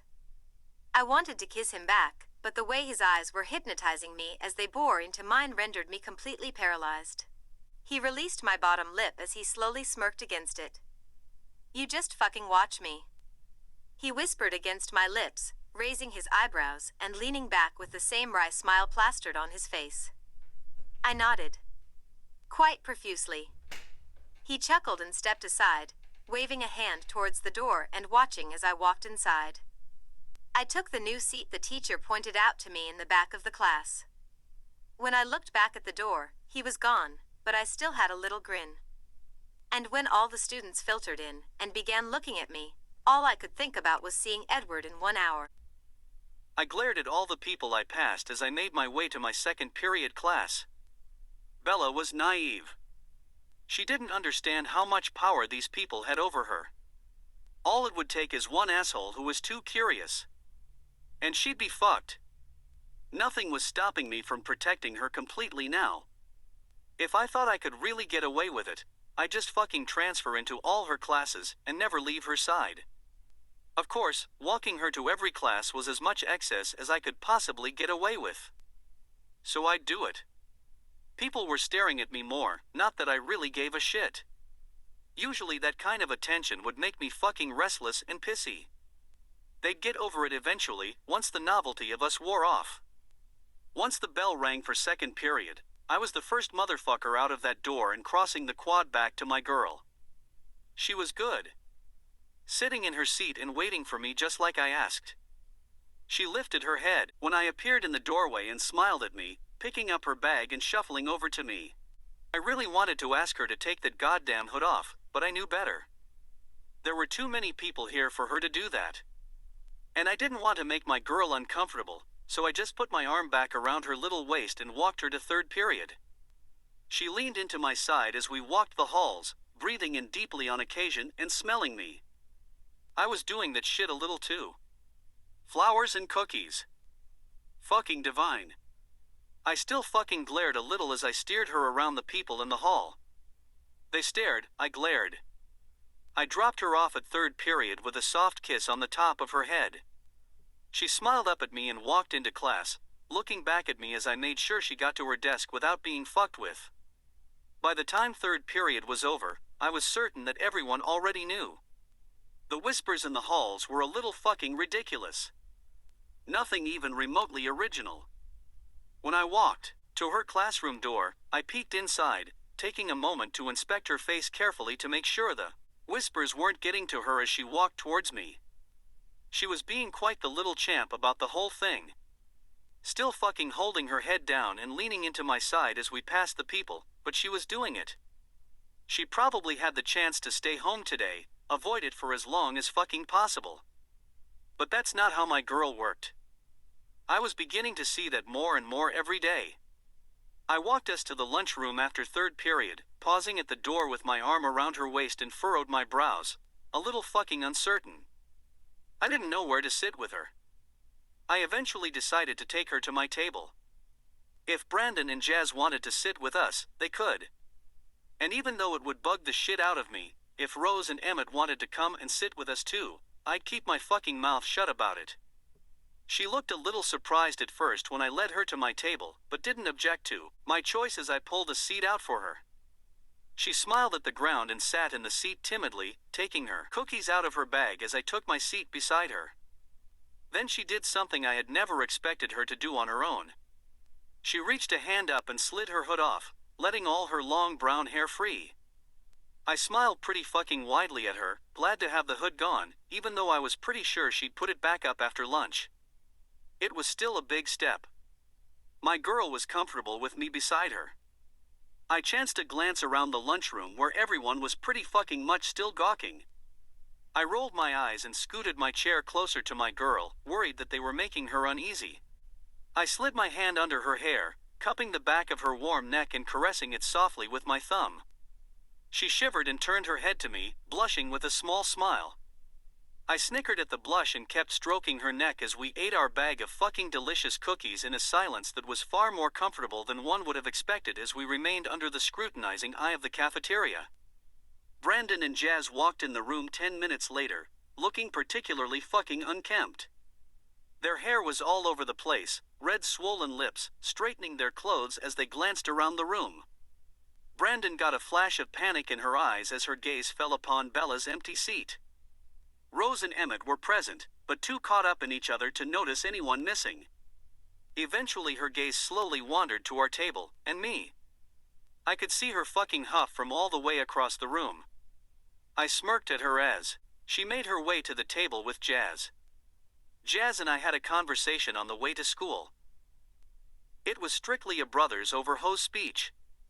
I was to keep my fucking mouth shut about what he knew, and he was to save my ass if any castration was going down. He sat across from me at the table, just like always, leaving Brandon the seat next to him as she glared at me a little. I was guessing the whole grateful bit went out the window when I was discovered to be the boyfriend. She eyed my hand that was hidden under my girl's hair as I caressed her neck softly and took a bite of my cookie. She eyed Bella with a serious expression. "Are you two sleeping together?" she asked bluntly. Bella and I both choked on our bites of cookies simultaneously, coughing up crumbs and turning red. I think I realized first that she meant sex, and not actual sleeping, so I shook my head, still trying to clear my airway. My girl was not pleased. I watched as they began shooting each other weird pointed glances, and finally recovering from the choking fit. Brandon shot a dagger at my hand, still rubbing her neck, like she didn't want me touching her. Bella narrowed her eyes back. A silent debate that Brandon was apparently losing as she huffed and slumped in her chair. That was some interesting shit. Curious about this odd new development in which Brandon couldn't bitch at me for touching my girl, I leaned my head into Bella's, pressing my nose to the side of her hair and breathing in with a smile. "Oh, for the love of God," I heard Brandon mutter from her seat. I chuckled into my girl's hair and pulled back, smirking at Brandon. I really wanted to do more, like kiss her neck right in front of her, and watch her have a fucking coronary. But I never would. It would make Bella uncomfortable, so I settled for the soft stroking of her neck as we ate. Brandon had no trouble settling into our table. She was pretty much the only one talking. Jazz, my girl, and I were quiet people. I furrowed my brows at her as she began excitedly, discussing Valentine's Day plans with Jazz. Poor bastard. That shit was over a month away, and she already had everything planned. And even weirder, Jazz didn't seem to really give a shit, watching her vibrate with enthusiasm over the event with a small smile flirting at his lips. Fucking smitten. Somewhere into listening to Brandon bluntly suggest her own Valentine's Day gift, and top 3 choices of preferred flower arrangements, I felt a hand on my knee. I looked over at my girl who was staring intently at the tabletop as she ate with her free hand and rubbed my knee with her other. I smiled and caressed her neck a little firmer with my thumb, just showing her that the gesture was okay with me. We walked to Bio together after Bella got her hood up after lunch. I held her waist firmly as we meandered the halls, already used to the staring by that particular point. Mr. Banner wanted to change her seat, but she didn't listen, sitting down at our lab table as he looked at her with a frustrated expression. My girl sat with her lab stool close to mine, scooting closer once class had started. I didn't mind one fucking bit. In fact, I took her hand again, bringing it under the table and holding it until she kneaded it back to right width. I could see Newton 2 tables ahead of us, just fucking dying to turn around and analyze us like everyone else was doing. Including Mr. Banner. Which seemed a little fucking inappropriate, if you ask me. Even under the close stares of the entire classroom as we sat close to one another, my girl seemed completely relaxed next to me, taking my hand again when she was done writing her assignment.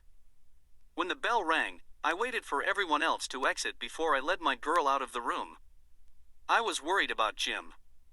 I didn't fucking want her going in there. Not with James, not with Stanley and her hyenas, not even with that stupid-ass shit gym coach.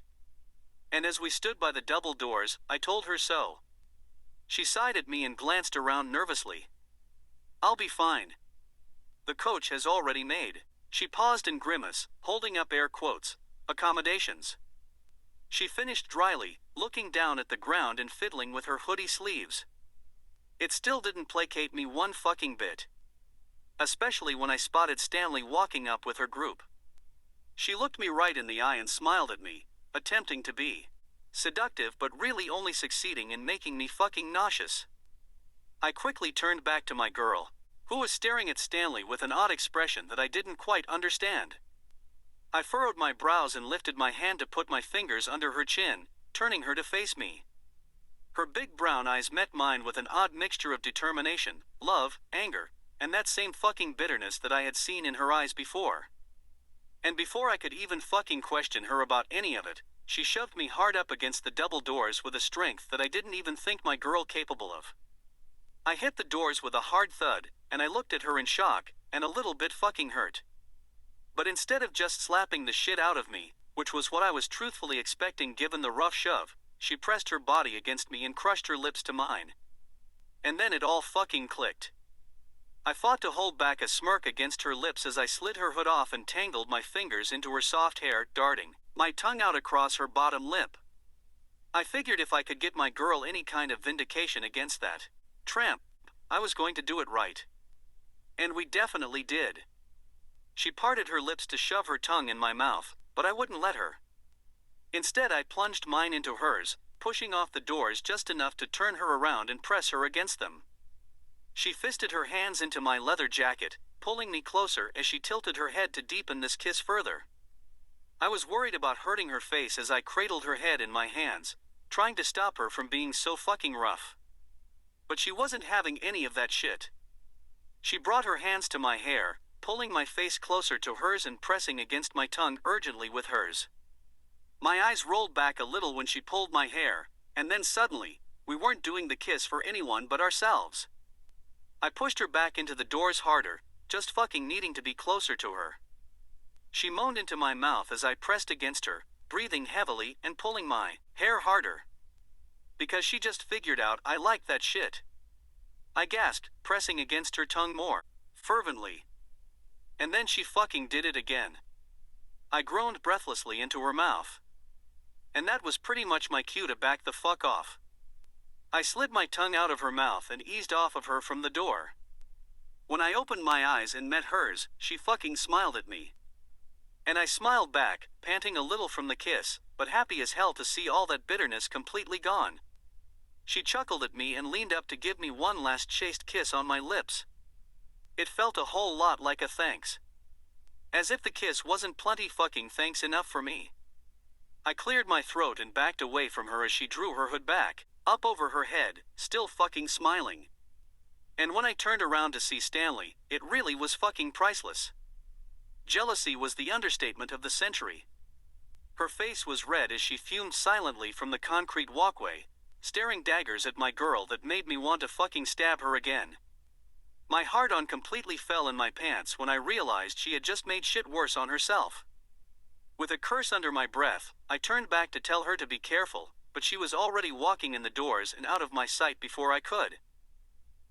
When the last bell of the day rang, I threw all my shit into my bag carelessly and damn near sprinted towards the gym, fucking praying that my girl wasn't going to walk out crying again. Or worse. Luckily by the time I reached the doors, she was already exiting. Tear-free. I let out a sigh of relief and walked over to her, snaking my arm around her waist. She looked up at me with a weird blank expression and a smile that looked completely fucking forced. I groaned as I walked her towards the parking lot. Did they fuck with you? I asked, pretty fucking aggravated at the thought of it. She shook her little head against my shoulder, but didn't say anything, making me think she was probably lying. I stopped when we reached the gravel, grabbing her arm and turning her towards me, lifting her chin with my finger again. Jazz can ride with Brandon if you want to come with me. I suggested quietly, hoping that she could talk to me about it once we were alone. Her eyes got wide. No. She yelled, looking into my eyes all panicked and scared. I frowned down at her, feeling a little fucking hurt and rejected by her vehement refusal.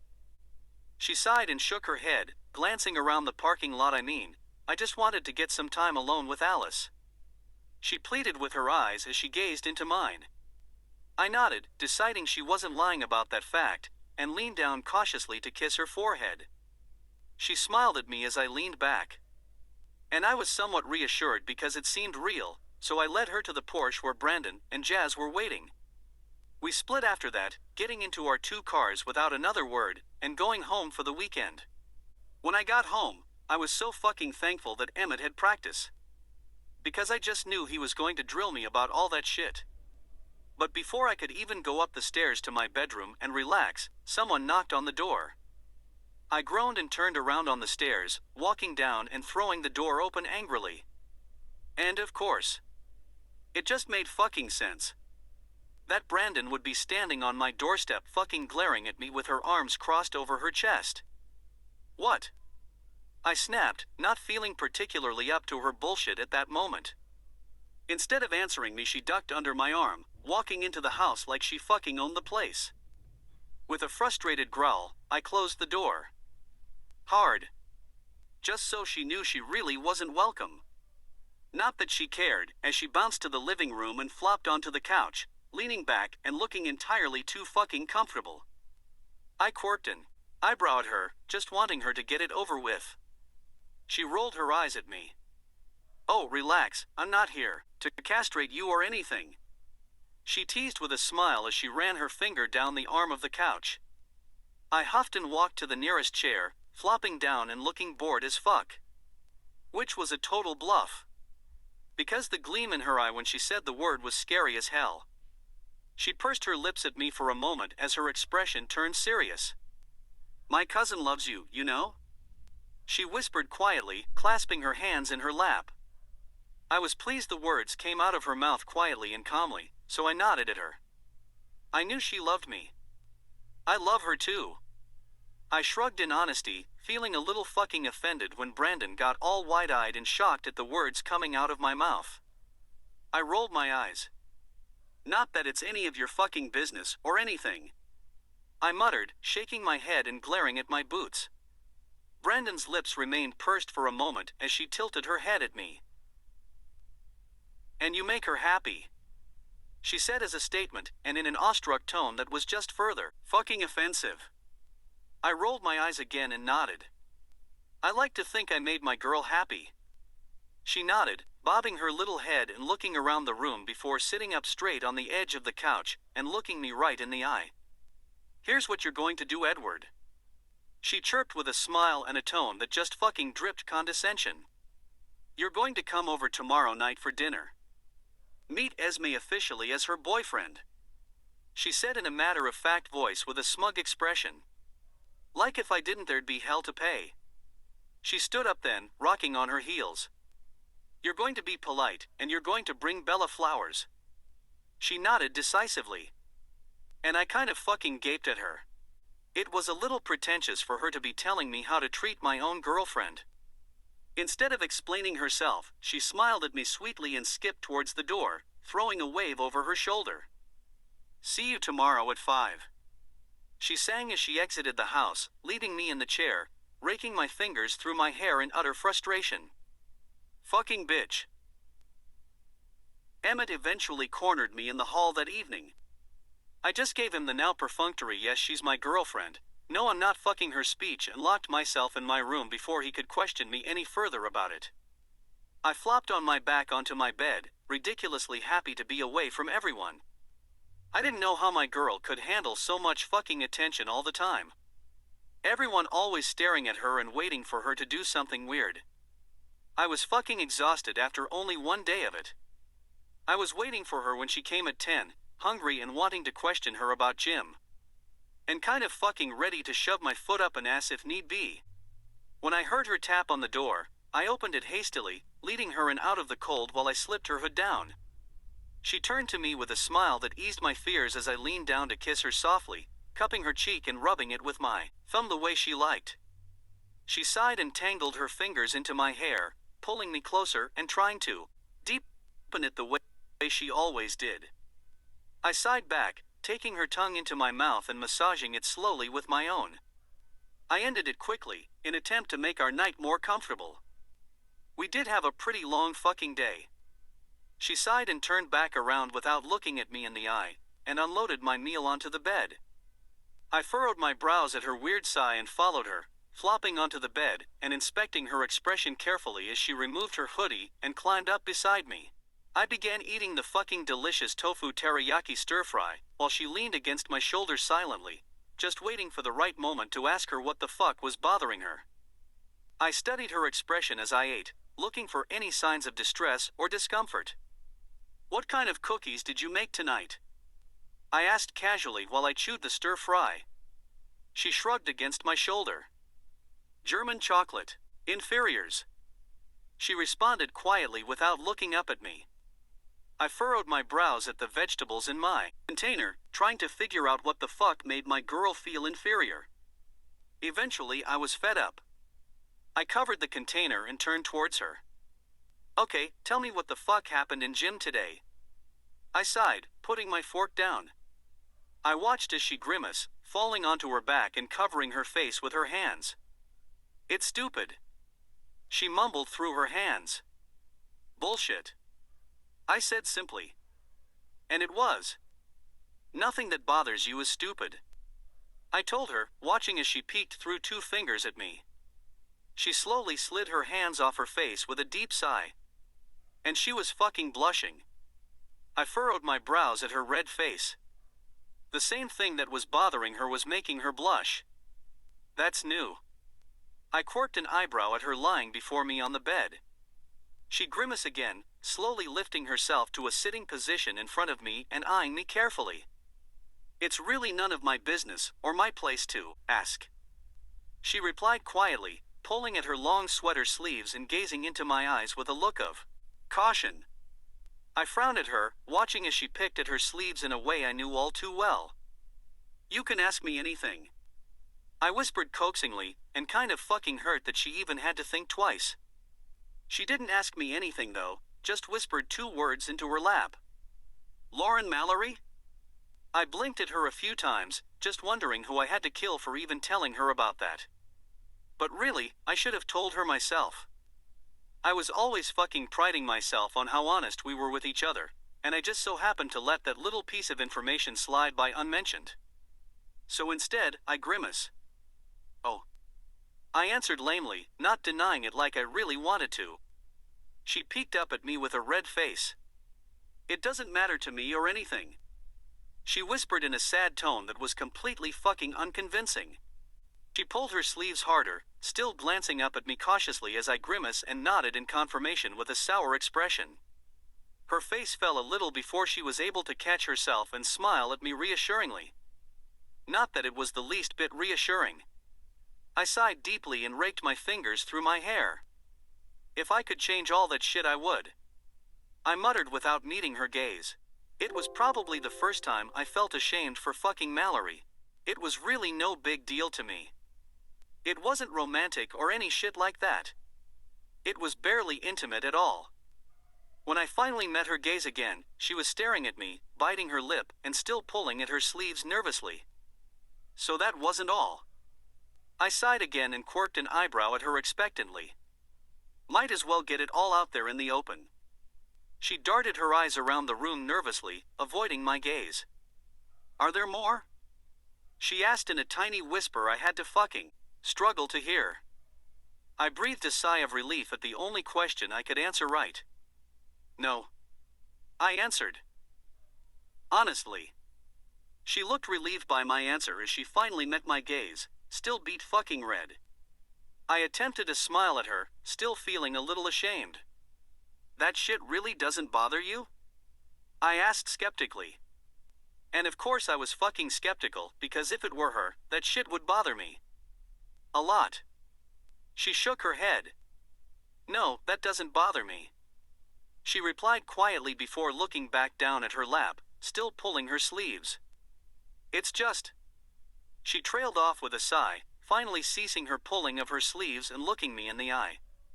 "I'm not like those girls," she whispered with a sad expression. And I couldn't figure out why that would make her sad. Who wanted to be a skanky bitch? She must have noticed my obviously confused expression, because she huffed at me, rolling her eyes. "It's stupid, I already told you," she muttered, shaking her head in a way that indicated she didn't want to continue with her line of thought. I was getting impatient. "Just fucking spit it out, Bella," I said, exasperated. I didn't have this kind of experience with girls, and it was really fucking frustrating that I didn't know what was bothering her so much. And that she was afraid to tell me. She began pulling at her sleeves once again, chancing an occasional peek at my frustrated expression. "You treat me differently than you treated them?" she asked in question form, not meeting my gaze as her long brown hair shielded most of her face from my view. And I fucking snorted. "Of course I treat you differently.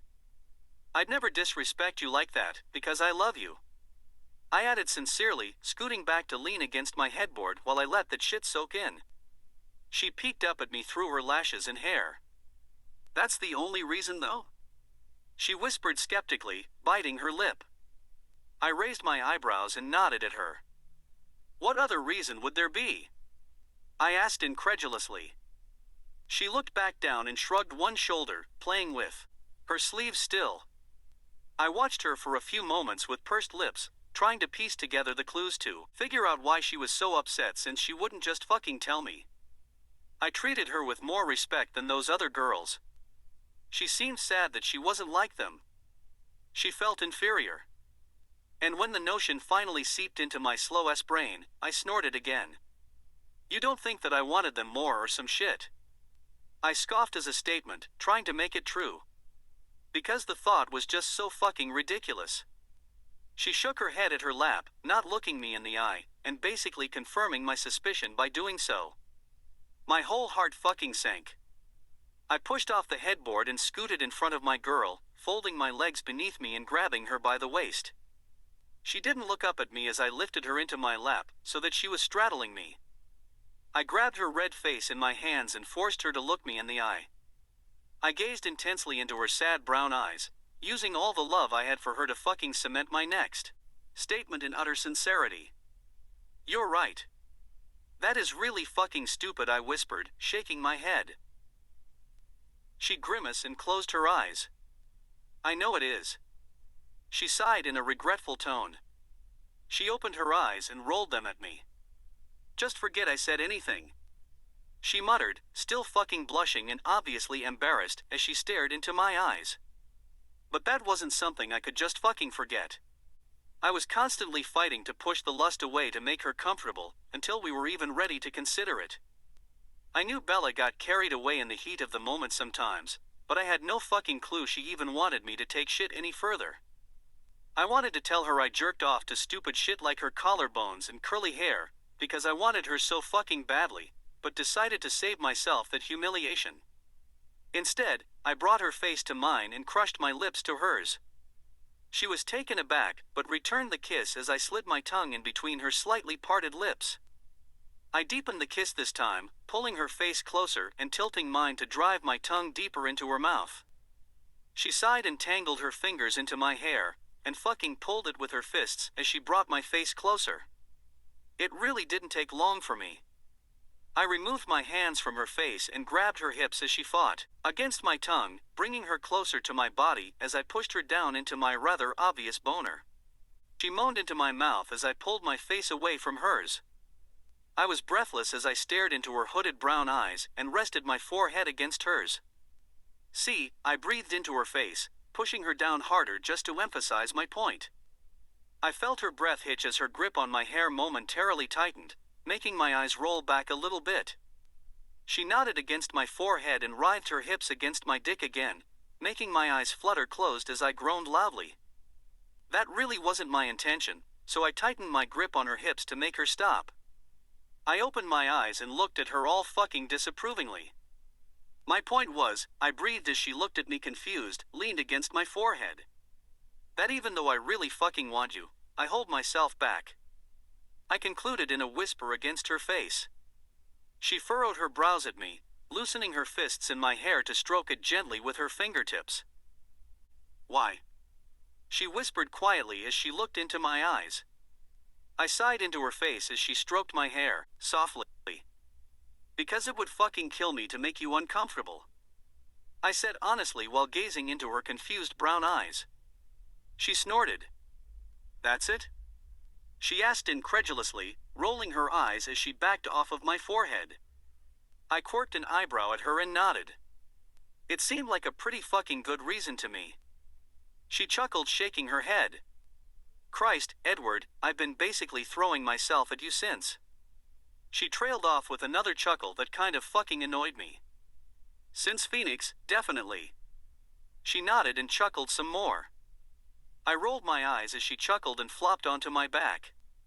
"You let yourself get carried away in the moment, Bella. Doesn't mean you're ready for all that shit." I raised my eyebrows at her as she sat on top of me still. Without warning, her chuckles died, as anger flashed in her eyes. "I'm not a child, Edward." She glared down at me, holding her chin up and rounding her shoulders back indignantly while she narrowed her eyes at me. I fought the urge to smirk up at her as she fumed at me, because she just looked so fucking cute. "I've seen kittens that were more frightening." She huffed, staring down at me. "Just because you happen to be more experienced than me when it comes to." She paused, fucking blushing and making me want to smirk more, because she was just proving my point. And she must have known because she lifted her chin higher. "Sex," she spat down at me, "doesn't give you the right to be so condescending." She went on, looking like she was dying to stick her tongue out at me. I'd know what I was ready for, better than anyone. She snapped, glowering down her nose at me still. And I couldn't fucking take it anymore. I laughed. Kind of hard too, making her bounce on top of me with every hearty chuckle. She got even more furious as her eyes widened. Realizing that she thought I was laughing at her reasoning, I sat up, wrapping my arms around her waist, trying to stop my chuckles, and buried my face in the crook of her neck when I couldn't. "I'm sorry." I chuckled still, shaking my head in the crook of her neck as she sat rigid on top of me. "You're just so fucking cute when you're pissed off." I snickered, still shaking my head. I could practically hear her rolling her eyes at me as I let my snickers die off. When I was certain I wouldn't offend her further by erupting into another fit of laughter, I eased back and looked into her eyes. She still looked a little pissed off as she held her chin up, refusing to be thought of as a child. I rolled my eyes at her. I wasn't trying to be condescending. I stared into her eyes apologetically as her posture minutely relaxed. I was just trying to take shit slow. I whispered pleadingly. She frowned at me and nodded, bringing her arms around my neck and hugging it softly. I tightened my grip on her waist, burying my face into the crook of her neck again and breathing in deeply. She shifted again against me, unintentionally stirring me back into a full-fledged erection. I sighed into her neck, wondering if it would hurt her feelings if I pulled away. I figured it probably would, so I eased us back and rolled us over onto our sides in sleeping position with her legs still hitched over my hip. But her nose was still too hurt to sleep like that, and I was already tired from the long day of being fucking gaped at. So I rolled onto my back, easing her cheek onto my chest, and fighting the urge to groan as her thigh rested right on my crotch. I figured she was just as tired as me since she didn't object when I turned out the light. I tightened my arms around my girl as she hummed me to sleep softly, vowing to do everything in my power to make her feel as superior as she truly fucking was. Chapter 28. Brown Sugar Burdens. I raked my fingers through my hair and knit my eyebrows together at all the assortments. Fucking flowers. There were colors everywhere, and they still all looked the same to me. I sighed and shook my head, turning around the florist shop to find out where the hell my wingman went. I didn't know the first thing about this shit, and since Brandon had already given Jazz a lengthy crash course in floral wisdom, I dragged his ass along with me. He agreed without much hesitation, and then ended up fucking disappearing on me. Bastard. I eventually found him standing beside a bucket of roses, pursing his lips at them with his hands shoved in his holy jean pockets. I quirked an eyebrow at him. "Roses?" I asked dryly. Pretty fucking cliche, Brandon would never be satisfied with that shit. He snorted at me. Alice would never be satisfied with that shit. He muttered, shaking his head and echoing my thoughts. So exactly, it freaked me out a little. He cleared his throat and waved me over to another aisle of flowers. I followed him through the aisles curiously, wondering how much help he could actually be. He strode to a purple bouquet of flowers and plucked them from their basket, turning to face me and raising his eyebrows. "These are carnations. Some people think that they lack class, but it's a fact that they are an exceptionally beautiful flower." He sniffed the bouquet, his grubby blonde hair grazing them in a stark contrast as he held my gaze. Purple flowers represent dignity and royalty. An arrangement filled with purple blooms represents accomplishment and admiration. He said in a matter-of-fact tone. And I kind of fucking gaped at his grubby ass, standing there lecturing me on flowers like he was reading notes that Brandon made him study. He rolled his eyes at me. "You get these for Esme, not Bella." He tossed them in my hands, where I caught them, while I still stared at him in shock. He moved to another basket, plucking up a bouquet of yellow flowers, turning to me with a serious expression. "She thinks I don't know, but daisies are Alice's favorite. Yellow represents lightheartedness, joy, and friendship. It's also Alice's favorite color. You'll get brownie points." He tossed them into my arms along with the purple flowers and moved on to another basket. He pursed his lips, plucking up individual flowers and arranging them while speaking. "Bella's has to be more significant." I gawked at him while he slid 2 types of flowers into a plastic bouquet wrapper. White lilies represent innocence and reverence.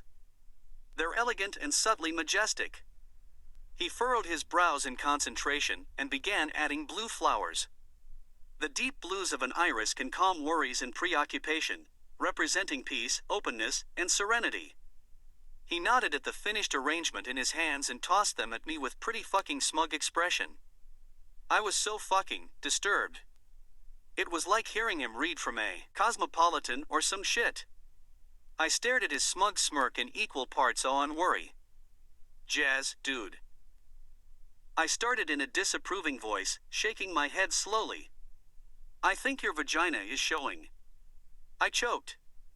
His smirk fell as he narrowed his eyes at me. Fuck you, prick. He growled, spinning on his heel and leaving the shop, while I continued gawking at his back, pretty fucking troubled by his complete knowledge of all things floral. I didn't apologize on the way to his house, but I did thank him. That shit was just so on Jazz that he couldn't be shocked by my reaction. He eventually blew it off, getting out of the car and shooting me a pointed glance that said, "No more vagina jokes, bitch." When I got home at 4, with 3 fucking bouquets of flowers, Carlyle quirked an eyebrow at me in interest as I passed his study. I rolled my eyes as I passed, not stopping and not looking at him. Don't ask. I muttered, shaking my head and continuing up the stairs to my room, feeling really ridiculous. If Brandon was expecting me to dress up or some bullshit, she had another thing coming. I didn't even want to waste the money on buying her flowers. But Jazz was right. I needed the brownie points. So I sucked it up and left at 5, wearing a plain white V-neck shirt and dark jeans with a hoodie under my leather jacket. Simplicity. My girl liked it like that anyways. I walked across the yard glaring at the yellow flowers and feeling even more ridiculous at the thought of someone seeing me. Fucking nosy neighbors. I walked up the steps to the pastel blue door and knocked without hesitation. At least I'd get to spend some extra time with my girl. Can't all be horrible. Esme answered, thank God. She smiled sweetly at me, stepping aside to allow me to enter. I stepped into the entryway, mentally shaking my head at myself as I turned to face her, and held out the purple flowers.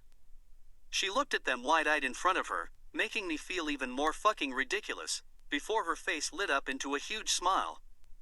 Oh, Edward. She gasped, taking them from my hand and smelling them with a smile. How sweet of you, dear.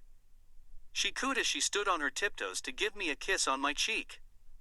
Pleased by the less mortifying reaction, I smiled back as she took my jacket and followed her into the living room, feeling a little more confident about this whole flower charade. Brandon was perched on the couch and stood as I entered the room, smiling at me tightly. I rolled my eyes and walked over to her, fucking battling to keep myself from muttering a particularly offensive string of profanities as I held out the ugly yellow daisies to her. And then it happened again. Her face lit up into a wide, genuine smile as she took the flowers from my hand and smelled them, closing her eyes in reverence. Fucking Jazz and his fucking brilliant floral wisdom. I smirked down at her as she finally opened her eyes.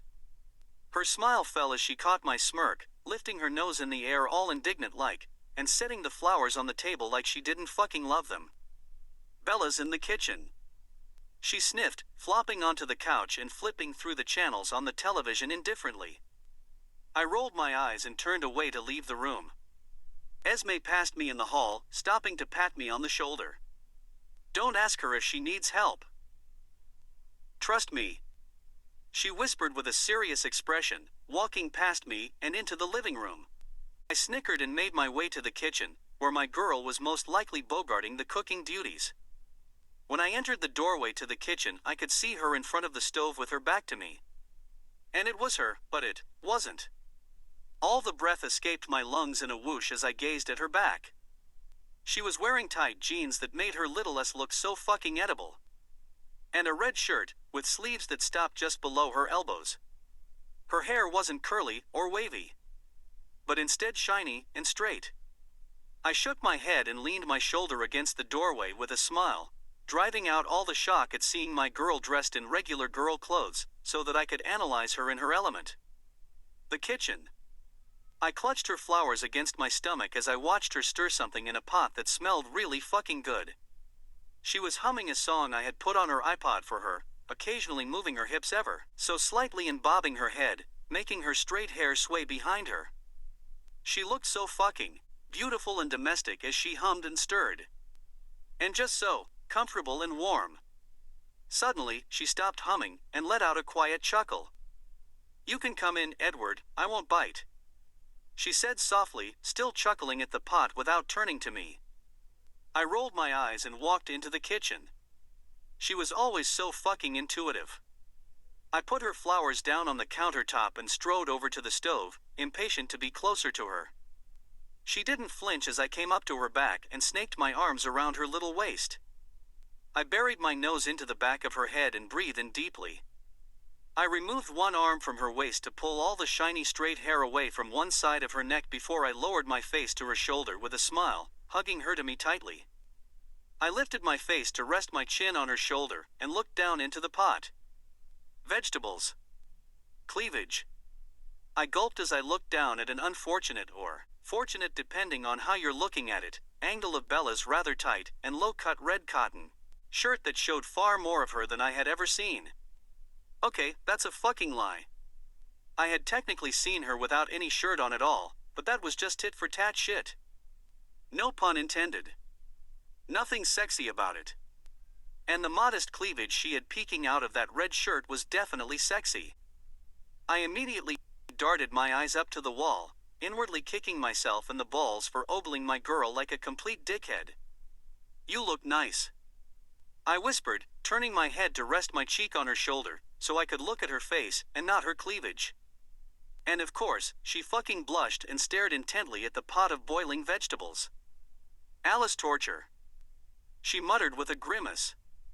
Her bruise was still being covered up, so I had no clue how it was progressing, but I couldn't see any signs of it from where I was standing. I smiled and leaned in closer, planting a small kiss on her neck and making her shiver a little bit. She chuckled as she stirred.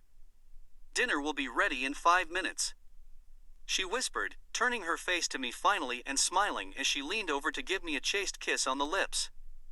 I hummed against her warm lips while they were on mine, and then backed away, worried Brandon or Esme would walk in and be not so pleased by the scene. I backed up to the counter and snatched up the flowers, clearing my throat to get her attention. She spun to face me, darting her eyes down to the bouquet in my hands. Her face did that same shit as Esme and Brandon, lighting up into a big surprised smile. I tried to keep my eyes on hers and away from the cleavage as she stepped towards me. I was thinking flowers were a lot more powerful than people gave them credit for, as she took the flowers out of my hands and smelled them with a big grin, peeking up at me through her lashes. "Thank you," she whispered against the lilies sweetly, as Esme walked into the kitchen. Esme glanced at my girl holding her flowers and smiled brightly at us, leading me into the dining room and seating me for dinner. In front of Brandon, still acting indifferent as she pursed her lips and leaned back in her chair, avoiding my gaze. When my girl walked in the room and put all the food down on the table, I stood up, shooting Brandon a pointed glance as I pulled the chair next to mine out for her. Fucking polite. Bella sat down with a small smile, blushing of course. And when Esme walked in the dining room with the rest of the food, I pulled the chair at the end of the table out for her too. Hardcore fucking polite. She smiled at me widely, looking pleasantly surprised as she slid into her chair. I smirked at Brandon as she rolled her eyes at the post-roast, and took my seat next to my girl. When we began filling our plates, the silence got a little fucking awkward. The dining room was filled with the sounds of silverware clanking against plates and bowls, but nothing else for a long while. Esme was the first to fill the silence. "So, Edward," she started as I gulped my glass of Mountain Dew, as if God might suddenly answer my prayers and bless it with a fucking alarmingly large amount of alcohol content. "Carlisle tells me you're from Chicago?" she asked sweetly, taking a bite of her pot roast and eyeing me with a small amount of curiosity. I fought back the urge to cringe and nodded at her as I set my glass down, disappointed in religion yet again. She smiled, once more. "What was it like growing up there?" she asked quietly as I chewed the vegan beef and fought against the bile rising in my throat. That kind of shit brought up too many memories for me. I worked to force them away from my mind as I stared down at my plate and pushed around some vegetables with my fork. "Abridged," I spoke in hollow voice, forcing the food into my mouth, and feeling really fucking bitter that she even brought it up. She seemed to have sensed that as she engaged Brandon in a conversation regarding a new spring line of fabric that her interior design company had bought. She shot me the occasional apologetic glance as I forced each bite of food down with a forced smile and a churning stomach. I eventually felt my girl's hand on my knee, rubbing it soothingly. And until she touched me, I didn't even realize I was gripping my fork so hard it hurt my hand. I let her loving caress relax me as much as possible. I glanced at Esme and Brandon, who were talking animatedly and not paying attention as I turned my head to look at her. Her big brown eyes were seeping with worry as she rubbed my knee. And I just smiled back tightly, quickly diverting my gaze to my plate of food and struggling to enjoy it as the nausea slowly subsided. No one attempted to engage me in conversation after that, which kind of made me feel shitty, and so fucking relieved at the same time. When dinner was done, I thanked Esme sincerely, even though I knew she didn't make the meal. It didn't feel as if there was any animosity towards my dinner behavior, as she hugged me in the entryway and handed me my jacket. I wanted to talk to Edward about what happened at the dinner table, but decided to wait until I made it over at 10. So instead, I just walked him out the door after he said goodbye to Esme, and gave him a big hug that I hoped was comforting. He remained mostly silent as he kissed my head and made his way back to his house next door. I watched from the steps as he walked home with his head down and his hands shoved in his pockets.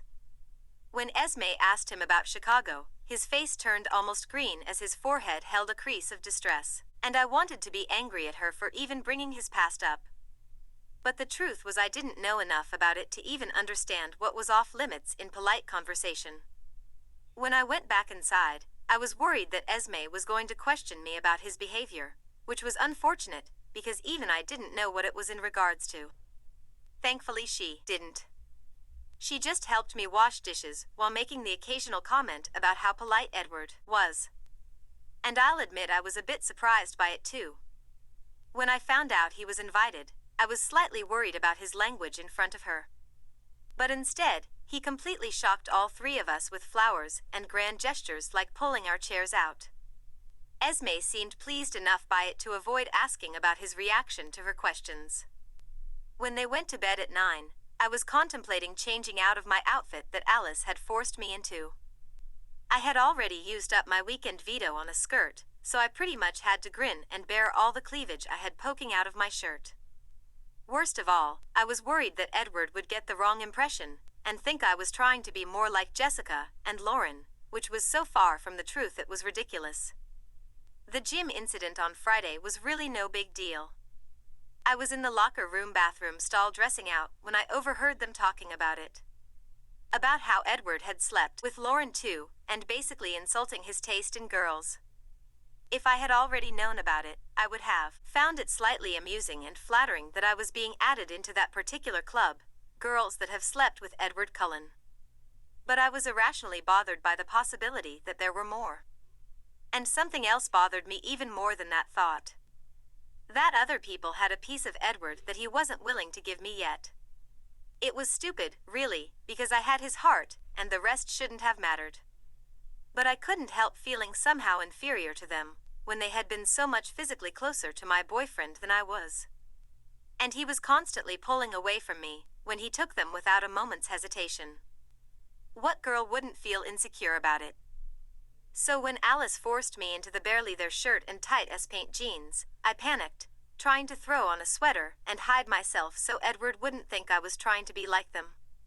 Of course, Alice was having none of that.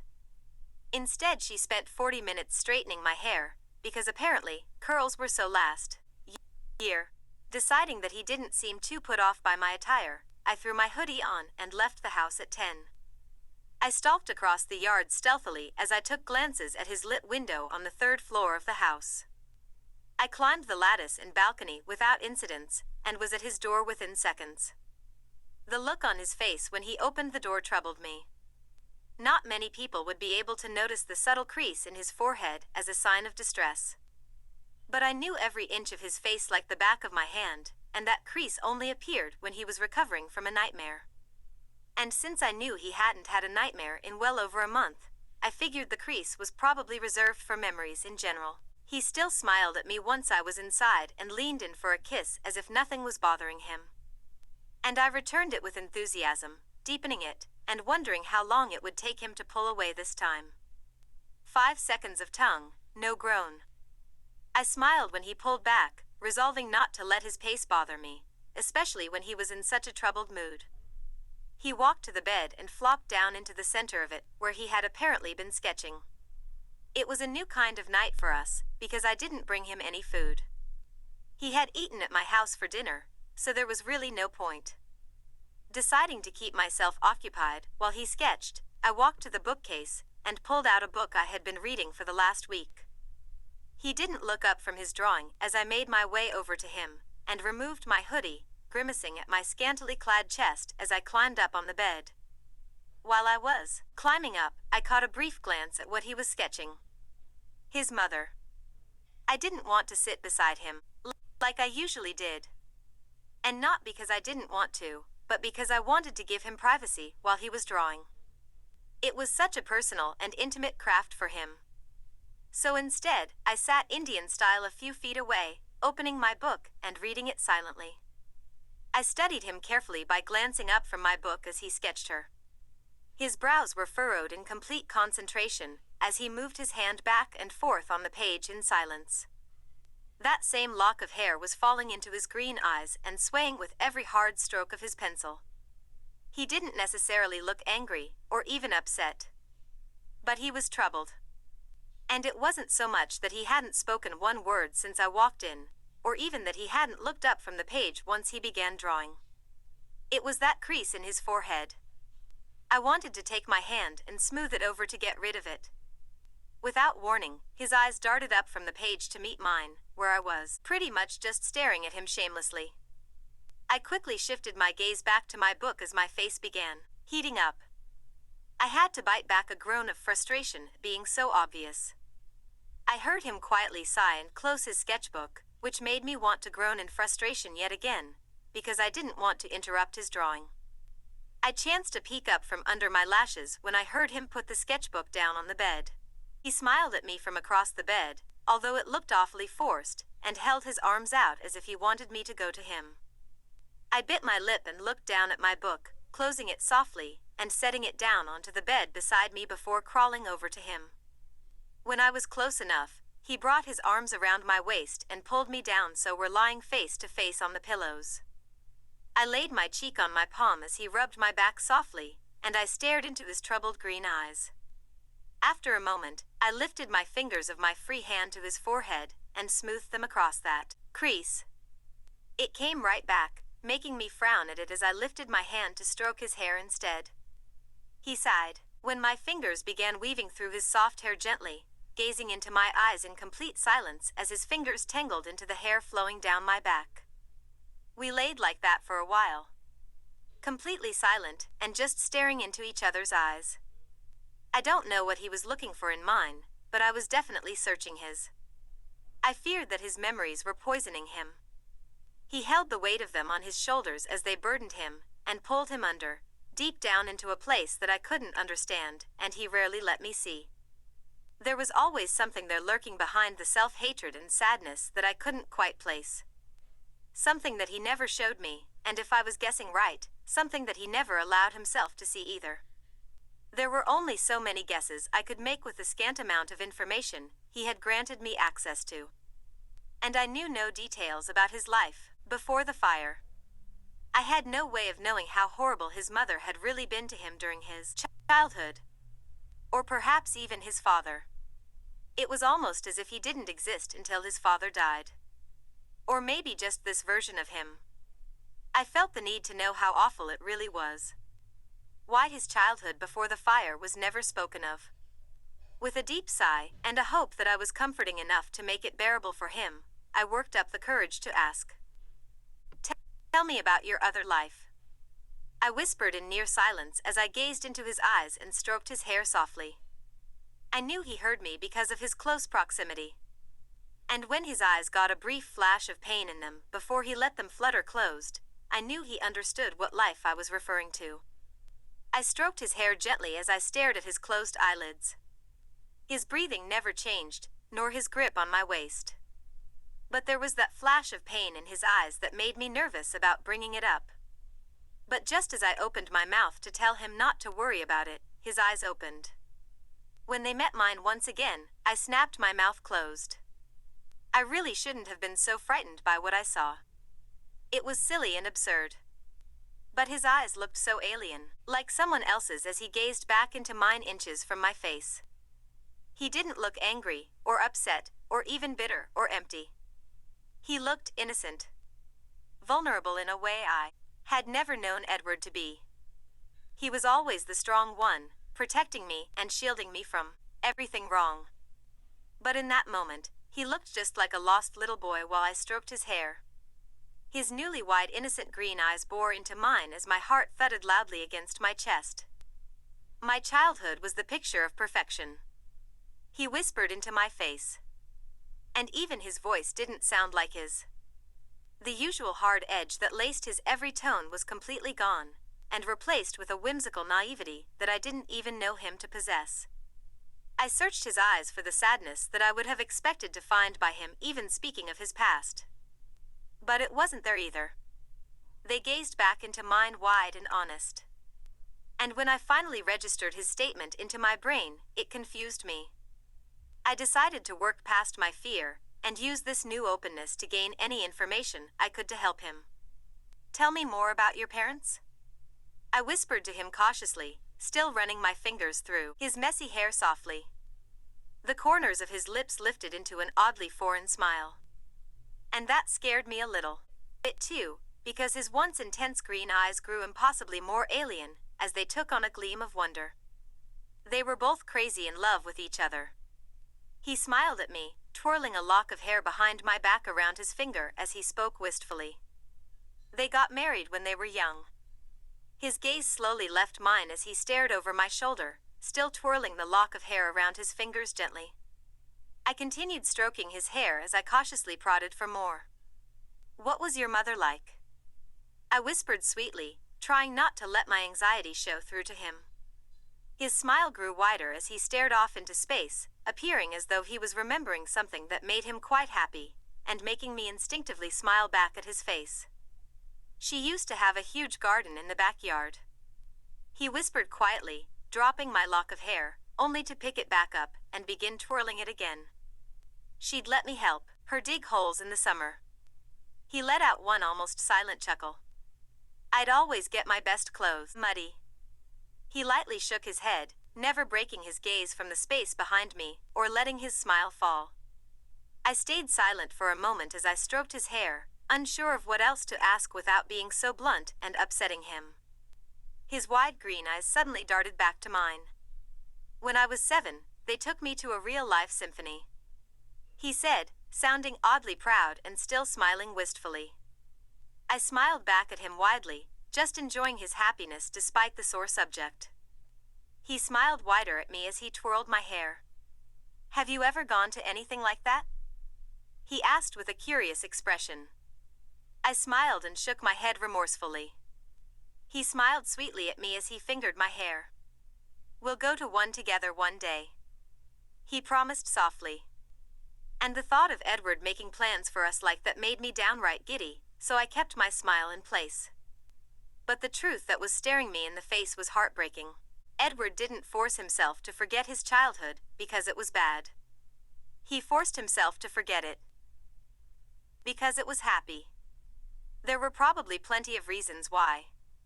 Maybe he thought he didn't deserve the good memories, or maybe they just made him bitter because that life was unattainable.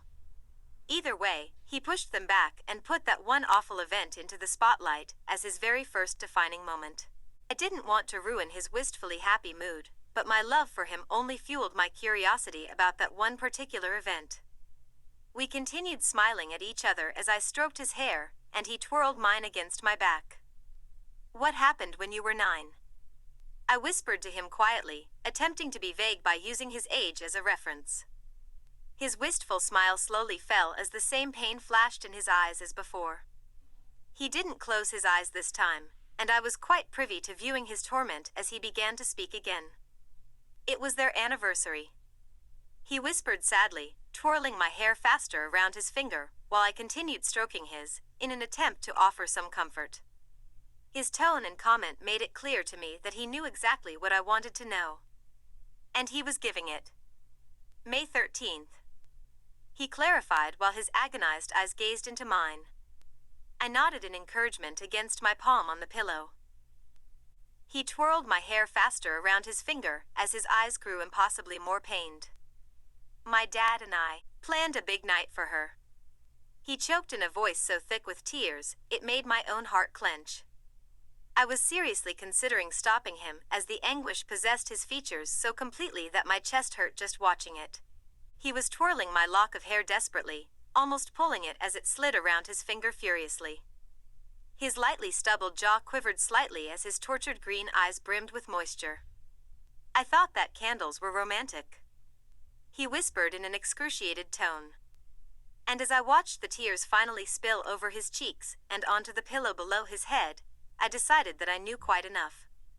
I swiftly lifted my head up from my palm and plunged my face into the crook of his neck, trying to hug him despite the awkward position. He seemed to understand as he tightened his arms around my waist and buried his face into my shoulder.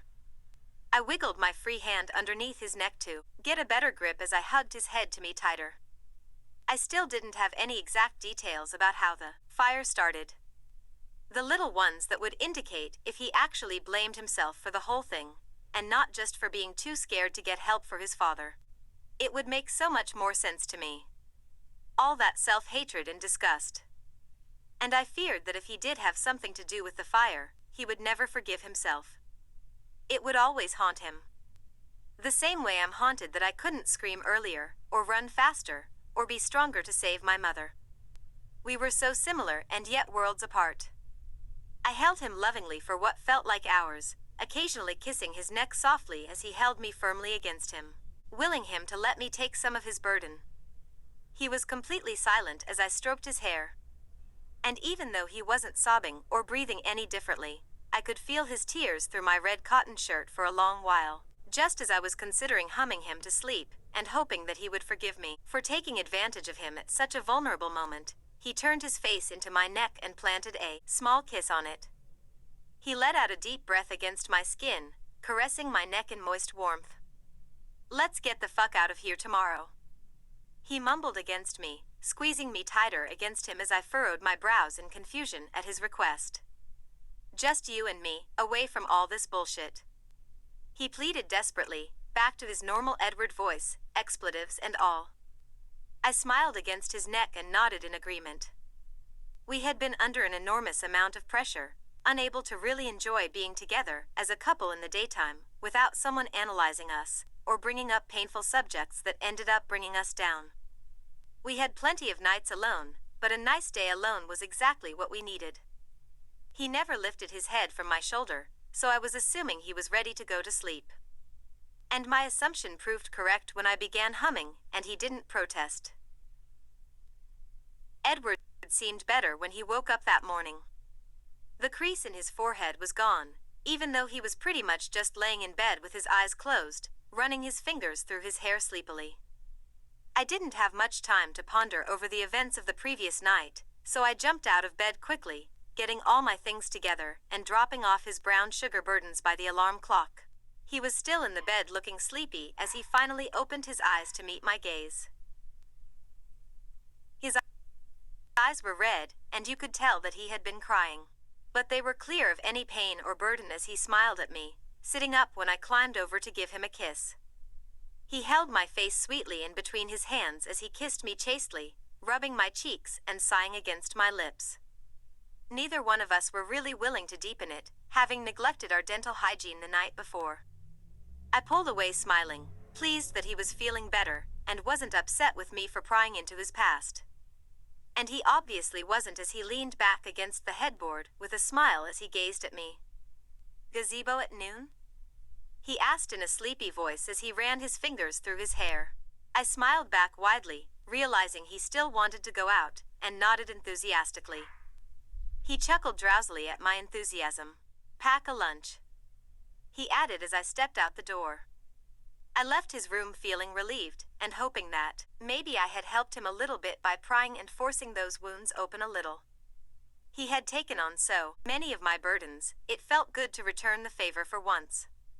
Esme had no issues with allowing me the day out with Edward. He had impressed her quite a bit the night before with all of his grand gestures. Alice was another story. Bella. She started as she looked at me frustrated in the center of my bedroom. "What do you mean you don't know where you're going?" she asked, exasperated. I shrugged and stared at her blankly, not really seeing the big deal. I didn't really care where we went, as long as I was with Edward. She huffed and threw down one of the shirts she had chosen. "How the hell am I supposed to dress you?" she screeched with raised eyebrows.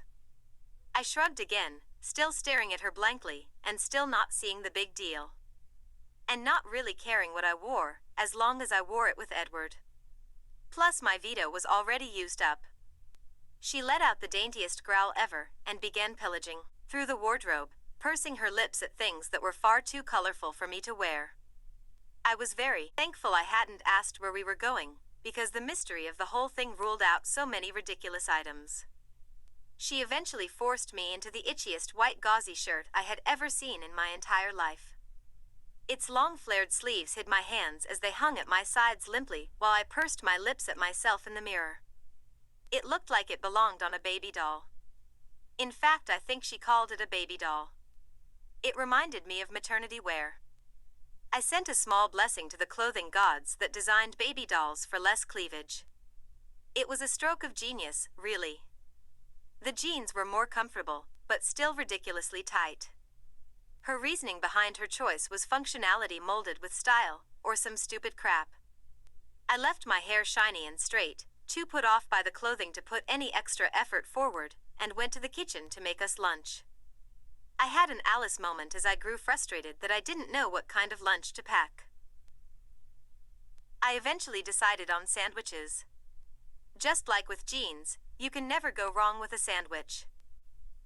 I packed it all in my old back sack after I was finished, adding some sodas and chips, and throwing it on my back excitedly. At noon I walked out to the gazebo, taking note of the clear sky and semi-warm temperature that made my thin, long sleeves bearable. Edward was waiting for me on the bench when I walked up, lounging back against the table, facing towards the houses. He stood up when he saw me approaching, still wearing his jacket for some reason, and looking gorgeous as the sun made all his messy bronze hair sparkle a little. He smiled at me, holding his hand out for me to take. Without hesitation, I slid my hand into his, and let him lead me to wherever he wanted. I was rather surprised when he led me down to the river silently. I walked beside him while grasping his hand, mildly curious, and taking some time to appreciate the river that I really hadn't spent much time enjoying. We walked along the rocky riverfront until we eventually came to a little wooden boat. When he stopped in front of it, I quirked an eyebrow up at him. He smirked back at me. "We'll need this to get where we're going," he explained rather cryptically. I rolled my eyes and let him help me into the little boat. He snickered at me as he got in behind me, seating himself on the opposite side facing me as I sat down unsteadily on the bench seat. And I laughed at him while I watched him paddle the boat down the river. It was calm, not rushing or flowing downstream too heavily, so he didn't have much trouble. It was just a funny sight. He rolled his eyes at me and tried to look annoyed, but I could see his lips twitching into an almost smirk every time I would burst into another fit of laughter. His eyes looked even better in the sunlight, bright and clear, and not as red as they had been that morning. I just leaned back in the boat, slightly squishing my book sack in the process, as I watched him paddle in much amusement. The river really was nice, and I did take the time to enjoy it as we floated southwards. The trees along the east side were rather thick, overflowing with green moss on their tree trunks as ferns peeked out from every crevice. Every now and then a strong breeze would blow by, making my hair wind and whip around my face as I gazed out at the woods, slapping it back in exasperation. The boat ride didn't last all that long, which slightly disappointed me. He helped me out of the boat, steadying me when I rocked a little, and lifted me onto the ground with ease. He took my hand again, leading me down the riverfront more as I pursed my lips in curiosity. Before I could get impatient and nosy and just ask him where we were going, the trees beside the riverfront broke into a clear open space. Almost a meadow. Kind of like the one behind our yards, but with longer grass and a few trees scattered around. I smiled and entered the meadow beside him enthusiastically. It was so Edward. No frills or bullshit. Just simple grass and sun peeking through the canopies of the trees surrounding us. And as we sat down below one huge lone tree in the middle of the meadow that provided us shade, I decided it was one of the things I loved most about Edward. Simplicity. It always made me feel normal and comfortable. We ate lunch in the shade, finally able to just talk and laugh without having to hide how close we were or worry about people gawking at us. He let me lean against his side with our backs to the tree trunk as we ate with our legs stretched out straight in front of us. He never took his jacket off, which I still thought was weird, because I felt perfectly comfortable with the temperature. "Do you come here often?" I asked curiously, gazing at the wide open space in wonder, as the sun-kissed blades of grass swayed in the breeze in the most serene fashion. He shrugged against me while he ate his sandwich. "Jazz and I used to hide out here to get fucked up when we were freshmen," he chewed in a no-nonsense voice. I wanted to roll my eyes at him, because it seemed like he and Jazz used to do that kind of stuff a lot. Good thing Jasper had Alice to keep him in check now.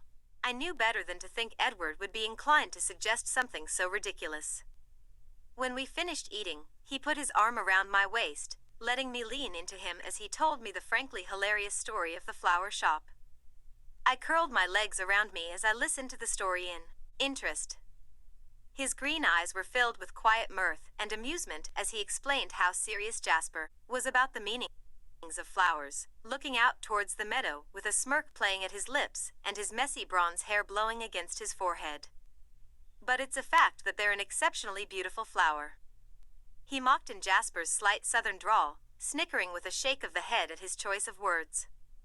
I laughed too, because it was almost like he was quoting Alice verbatim. And I knew he was, because Esme got carnations, and Alice was annoyed to no end that everyone looked down on them so much. When my laughter got impossibly more out of control at the thought of her sitting Jasper down just to have a full-length conversation about something like flowers, Edward turned his face to mine with a smile. I attempted to stop my laughter long enough to hear the rest of the story. But when he began mocking Jasper further, elegant and subtly majestic, I doubled over laughing, holding my stomach. He really was quoting Alice verbatim. Edward laughed with me for a few moments, shaking his head in blatant disapproval of Jasper's choice of words. "Because," he attempted through our hearty chuckles, "because here, dude, get these just wouldn't fucking suffice." He rolled his eyes, leaning his head back against the trunk of the tree and shaking it against it. When my laughter finally died down into the occasional breathless snicker, I leaned back into Edward's shoulder, relaxing as the soft breeze billowed through the grass gently. "Well, I thought they were lovely." I nodded decisively and honestly. It was probably the most I had laughed since the Scooby-Doo pajamas. I let the amusement fill me with a euphoria that the whole event was bringing me, spending time with my loving boyfriend just like any other normal girl. Then I realized that when I was with Edward alone, I really was a normal girl. It was only for him, but it was far more than I had ever expected. And I wanted to be a normal girl more for him than anyone else. We did that for a long while, just lounging and enjoying the silence as he fingered the ends of my hair falling just above my waist. I had leaned my head back and closed my eyes, smelling the grass and feeling the breeze coupled with Edward's electricity when I felt his fingers softly slide under my chin. I opened my eyes and let him turn my face to his. His green eyes were boring down into mine intensely, just staring at me for a long moment, while his fingers propped my chin up to meet his gaze. Suddenly, his eyes darted to my lips and back to my eyes. I fought back a smile as I answered his silent request and leaned up to put my lips on his. He slid his fingers from my chin to my cheek as he took my bottom lip in between his and sucked on it gently. I sighed as I worked on his top lip, bringing my hand up and around his neck to caress the soft hair at his nape. I impatiently pressed my lips against his firmer, darting my tongue out to lick his top lip, and biting back a really embarrassing moan when he took it into his mouth. We slowly massaged each other's tongues as he held my waist firmer, and the hand on my cheek moved to the back of my head. We gradually pivoted towards each other as our grips tightened, and we deepened this kiss, tilting our heads in opposite directions to plunge deeper into each other's mouths. I slid my other hand into his open jacket and rubbed his lean chest lightly at first, before fisting it into his dark t-shirt to bring his body closer to mine. Our tongues became progressively more urgent, battling for dominance as we began breathing deeply into the kiss. The arm around my waist brought me closer as Edward pushed against my tongue breathlessly. In a decision to utilize one of my newfound discoveries, I slid my hand into his hair and made a fist around all of the messy locks, pulling in the process as I moved my tongue against his. I fought back a whimper when he groaned loudly into my mouth, pressing my waist closer to his and pivoting towards me even more.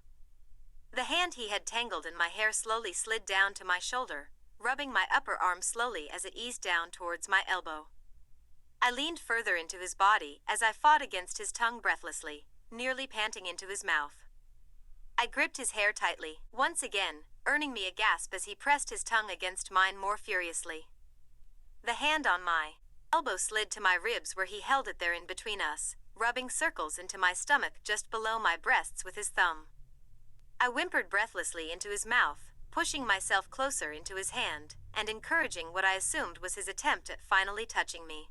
But instead of doing it, he continued rubbing with his thumb and pushing his tongue against mine fervently, panting into my mouth. Deciding I had enough with all of his indecision and patience, I gripped his hair with my fist tightly, pulling it hard and willing him to just freaking do it already. He let out the sexiest half-groan, half-whimper into my mouth and finally threw caution to the wind. His hand swiftly slid up, over my breast until he was cupping it completely and squeezing firmly. I think he was probably going to groan into my mouth again at the feel of it. Unfortunately, I never gave him the chance. Because when his large hand enveloped my breast and squeezed, I got an irrational surge of panic that constricted my chest and made me lurch away from him, gasping for air with the slightest tremble. His eyes shot open as I yanked myself away, leaving his hand partially suspended in the air where it had just been covering my breast. I stared at him wide-eyed in confusion as I gasped for air in front of him. He dropped his hand as the expression on his face became horrified. "Holy fuck, Bella. I'm so sorry." He panted hastily, shaking his head as his wide green eyes looked at me in concern. I shook my head and fought harder against the wave of panic tightening my chest. In an attempt to abate it, I leaned back and hugged my knees to my chest, lowering my head in between them and breathing deeply. I counted to 50 in my head as I rocked slowly back and forth, willing the panic to go away. I never got a flash or a vision, just the unnerving feeling of defenselessness. Completely irrational and so stupid and frustrating it made me want to cry. It didn't take long to return to normal, and it wasn't really a normal emotional breakdown. If there was such a thing. It was more like the residue of one. The last minute of an episode that made me feel jumpy and breathless. I lifted my head to finally look at Edward where he sat in front of me, looking like he was afraid to touch me at all. This just made me even more aggravated. His apologetic green eyes bore into mine remorsefully. "I'm sorry, I should have fucking warned you or something," he said regretfully, shaking his head at himself. I huffed at him and lowered my legs to sit Indian style and pick at the grass. I knew what was happening, Edward. I rolled my eyes, pulling the grass angrily while I furrowed my brows. I wanted it to happen. I paused as the frustration swelled inside of me and made me yank the blades of grass out of the ground. It's just my stupid brain. I growled through clenched teeth and blinking back the tears of frustration that were threatening to push behind my eyelids. Edward's face fell even further as he finally realized what I was talking about. He frowned at me before he got an odd flash of anger in his eyes. "Did he do that to you?"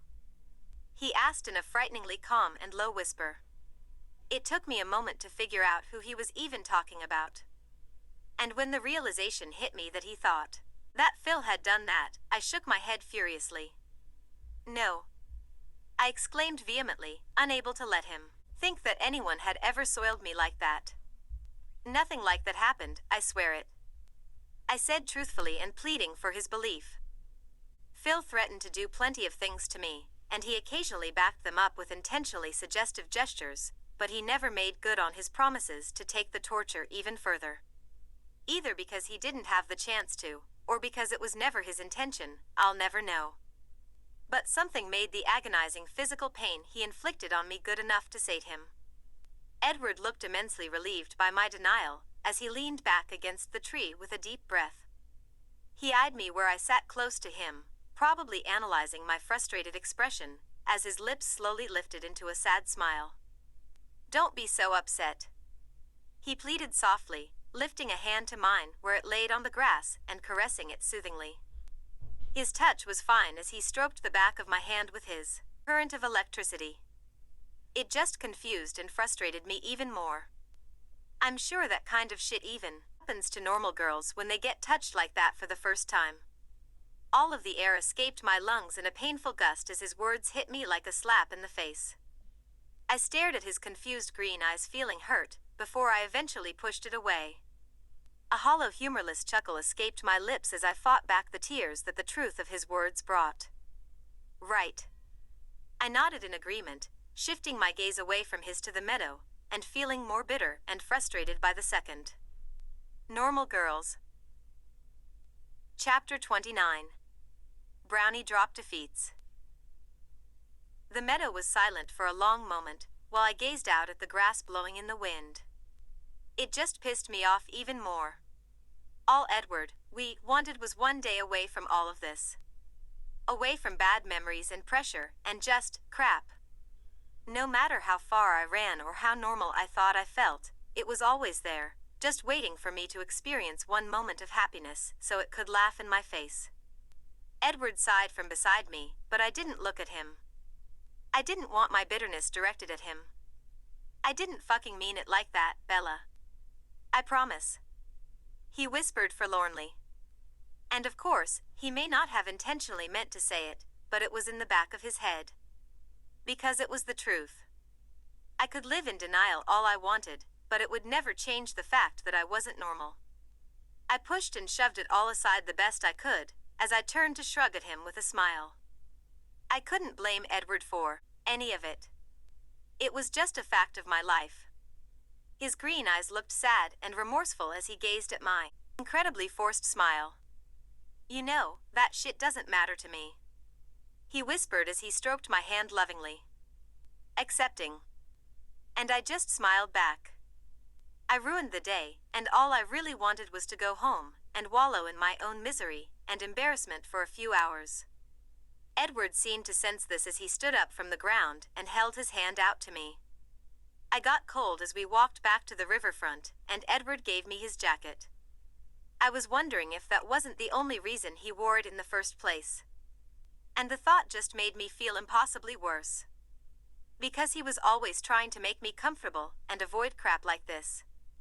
And now he thought I wasn't ready, that the episode had proved him right, and the chances of him touching me like that again were so small it made me want to growl in frustration.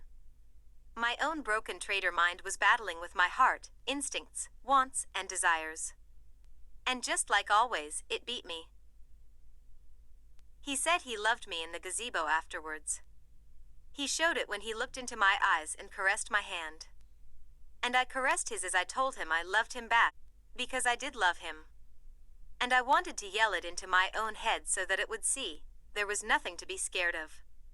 When he kissed me that night at his balcony door, I was pushy, silently begging him to just try it again, and maybe this time would be different. But he wouldn't do it. He told me he loved me again before he went to sleep, and he showed it in his loving caresses as I stroked his hair and hummed to him. School was school. Stares and whispers and snickers directed at the very thing I hated about myself more in that moment than any other. And Edward was there, walking with me and making me feel better with his electricity as he glared at all the people and took me to every class. At lunch I let my hood down because he liked it. Afterwards, he leaned into my hair and whispered in my ear that he loved me. And he showed it when he stroked my hair and caressed my neck. We sat in front of Alice and Jasper and watched them talk and behave like a normal happy couple. He held my hand in biology under the table so that no one would stare. And as we stood in front of the gym doors, he kissed me softly on the cheek and told me he loved me again, showing it to me right in front of Stanley and all her witches, and not paying 1 second of attention to them. I listened when they talked and gossiped. I didn't usually do that in the locker room when I hid to dress out. But I was still feeling bitter and figured that at least I could live vicariously through the very person who Edward could touch, and did. Probably quite thoroughly. James avoided any and all eye contact with me, just like Friday. I think I probably scared the crap out of him, but I couldn't really seem to care. Something about the bruise on my nose just fueled the bitterness. Edward was waiting for me when the bell rang, looking concerned. Like he always did after every class, and putting his arm protectively around me as we walked to the parking lot. Before I got into the Porsche, he kissed my forehead and whispered against my skin that he loved me. And he showed it as he opened my door for me and helped me inside. Alice was being stupid about the whole thing. She was warming up to the idea of us. She just wouldn't admit defeat. So I kept my mouth shut as we drove home, wondering what would be the thing that finally broke her and made her realize how incredible Edward really was. I was pushy again at the balcony door. And I felt so ridiculous and pathetic for doing it, but I was just praying he would try it again. Just once more, just to see if my mind was finally falling in line with my heart. He didn't. He told me he loved me before we went to sleep. And he showed it as he stroked my cheek with his hand and held me to him tightly. And I wanted to scream and yell at him that I knew he loved me. And I knew it didn't matter to him if he could touch me like that. It just pissed me off more. It mattered to me. And I wanted it to matter to him, just a little bit. Some disappointment would have been really nice. Instead, I was met with acceptance. Our whole week was like that. Filled with understanding I love yous, and the occasional I fucking love you. He'd tower by my side as we walked the halls, a silent guardian as he held my waist and glared at the passers-by. Looking like he was just waiting for someone to push him. Daring them to get close to me or say the wrong thing. I needed it. I resented it. I adored it. He began touching me more day by day. In school, in the cafeteria, in his room. His hands were always on me when we were close enough. Touching my arms, hands, cheek, neck, waist, shoulders, and never, never anywhere else. When I came over on Tuesday night, he seemed occupied with something, and I still pushed him. And he still backed away. I fought and battled to swallow it down like a bitter pill. It's not his fault. He was only protecting me. He was only loving me. And he certainly told me enough. It was 5 times on Tuesday. I did my best to bask in it, let it abate the bitterness I was feeling for as long as possible. It allowed me genuine smiles and the occasional chuckle. But there were bad days. For us both. Wednesday was Edward's. He was walking with me to lunch, curling me into his side, and weaving us around the people in the hallway with his usual ease and grace. I was wrapped in the serenity of his touch and loving embrace as someone walked around the corner, right into our path. It was only an accident, easily avoided as Edward hastily halted his steps and turned protectively into me to avoid a collision with the brown-haired boy who immediately stopped as well. Edward was not so forgiving about the whole thing. "Watch where the fuck you're going, dickhead." He snapped at the boy in a harsh tone, glowering at him. The young brown-haired boy narrowed his eyes as Edward steered us past him, and just as we were nearly out of hearing range, he had to make the worst possible comment. "Fuck your mother, Cullen." He screamed into the hall. Edward stopped mid-stride. And I felt every muscle in his body constrict around me in tension at the comment that was meant to be far less offensive than it actually was. He couldn't have known. He made to turn us around and back towards the brown-haired boy, who was about to have a very unfortunate broken something or everything. But I stopped him, hastily tugging him into an empty classroom. He turned his angry glower at me as I yanked and pulled desperately against his strength to get him inside. I eventually did, but probably only because he allowed me to. I shut the door quickly, pushing my back against it to save the life of the clueless boy. Edward paced around the empty room rigidly as he raked his fingers through his hair in frustration and anger. "What the fuck was that for?" he growled, stopping his pace momentarily to narrow his eyes at me. His green eyes were darkened, with malice as his nostrils flared and his fists clenched at his sides. I sighed, knowing his anger wasn't meant to be directed at me. "If you hurt him, they'll suspend you," I explained cautiously, trying not to upset him anymore. He threw his hands in the air in frustration. "So fucking what?" he roared at me in a loud voice that instinctively made me recoil. I used the only excuse that would matter to him. "I'd be here alone all week," I said quietly, knowing that he wouldn't like the idea of me walking the halls without him by my side to protect me. His face fell minutely before he growled in frustration and flopped into one of the empty seats, slamming his elbows painfully onto the desktop and dropping his head into his palms.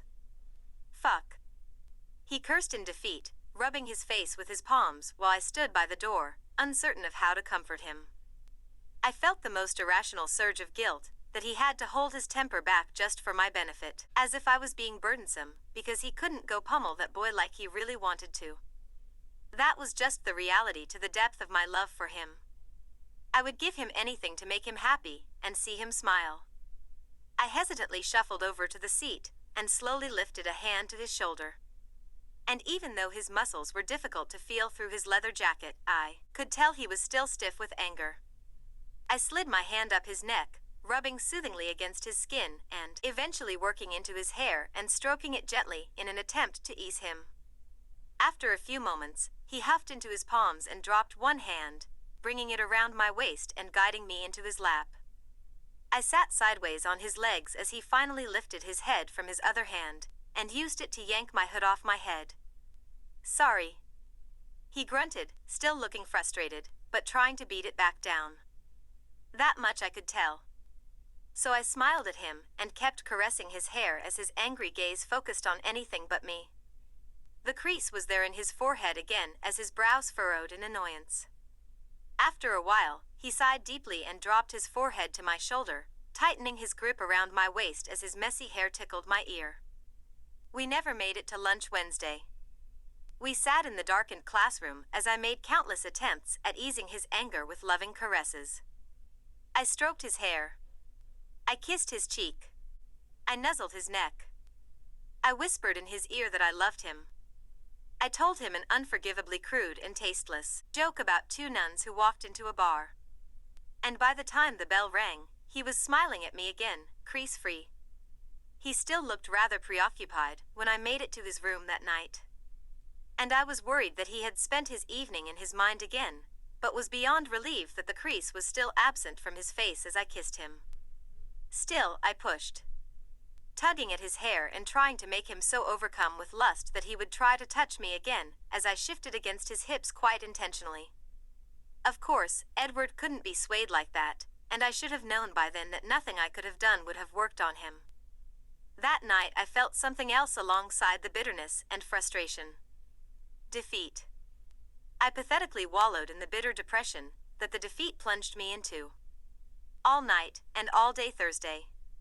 It was so stupid. Something so small and seemingly pointless to any casual observer. It wasn't like I was some sexual deviant or anything. But the idea that we may never be complete like a real couple bothered me to no end.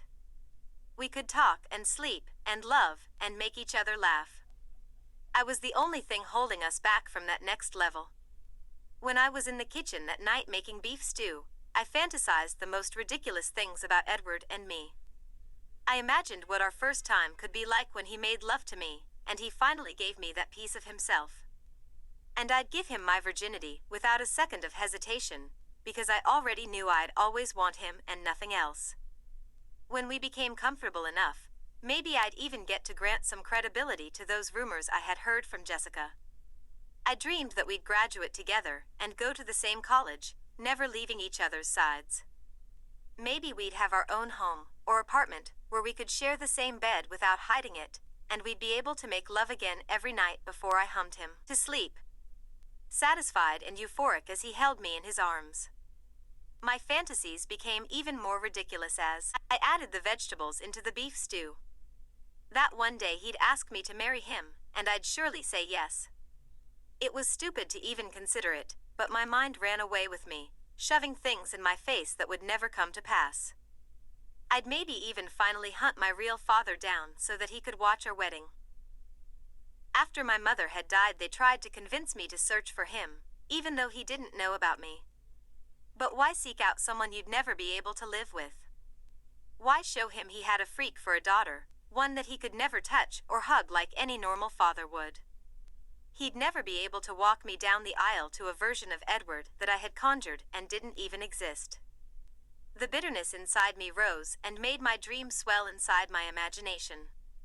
My brain began cruelly weaving the details into my psyche against my own will. Like how Alice would have to plan the wedding, forcing me into dresses that I hated while I asked her things like, "Why can't dresses have hoods again?" And she'd make me grin like a mad woman when she'd hold up the veil with a wry smile.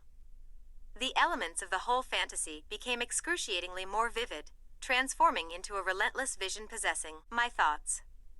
It was so vivid, in fact, I actually snorted into the pot of stew I was cooking when the image came to my mind of the showdown involved when Alice and Esme refused to allow Edward his gratuitous use of expletives in his wedding vows to me. I'd roll my eyes at them, smirk, and refuse to get married without the expletives. Without my permission, the words rang clearly in my head as Edward would recite them. For better or for bullshit, for richer, or if we both end up poor bastards, solemnly swear to shove my foot up the ass of anyone who touches you, to love and to cherish you for fucking ever. Everyone who didn't know him well enough would gape at us, open-jawed in shock. The people who did would roll their eyes and sigh in exasperation. And we'd just grin like complete idiots at each other as the minister eyed us indignantly. I'd make a cookie cake just for Edward. Peanut butter promises, perhaps. We'd impatiently sneak away without dancing, eager to begin the wedding night. I didn't care where we went to. We'd make love first. Intense and incredible, and filed with our own personal vows as we became bound by pleasure and the ecstasy of our devotion. Then I'd spend the remainder of the night doing the most wicked and devious things to my husband's body. And I'd hum him to sleep, basking in the grin he'd have plastered on his face. And with that final impossible thought, my stew was burned and completely ruined as smoke began rising in suffocating billows. I cursed my overactive imagination as I spooned it into the trash can, watching dismally as the charred black glop slid down the white plastic of the trash bag grotesquely. It could have been good. It was such a ridiculous reverie. Edward never even planned a week ahead. He'd never shown an interest in mutual colleges. He'd never even shown an interest in having sex with me. Which was probably a good thing considering the possibility was gradually making itself non-existent. I slammed the lid on the trash can angrily and heated up leftovers. I didn't make peanut butter promises that night. I made Brownie drop defeats. And when I climbed up to the balcony and entered Edward's room, I gave him a soft, loving, chaste kiss. Defeated. I was tired of the rejection and the bitterness that came when he pulled away. So I saved him the trouble and agony of having to do it. Because I knew he didn't want me feeling it. And I was even more tired of making him miserable right along with me. I hated for him to bear my burdens. He already bore enough without my bitterness. The relief was clear on his face when I didn't pull his hair and intentionally stir his arousal. Though his eyes looked sad. For some reason I couldn't fathom. I did my best to smile more for him, and I knew it made him happy. I told him I loved him before we went to sleep that night. Beating him to the punch before I hummed him to sleep. Refusing to hear his acceptance alongside my own. My bad day was Friday. It went just like every other day that week. walking the halls with Edward and waiting patiently in my seat after class for him so that I could be picked up like a child. He was still touching me whenever possible with his hands on my arms and neck, and always perfectly innocent. We began lunch like we had been all week. Rosalie and Emmett never did come to our new table. I had expected them to a few times, but they looked reluctant as they remained at the old one alone, wrapped up in each other.